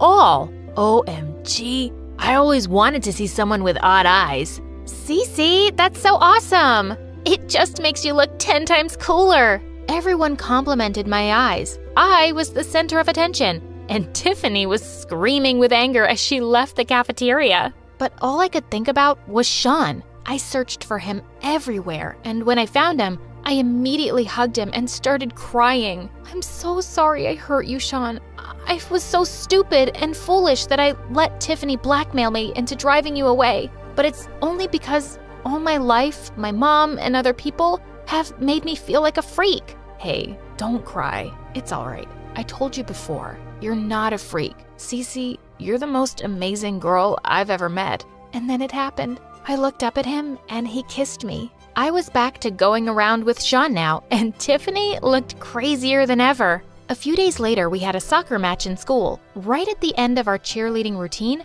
we were in the pyramid position and I was on top when I felt something hit my head. I lost my balance and was about to hit the ground, but the other cheerleaders caught me just in time, and they started screaming. OMG, it was Tiffany! Yeah, I saw her throwing a stone. She's a psycho! I knew Tiffany hated me, but this was next level psycho. Like a raging bull, I charged towards Tiffany and we both fell on the ground. You witch, why can't you just leave me alone? Leave you alone? Oh, I will destroy you, Cece. You became the cheerleading captain and you got Sean? No. Not on my watch. Sweetie, it's already done. The cheerleading squad had called the principal and Tiffany was expelled. When I got home from the game that day, Mom noticed I wasn't wearing my lens, and she flipped out. You've been going around like this? God knows what bad luck is going to come my way now. Go wear your lens. It makes me sick looking at you like this. You know what, Mom? Don't look at me. In fact, don't talk to me either. Just pretend I don't even exist. I'm just so sick of your stupid nonsense. All my life, you made me think I'm some kind of freak. But the only abnormal person I know is you. How dare you? Mom lifted her hand to slap me, but before she could, Dad caught her hand and pushed her away. Pack your bags and get out. What? Get out before I call the cops. You've hurt my daughter long enough. I'm not putting up with you anymore. Goodbye and good luck. Mom kicked and screamed, but Dad just threw her bags out. Then Dad hugged me. I love you, Cece, and I'm so proud of you. I love you too, Dad. And since then, our lives have been so much better.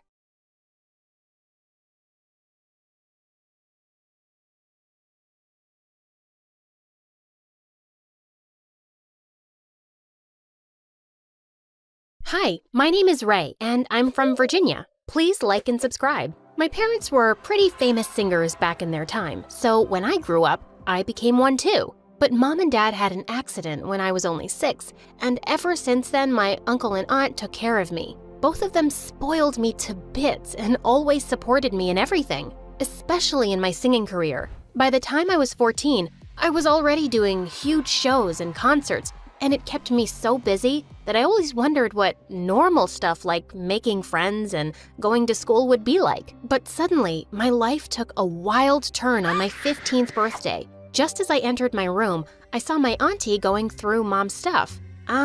What are you doing in here? Hey, honey, happy birthday. I was just missing your mom so much today. Came to see these pictures and stuff that belong to her. I hope you don't mind. Aw, thanks, Auntie. And of course not. This belongs to you as much as it belongs to me. After that, she got me to sign some papers for my upcoming show and hugged me tight. We have the greatest surprise party for you, sweetie. You're gonna love it. And it was actually awesome. It was my biggest concert ever, and I was gonna sing in front of my biggest live audience. I was jumping with excitement backstage, and that's when I heard the most shocking thing of my life. Now that we have my cunning sister's real will, and we got that orphan brat to sign the property papers, everything will be ours, honey. Yeah, and all that money she's gonna make, we'll bite on that too. We're gonna be so rich. OMG, who were these people? I pushed the curtain aside and confronted them. You blood-sucking mosquitoes! I can't believe you'd be so greedy and evil. You're gonna what? There's nothing you can do now. We are the freaking owners of everything. Your money, your life, and your soul. Yes, sir, and now you're gonna make more money for us, so get your butt on that stage and do what you trained for. No, there's no way. I'm not gonna do anything you guys say. That's enough. I'm not asking. I'm giving you an order. Security, watch over this room and don't let her out until the show starts. Oh, God, no!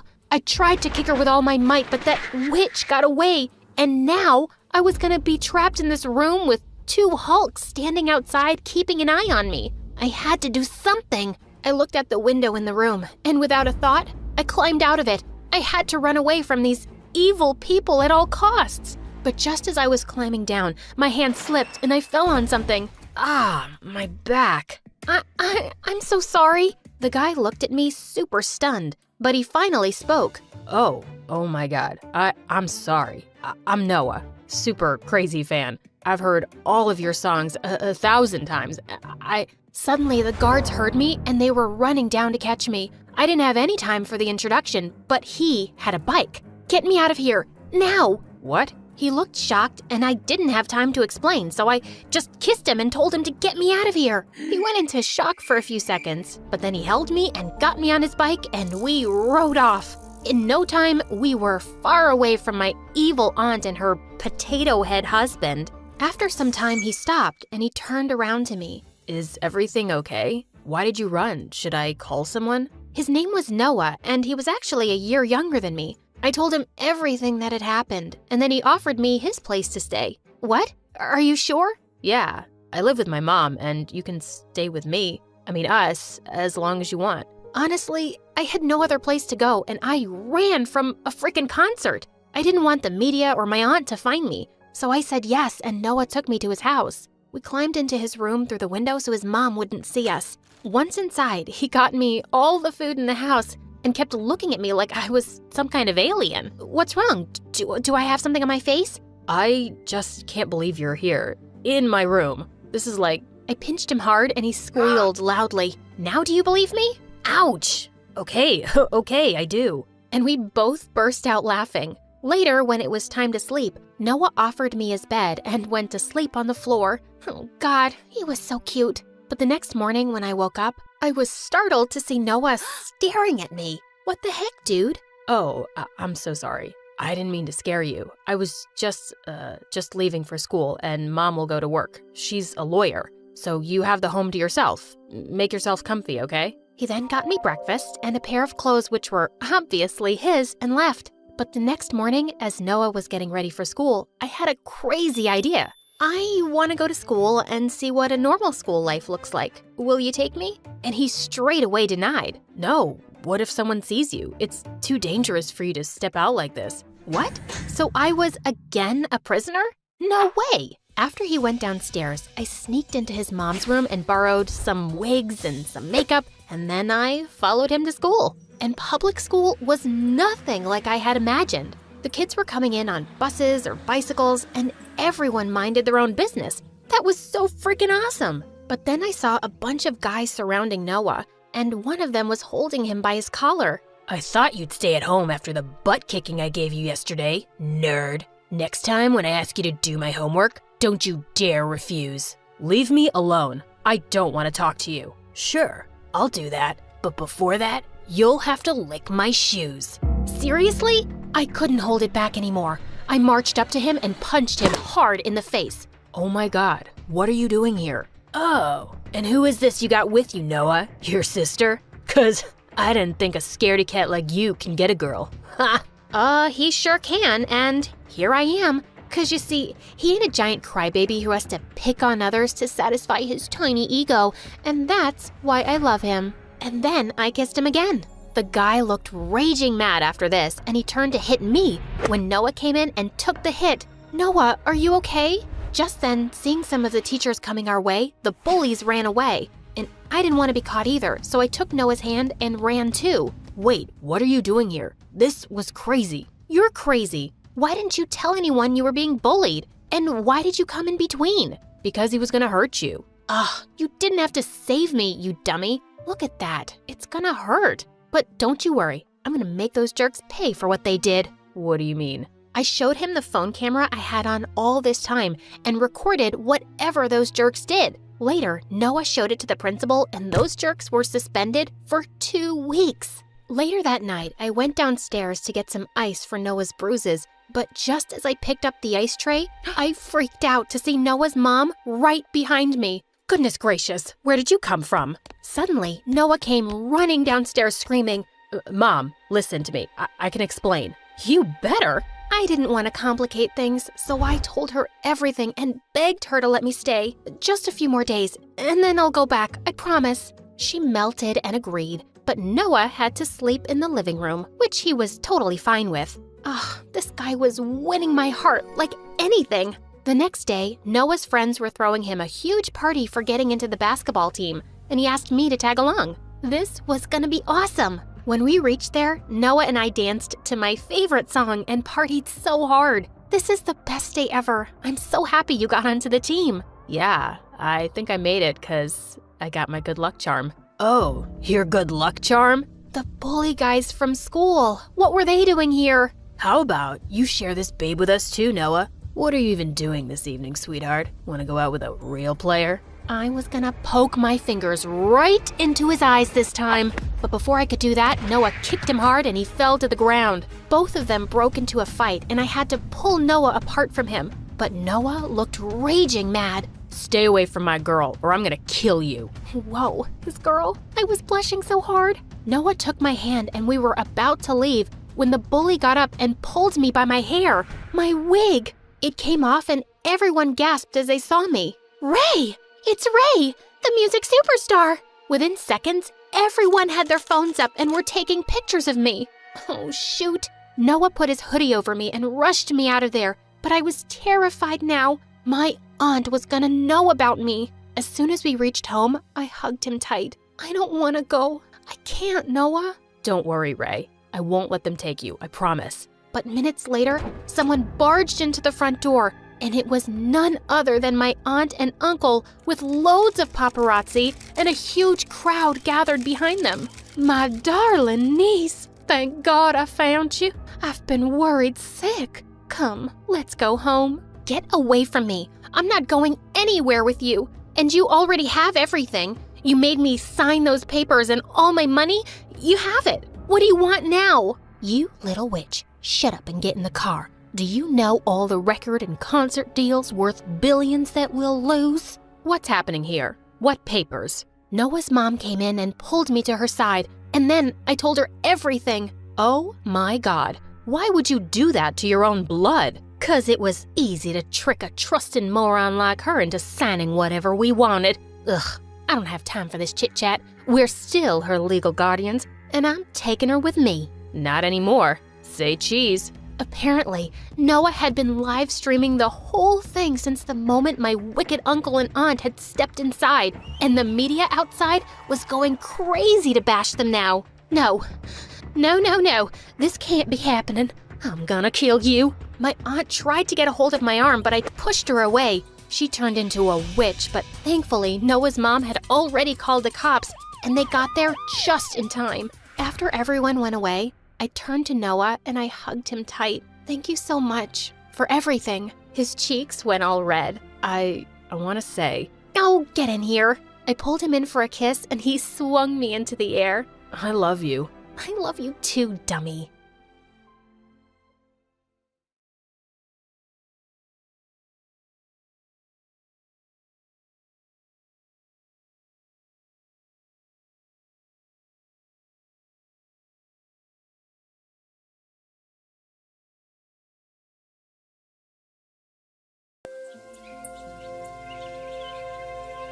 Hello, I'm Lily from Canada. Please like and subscribe to MSA. Growing up, I was a healthy and strong kid who wasn't afraid to jump from high walls or do anything extreme, but I could only imagine all that because my parents were so overprotective. Once when I was 4 and Mom took me to the park, I started doing handstands and cartwheels with another child, and all the moms were cheering us on. But my mom started to panic. Lily, where did you learn to do those dangerous stunts? From TV. There's this cool dance program and... Enough. We need to go home. From that day onwards, Mom and Dad stopped watching anything with dance, gymnastics, or any physical activities. When I was in 3rd grade and wanted to be part of an extracurricular dance for school, they never allowed me. You guys are so unfair. You know how good I am with my feet.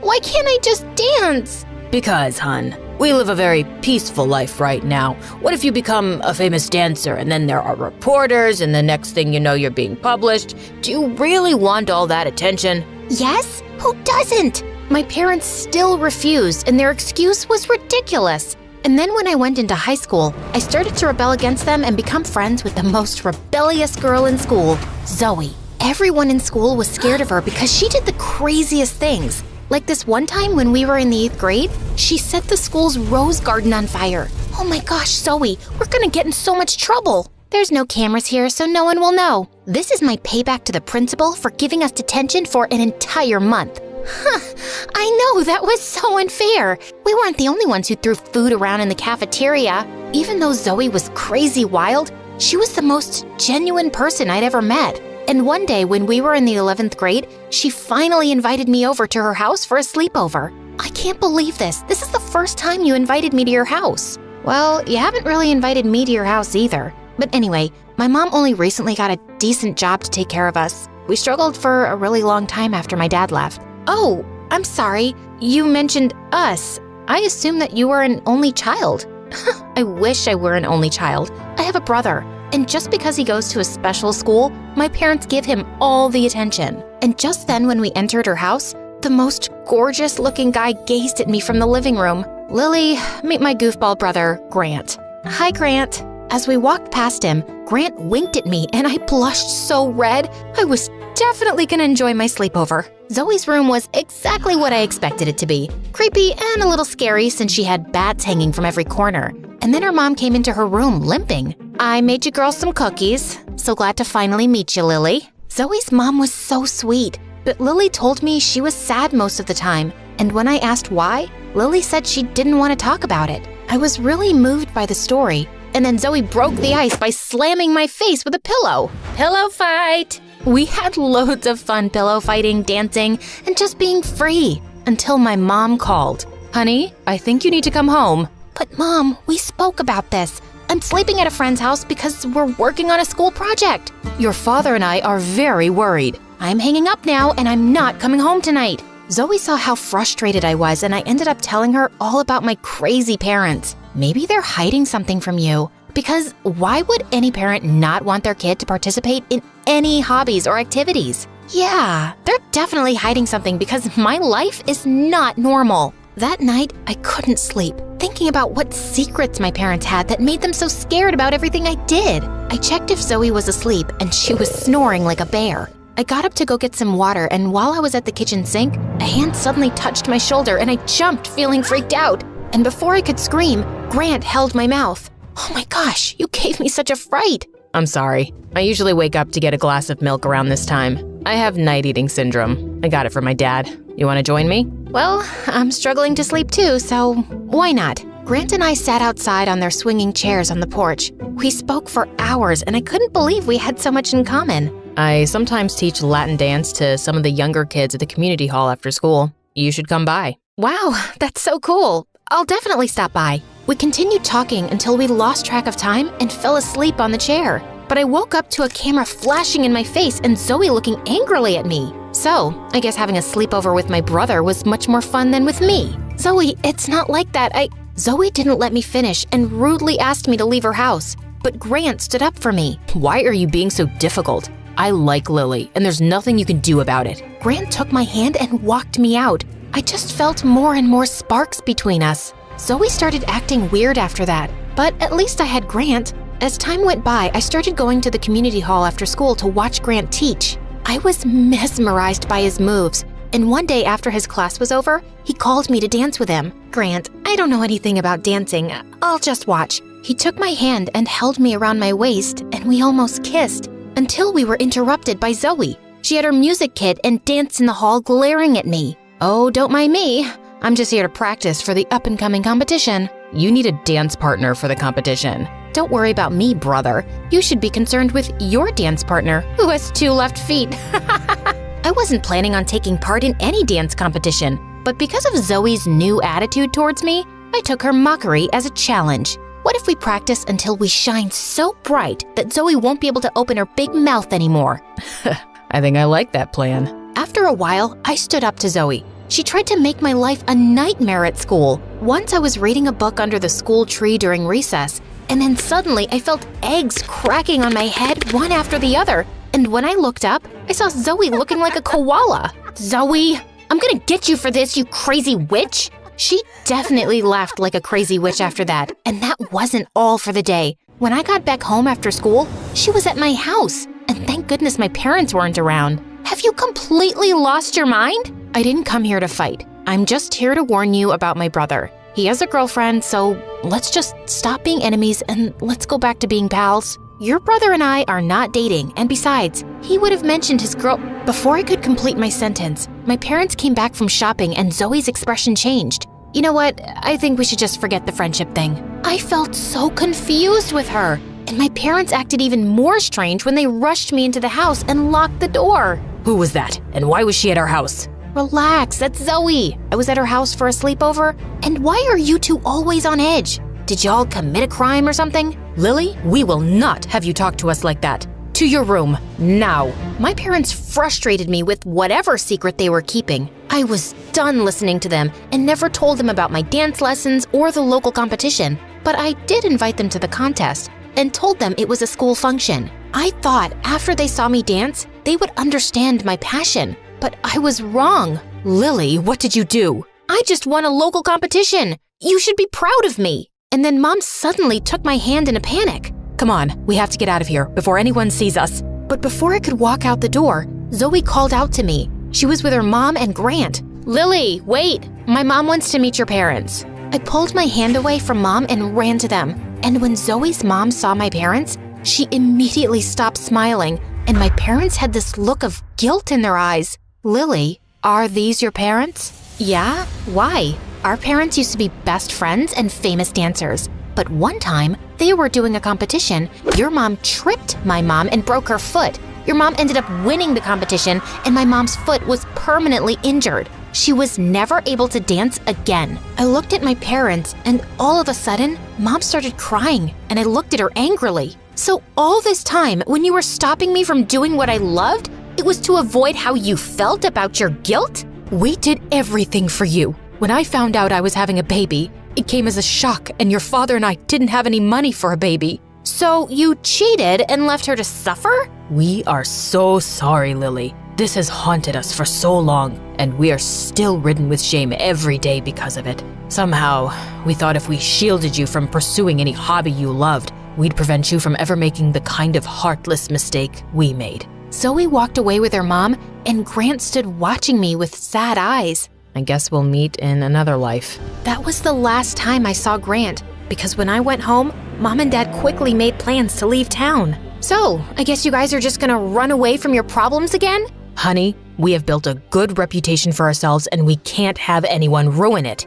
Yeah, whatever. I was so disappointed in my parents, and after we moved, I was homeschooled, which I hated, but stuck through it, and whenever I felt like dancing, I did it in my bedroom. And then one day, when I was in the 12th grade, I was tired of being indoors all the time, so while my parents were out, I decided to take the bus to visit Zoe and Grant. The bus rode for hours before we could reach the town, and when I finally got there, it was so dark. As I walked to Zoe's house, I could feel someone following me. And then suddenly, the person who was following touched my shoulder, and I screamed, "Ah!" Calm down, it's me. Grant! I immediately hugged him tightly, crying. I had all these emotions bottled up inside, and seeing him, I couldn't hold back anymore. I am so sorry about what my parents did to your mom. Please, don't hate me. I don't hate you, Lily, but I don't think I can ever forgive your parents for what they did to my mom. But it's about to rain. Your parents are waiting at my house. I was shocked that my parents would even show their faces in this town. And when I got there, Mom ran to me crying. "Oh, Lily, we were worried sick. How are you guys here?" When we didn't find you home, we asked everyone we could in the complex. And then finally, a little girl said she saw you get on the Kibler bus. And that bus only goes to one town. I was shocked that Zoe and her mom allowed them into her house. And then Zoe looked at me sternly. "Why would you run away from your house to come here? Don't you get it? We don't like your family." Wow, I thought maybe over the years you would have grown a heart. Zoe and her family still couldn't find it in their heart to forgive my parents, and I had to accept that. My parents took me back home, and I eventually moved on. And one day, Mom and Dad gave me an envelope. When I opened it, I was so surprised. They applied for me to study dance in one of the best universities abroad. Wow, Mom, Dad, are you sure you want this for me? Dance is what you love, and we deprived you of it for too long. Yes, we will support you every step of the way. My parents finally started being supportive, and I sent the university my audition clips, and I immediately got accepted. I lived in New York for 5 years training as a professional dancer, and one day I was chosen to perform in the biggest theater production called The Nutcracker. We traveled everywhere, and one day we were set to perform in my previous town. I went to my favorite cake shop and was shocked to find Zoe dressed up like a hobo. Zoe, is that you? Lily, my friend, can you spare me $1? I'm starving. She smelled awful, and instead of giving her $1, I bought her a meal, and after she ate the food,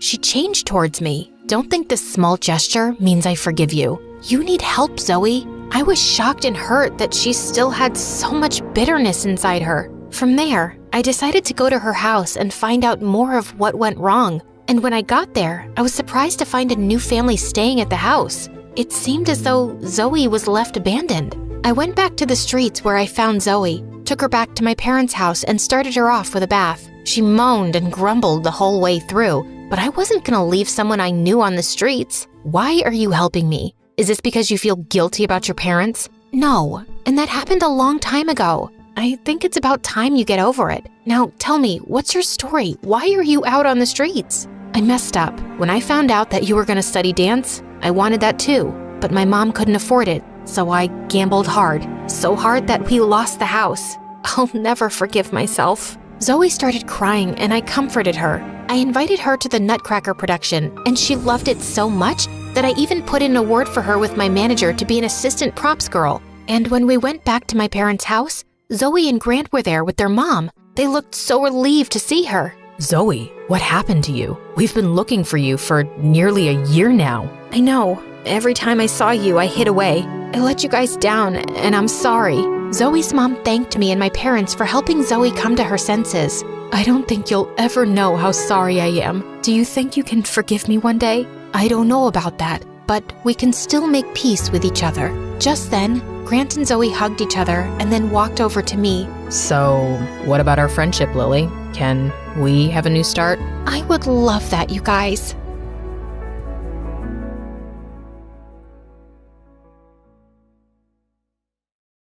Hi, my name is Ava, also known as the Vampire Girl, and it's all because I had the meanest parents. But before I continue, please like and subscribe. I was born in a small town in Romania, and growing up, I realized that my parents were weirdos. For starters, they were always talking in whispers to each other, which was so annoying, and they never left the house. They wouldn't go out for work or even groceries. A box of supplies just mysteriously arrived every week. Every day, Dad would spend hours reading the newspaper and circling stuff on it with a red marker. Once when I was 4, I kept asking him to pour me cereal, but he kept ignoring me. So I leapt onto the table and put my foot in his bowl, spilling it all over his newspaper. And Dad went bonkers. Oh my God, do you realize what you've done? You're such a nuisance. Here, take the whole box. Just leave me alone, you idiot. Gosh, I wished I could just leave them forever. They didn't even love me. We never had any visitors, but when I was 5, Grandma came to see us once, and she brought me an adorable cat. I was so happy, but of course, my parents were not. A pet? We already have Ava. It's hard enough to take care of her. No, just take it back, please. No freaking way! I ran up to my room with the cat and slammed the door shut. But when I woke up in the morning, it wasn't anywhere in my room. I looked all over the house. Nothing. I just knew my parents had gotten rid of it. I screamed and cried, but they said they didn't know anything. Liars. Before they could stop me, I just ran out the front door. I was never going back. It was a really sunny day, and as I kept running, my skin suddenly started turning really red and itchy. I looked up at the scorching sun, and my whole body began to burn. Ah! I let out one huge scream and fainted.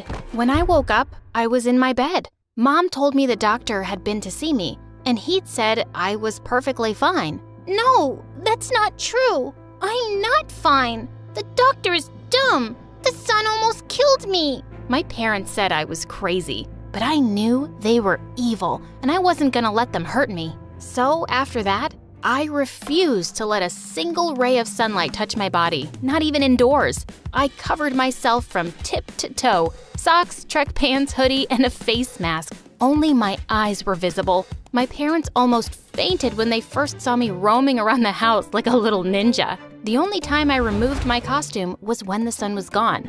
I'd never go out during the day. I even insisted on being homeschooled. But by the time I was 13, my parents refused to homeschool me anymore. There's nothing wrong with you. Just go to school. It's been years since you last walked under the sun. It's because I'm allergic to the sun. You just want me to die?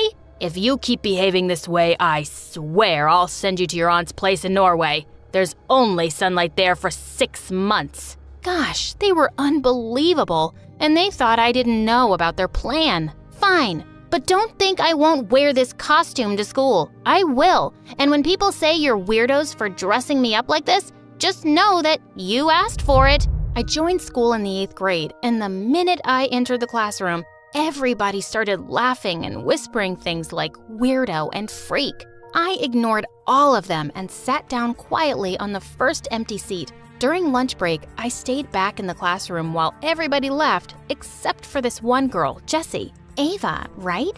I'm just curious. Why are you dressed like a garbage bag? I'm allergic to the sun. It burns my skin. She started laughing and just left. Soon enough, I discovered she was the meanest girl around, and she'd pick on me every chance she got. Once she put a fart bag on my seat just as I was sitting down, and the farting sound had everyone howling with laughter. Another day, I solved a math problem on the board, and as I was returning to my seat, I slipped on some water and fell on the floor. That's where your place is anyway, weirdo. I ignored Jessie's stupid pranks, but one day, she went too far. I was standing under some shade and enjoying a baseball match when suddenly, Jessie came out of nowhere and dragged me into the sun. She started to pull my hoodie off, and I bit her hand really hard and ran away as she screamed. You crazy freak! Are you a vampire?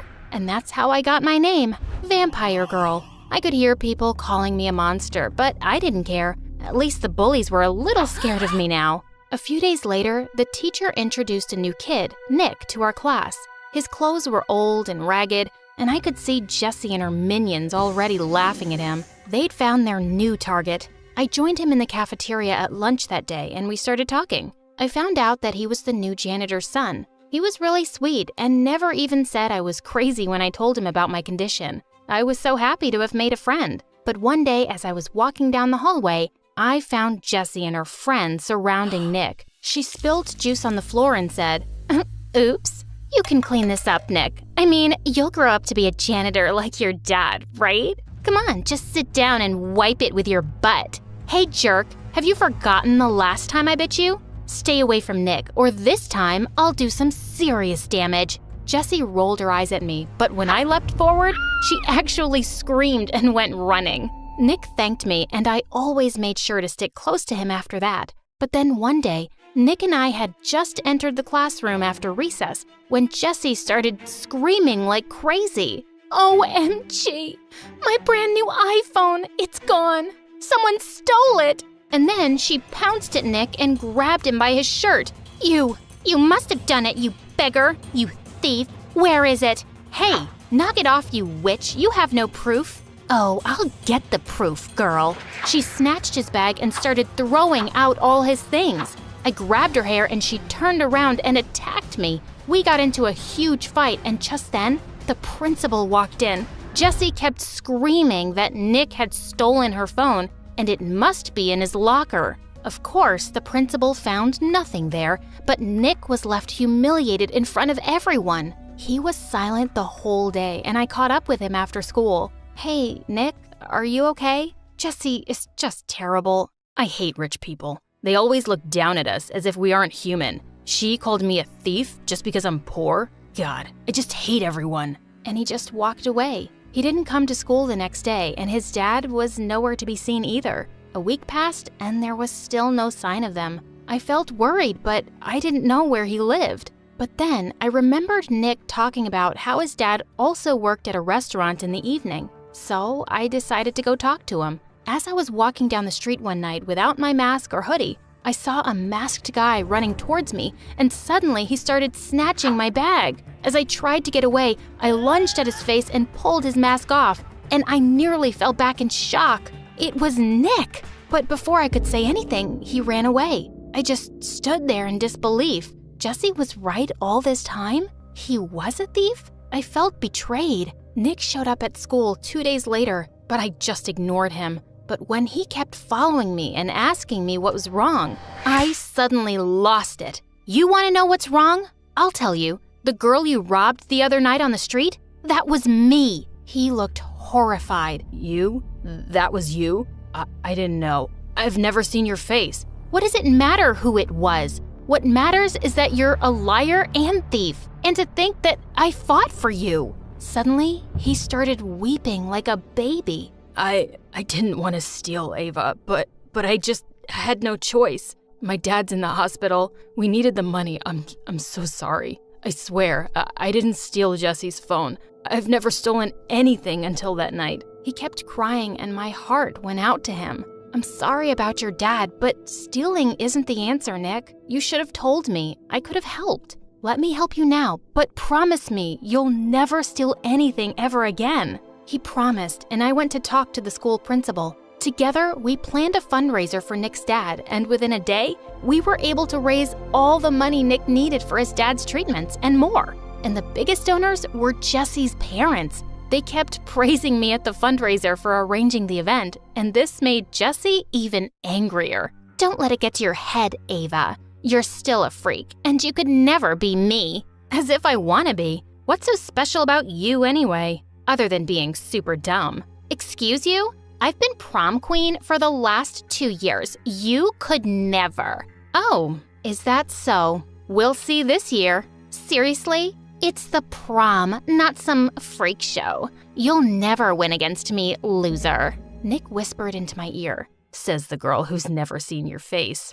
I bought a beautiful red dress for prom. Since it was at night, it was the first time anyone in school would be seeing me without my mask and hoodie. As soon as I entered the hall, I saw people turning around and asking each other who I was. Just then, Nick came to me and took my arm. Ava, you look beautiful. That's Ava? The vampire girl? I can't believe it was that face behind that mask all this time. She's gorgeous. Jessie looked furious when she saw everyone's attention was on me. And to my shock, I was actually voted as that year's prom queen. As I was being crowned, suddenly Jessie came charging at me on the stage, trying to rip the crown off my head. But then something strange happened. The bullies who used to pick on me saved me. They all stopped Jessie and took her away. Don't lay a finger on our prom queen. That was amazing. Things at school started getting better. Everyone was super nice to me now. Nick was tutoring kids after school,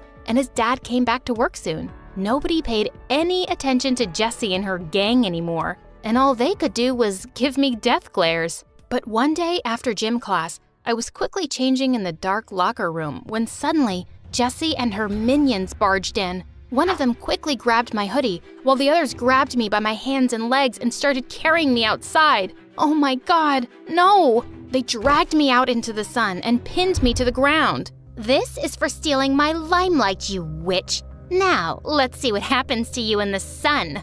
I hope you melt and disappear. Suddenly, someone pushed the girls away. It was a teacher, and Nick. While the teacher dragged the bullies off to the principal, Nick quickly took me inside as I cried like crazy. Hey, you're okay now. And your skin? It looks totally fine. It's not even red, Ava. Does it hurt or burn? I looked all over my arms and realized he was right. There were no rashes, and it didn't itch or burn at all. Was my condition gone for good, or had it just been all in my head? When I went back home that day, my parents were shocked to see me. Ava, where's your hoodie and your mask? Mom, Dad, I was out in the sun, and nothing happened to me. Was I just crazy all this time? They hugged me tight and actually started to cry. Sweetheart, We tried to tell you it wasn't real. You just got a bad sunburn as a kid, and you let that fear get so big in your head.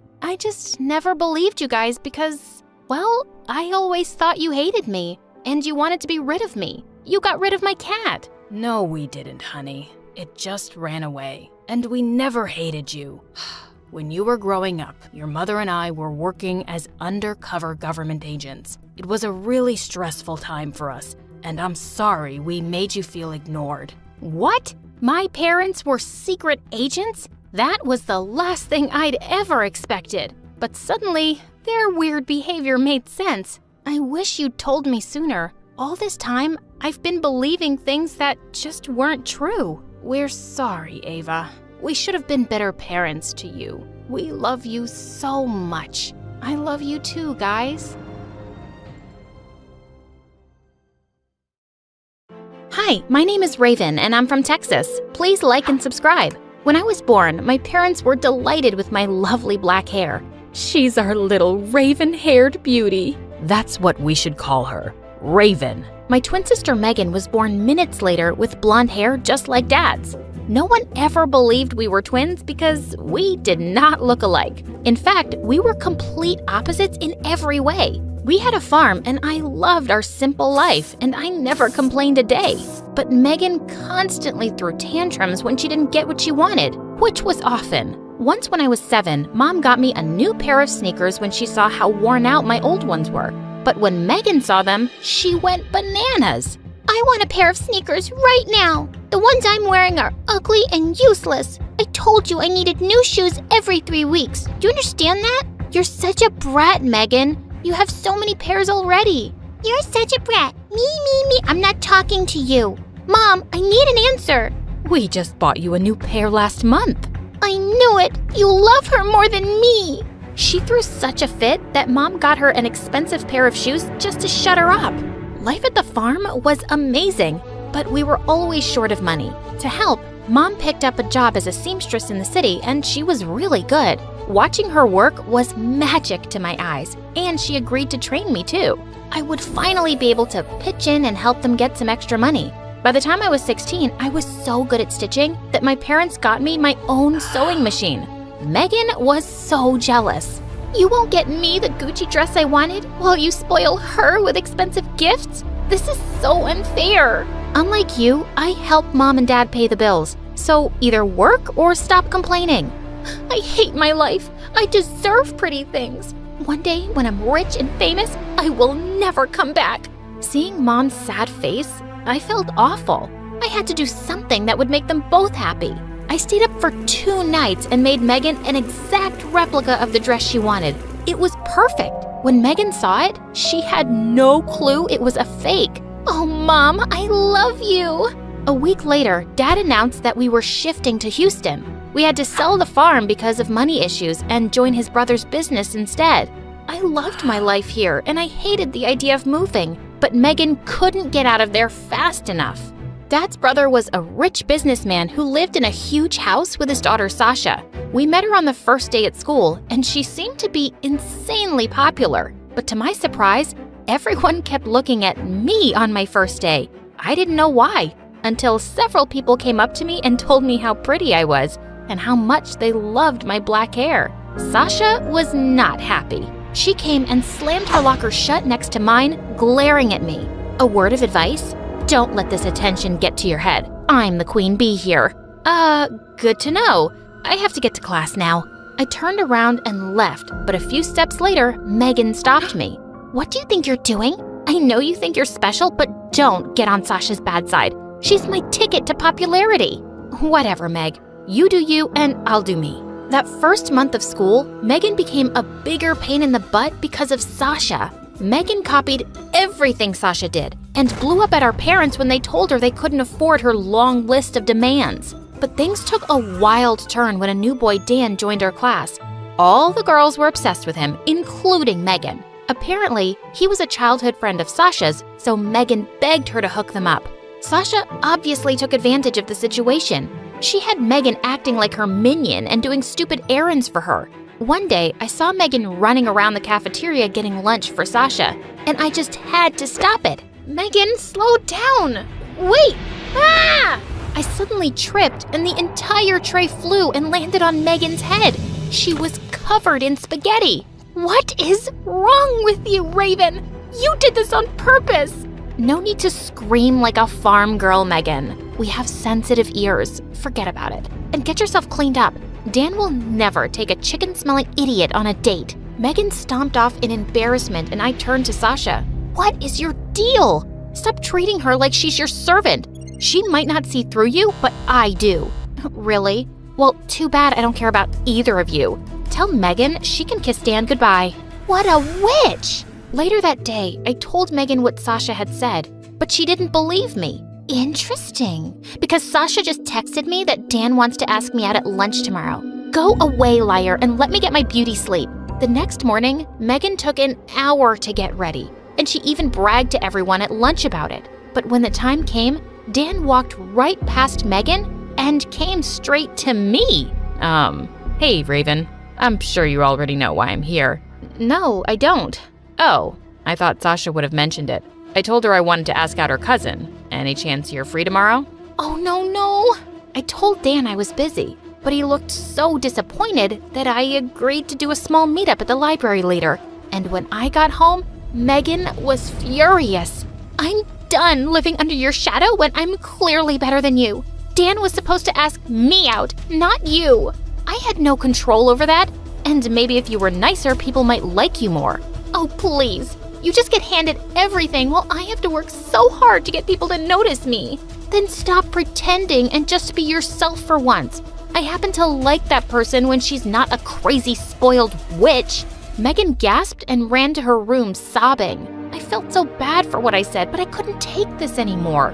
I met Dan the next day at the library and learned that we had one thing in common: our love of fashion. His mom owned a huge fashion house and he knew everything there was to know about clothes. We decided to be friends and I invited him to our birthday party. Maybe if he got to know Megan, he'd see how great she was. It was supposed to be a small party, but that evening, the doorbell just kept ringing. Soon, over 100 people were crammed into our small apartment, and I overheard some girls saying that Megan had invited the entire school. She wore the dress I'd made for her and bragged to everyone about how expensive it was. But she had no idea that it was a fake. OMG. Do you expect me to believe that this is genuine Gucci? Please. I turned around to see Sasha laughing at Megan. Of course it is. My mom bought it for me herself. Oh, sweetheart. I can smell a fake Gucci from a mile away. And this one stinks.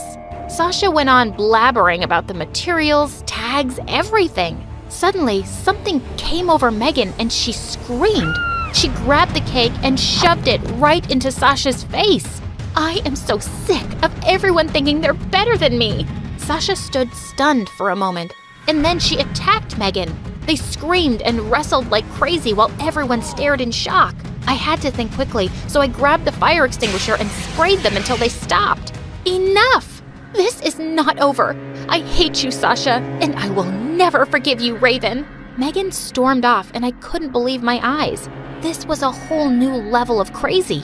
But the next morning, I forgot all of Megan's drama when I went downstairs and found out Dad was feeling really unwell. The next thing we knew, we were in the hospital with doctors telling us that he had a heart condition. He was out of danger, but he still needed care for the next few weeks. I helped Mom do house chores and take care of Dad, while Megan never even moved a finger, like always. Later that week, I was just getting back home after some errands when I saw Megan with Sasha coming out of a super expensive store and carrying shopping bags. And they seemed as close as ever, like the fight never happened. But the next day at school, I was walking down the hallway when Sasha suddenly pulled me into an empty classroom. Hey, what? Just listen to me, okay? I'm worried about Megan. She's been really weird lately. Yesterday at the mall, we almost got busted because Megan stole an expensive top and threw a huge tantrum when she got caught. I had to pay for it. And she's been saying some really crazy things too. And why should I believe anything you say? All you've done is make things worse between me and Megan. Look, I know things that may shock you. Like that big scar on your stomach, I know about it. I was surprised Megan had mentioned it. It was a scar I got when I fell off my bicycle once as a kid. Okay. So Megan told you about it. Big deal. It was a dumb accident from when I was 7. That's not what she told me. It wasn't an accident. Megan said she messed up your brakes on purpose so you'd get hurt. I'm telling you, there's something very wrong with that girl. I just pushed her aside and walked out of there, but I felt a bit sick in my stomach. Could Megan really have done that? The next day, Dan came to visit me with some exciting news. His mom had seen a picture of the dress I'd made for Megan. She loved it and wanted to meet me. She wants you to bring the dress and come for an interview at her company. I was so excited. A job like this could really help us out, so I agreed immediately. I asked Megan if she could give me the dress, and she shot me the weirdest smirk as she fetched it from her cupboard. This dress? Just then, she grabbed a pair of scissors and ripped it apart. Megan, no! Oops, I slipped. She tossed the dress aside and walked off as I watched in horror. I called Dan and begged him to buy me another day so I could make a new dress, but he gave me an amazing idea. Why don't you just add a few things to the same dress and make it edgy? I did just that, and Dan's mom was stunned by my talent. She offered to take me along for the next Paris Fashion Week. She was all set to offer me a job afterwards too, and I was on top of the world. But just a day before my flight, Dad felt sicker and I decided to cancel my trip. No, Raven, you can't miss this. You have to go. I'll be fine, love. I'm here, don't worry. The unpaid nurse. Go, go, live your dreams, princess. I wasn't too sure about leaving my parents alone with Megan, but they insisted. And Paris was a dream come true. I also got a chance to wear my design and people showered me with compliments. I still had 3 days left in Paris when one morning I got a frantic call from Mom. I'm so sorry to ruin your trip, Raven, but we need you here. Megan ran away with all our money, and all I have is a note saying that she's chasing her dreams and never coming back. This girl had gone completely off the rails.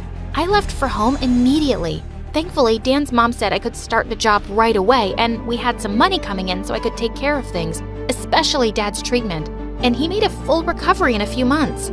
I worked really hard and designed some brilliant outfits, and within a year, Dan's mom was so happy with me that she relocated us to New York to run her store and offices there. Life was good, except for the fact that we couldn't stop wondering what had happened to Megan.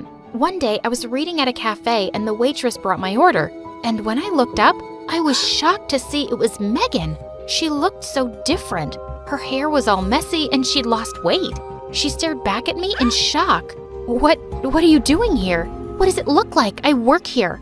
I know you're some big shot designer now, so please don't rub it in my face. Wow, I see you haven't changed much. That's all you have to say to me? Typical. What else should I say, Megan? You're meeting me after so long and you don't feel a tiny bit of shame? For hurting your sister, for robbing our parents, for breaking their hearts? You're still just as awful as ever. I got up and started walking away, but suddenly she grabbed my arm and started sobbing. No, please, wait. I made a lot of mistakes, and I was jealous and selfish, and I'm miserable now, Raven. I need you, please. I'll do anything. I'll be better, I promise. It has to be more than just empty words, and you need to earn my trust. I'll offer you a job on 2 conditions. You will start at the bottom and you'll work your way up, just like everyone else. And you'll get therapy. Got it? Yes! Good, then you can start tomorrow. Now come home. Mom and Dad miss you.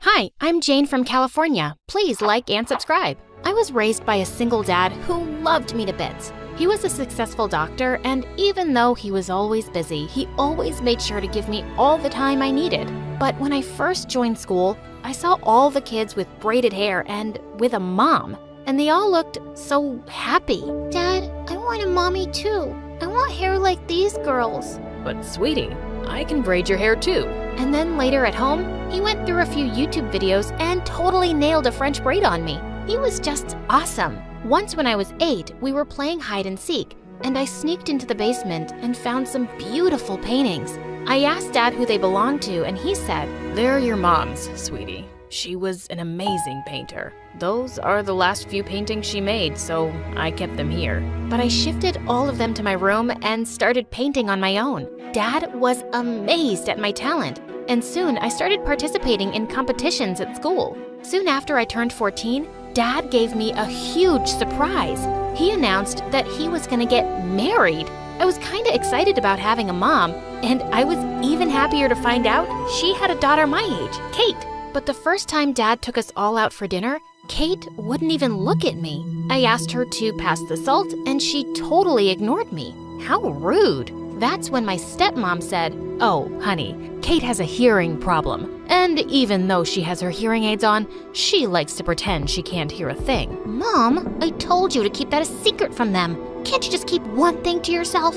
Hey, it's nothing to be embarrassed about, and we're gonna be a family soon, so we don't need to keep secrets. Oh, Jane, honey, you're so mature for your age. I'm so excited that we're gonna be a family. But Kate looked at me with red, blazing eyes. Jesus, she was scary. On the day of the wedding, when we were posing for a family photo, she suddenly stomped on my foot and I let out a scream. The photo turned out with me looking like a screaming chimpanzee, and Kate made sure she showed it to everyone who came to visit us. Arrgh.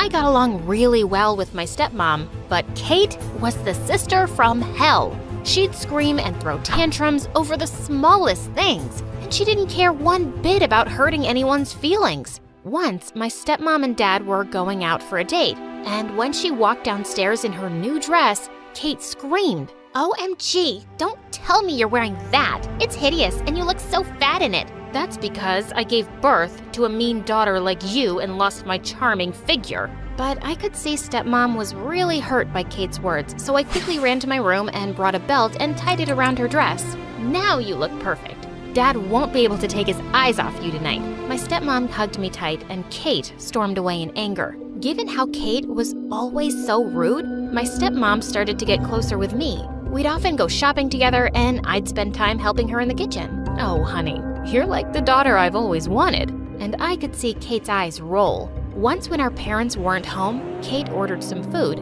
As we started eating, I felt my throat burn and I couldn't find any water. I ran around looking for it, but Kate just stood there and laughed.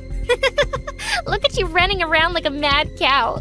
I should have added more chili to it. You witch, you did this? Yes, I did. That's for trying to steal my mom from me. She pulled out a water bottle and threw all the water at my face. That was it. I jumped on her and pulled her hair and she pulled mine. Minutes later, our parents walked in and caught us fighting like wild monkeys. She put chilies in my food But you didn't die, did you? And Mom, look what she did to me. That's enough, Kate. 1 week here and you've started to show your true colors. I'm so ashamed of you. Say sorry to Jane now. What? Have you grown old and gone crazy already? I'm not saying anything to this jerk. The next day was Kate's first day at her new school. I was in the cafeteria with my friends when I saw Kate walk in. But suddenly, she slipped on something and fell face flat on the floor. And a girl everyone knew as the school bully started to cackle. Oh God, who's this new clown in town? Do that again so I can make a video. You found that funny, you ugly-faced loser? Kate picked up the banana peel and threw it right at the girl's face. Suddenly, the bully and her minions ran towards Kate and pinned her against the wall, and that's when their eyes fell on Kate's hearing aid. Look at that. You're a freak, and you dare to mock me in front of everyone, huh? How dare you call me an ugly loser? Ow! I couldn't just stand and watch, so I got up and pushed the bully away. That's enough. Leave her alone. You really want to mess with me because of this weirdo, Jane? Who are you calling a weirdo, huh? It better be your mother. Saying that, Kate bumped her head into the bully girl's face, and she fell to the floor crying. All the other girls ran out of there to save their butts. And then Kate went all bonkers on me. I don't need you to save me. You got it? Wow. Is that your thank you? No. That's my stay the heck out of my face and my business. Mom's stupid enough to fall for your Little Miss Perfect act, but I just think you're trash. Saying that, she stormed off, and we didn't talk to each other for days. Then a few days later, I saw Kate hanging out with the frickin' bullies. But I couldn't care less. She herself had the attitude to be one. They belonged together. I had a big art competition coming up, and I was totally focused on that. But one day when I was practicing in the art room after school, I overheard some kids talking outside. Mrs. Dudley's not a teacher, she's a witch. How dare she fail all of us? We should teach her a lesson. She loves her stupid garden, right? We'll destroy her garden tonight. Tonight? But no buts, Kate. Are you in or out? You want to be part of the gang or not? Cool, let's do this. That was Kate's voice. God, this girl was really asking for trouble now. Dad and stepmom were out of town, and I kinda felt responsible for this idiot. I had to try knocking some sense into her. Later that night, when she was sneaking out, I walked into her room. Kate, I heard what you guys are planning to do. Don't do this. Those people are bad, and they're no one's friends. Why can't you keep your stupid nose out of my business? You're just jealous that I hang out with the cool kids, and you've only got your stupid paintings to keep you company. Just buzz off. And she slammed the door right in my face. Ugh, I was so done with her now. But a lot of time passed by and she didn't come home. I'd almost fallen asleep when suddenly I got a call from Kate. She sounded really scared and asked me to come get her. When I got there, she was nowhere to be found. I was beginning to think it was a stupid prank when I heard some noise coming from the bushes. Jane! Jane! I found her sitting there crying and clutching her ankle. Oh my God, what happened? When we were destroying the garden, suddenly the alarm went off and everybody panicked and started running away. But I sprained my leg and no one wanted to help me, so I hid here in the bushes. It's all right, I got you. Let's get you to the hospital first. I rushed her to the hospital and got her treated. You were right. Those people aren't my friends. And thanks? I didn't know you were familiar with that word. Look, I'm saying I'm sorry, okay? Don't make this harder for me, and please don't tell Mom. I promise I won't. After that day, we actually started to get along a bit. I thought things would finally change between us, but one day at lunch, stepmom pulled out 2 tickets from her bag and said, "Jane, sweetie, I've got such a surprise for you. I'm taking you to the world's biggest art gallery in Paris. We're gonna have so much fun together." Kate snatched the tickets from her hand and went all nuts. Just the 2 of you? Hello, woman, am I invisible to you? Your own flesh and blood? But Kate, you don't like art or traveling or anything. I've asked you so many times. So I shouldn't go to Paris? While you guys go and have fun without me? This is ridiculous. I hate you, Mom. Kate threw her spoon at stepmom and went off to her room in angry tears. She always reacted so poorly, but I felt a little bad for her too. I think we should take her. It's Paris, and I'm sure she'd love to travel with you and me. Stepmom reluctantly agreed and said she'd get her a ticket too. But the very next morning, I woke up to stepmom screaming at Kate. "You brat! I just got a call from the principal. You destroyed your teacher's garden? They recognized your face in the CCTV camera and they were going to expel you. Do you know how much I had to beg them not to? And I have to cover all the damages. Why don't you just let me live in peace for once, Kate? Why can't you just be like Jane? Why don't you just go and enjoy your vacation with your perfect daughter then? Why waste your time on me?" Kate! My stepmom grounded her for a month and refused to take her to Paris with us. I had an amazing time, but when I got back, I had the biggest shock waiting for me. I found Kate sitting in my room holding a pair of scissors, and she'd slashed all of Mom's paintings. They were all wrecked beyond repair. I let out a scream and jumped on Kate furiously when stepmom came rushing in and pulled us apart. She tore my mom's paintings. They were the last thing I had left of Mom. How could you be so heartless, Kate? Your mom's paintings? I thought they were yours. I didn't know. Kate, why would you be so awful? Sometimes I just can't believe you're my daughter. Oh, you can't believe that now? You're the one who's made me so crazy. I used to be everything to you, and now Jane's your perfect daughter? Why? Is it because of my hearing impairment? I'm not good enough now because you found someone better to love? It's not like that. I've tried and tried so much with you, but nothing seems to work. You've always made me feel like you don't even like me. At least Jane made me feel worth something. And you decided to make me feel worthless? You think you're some saint, but you're actually a horrible mother. As she ran out of the room, she pushed stepmom a little too hard out of her way, and she fell to the ground.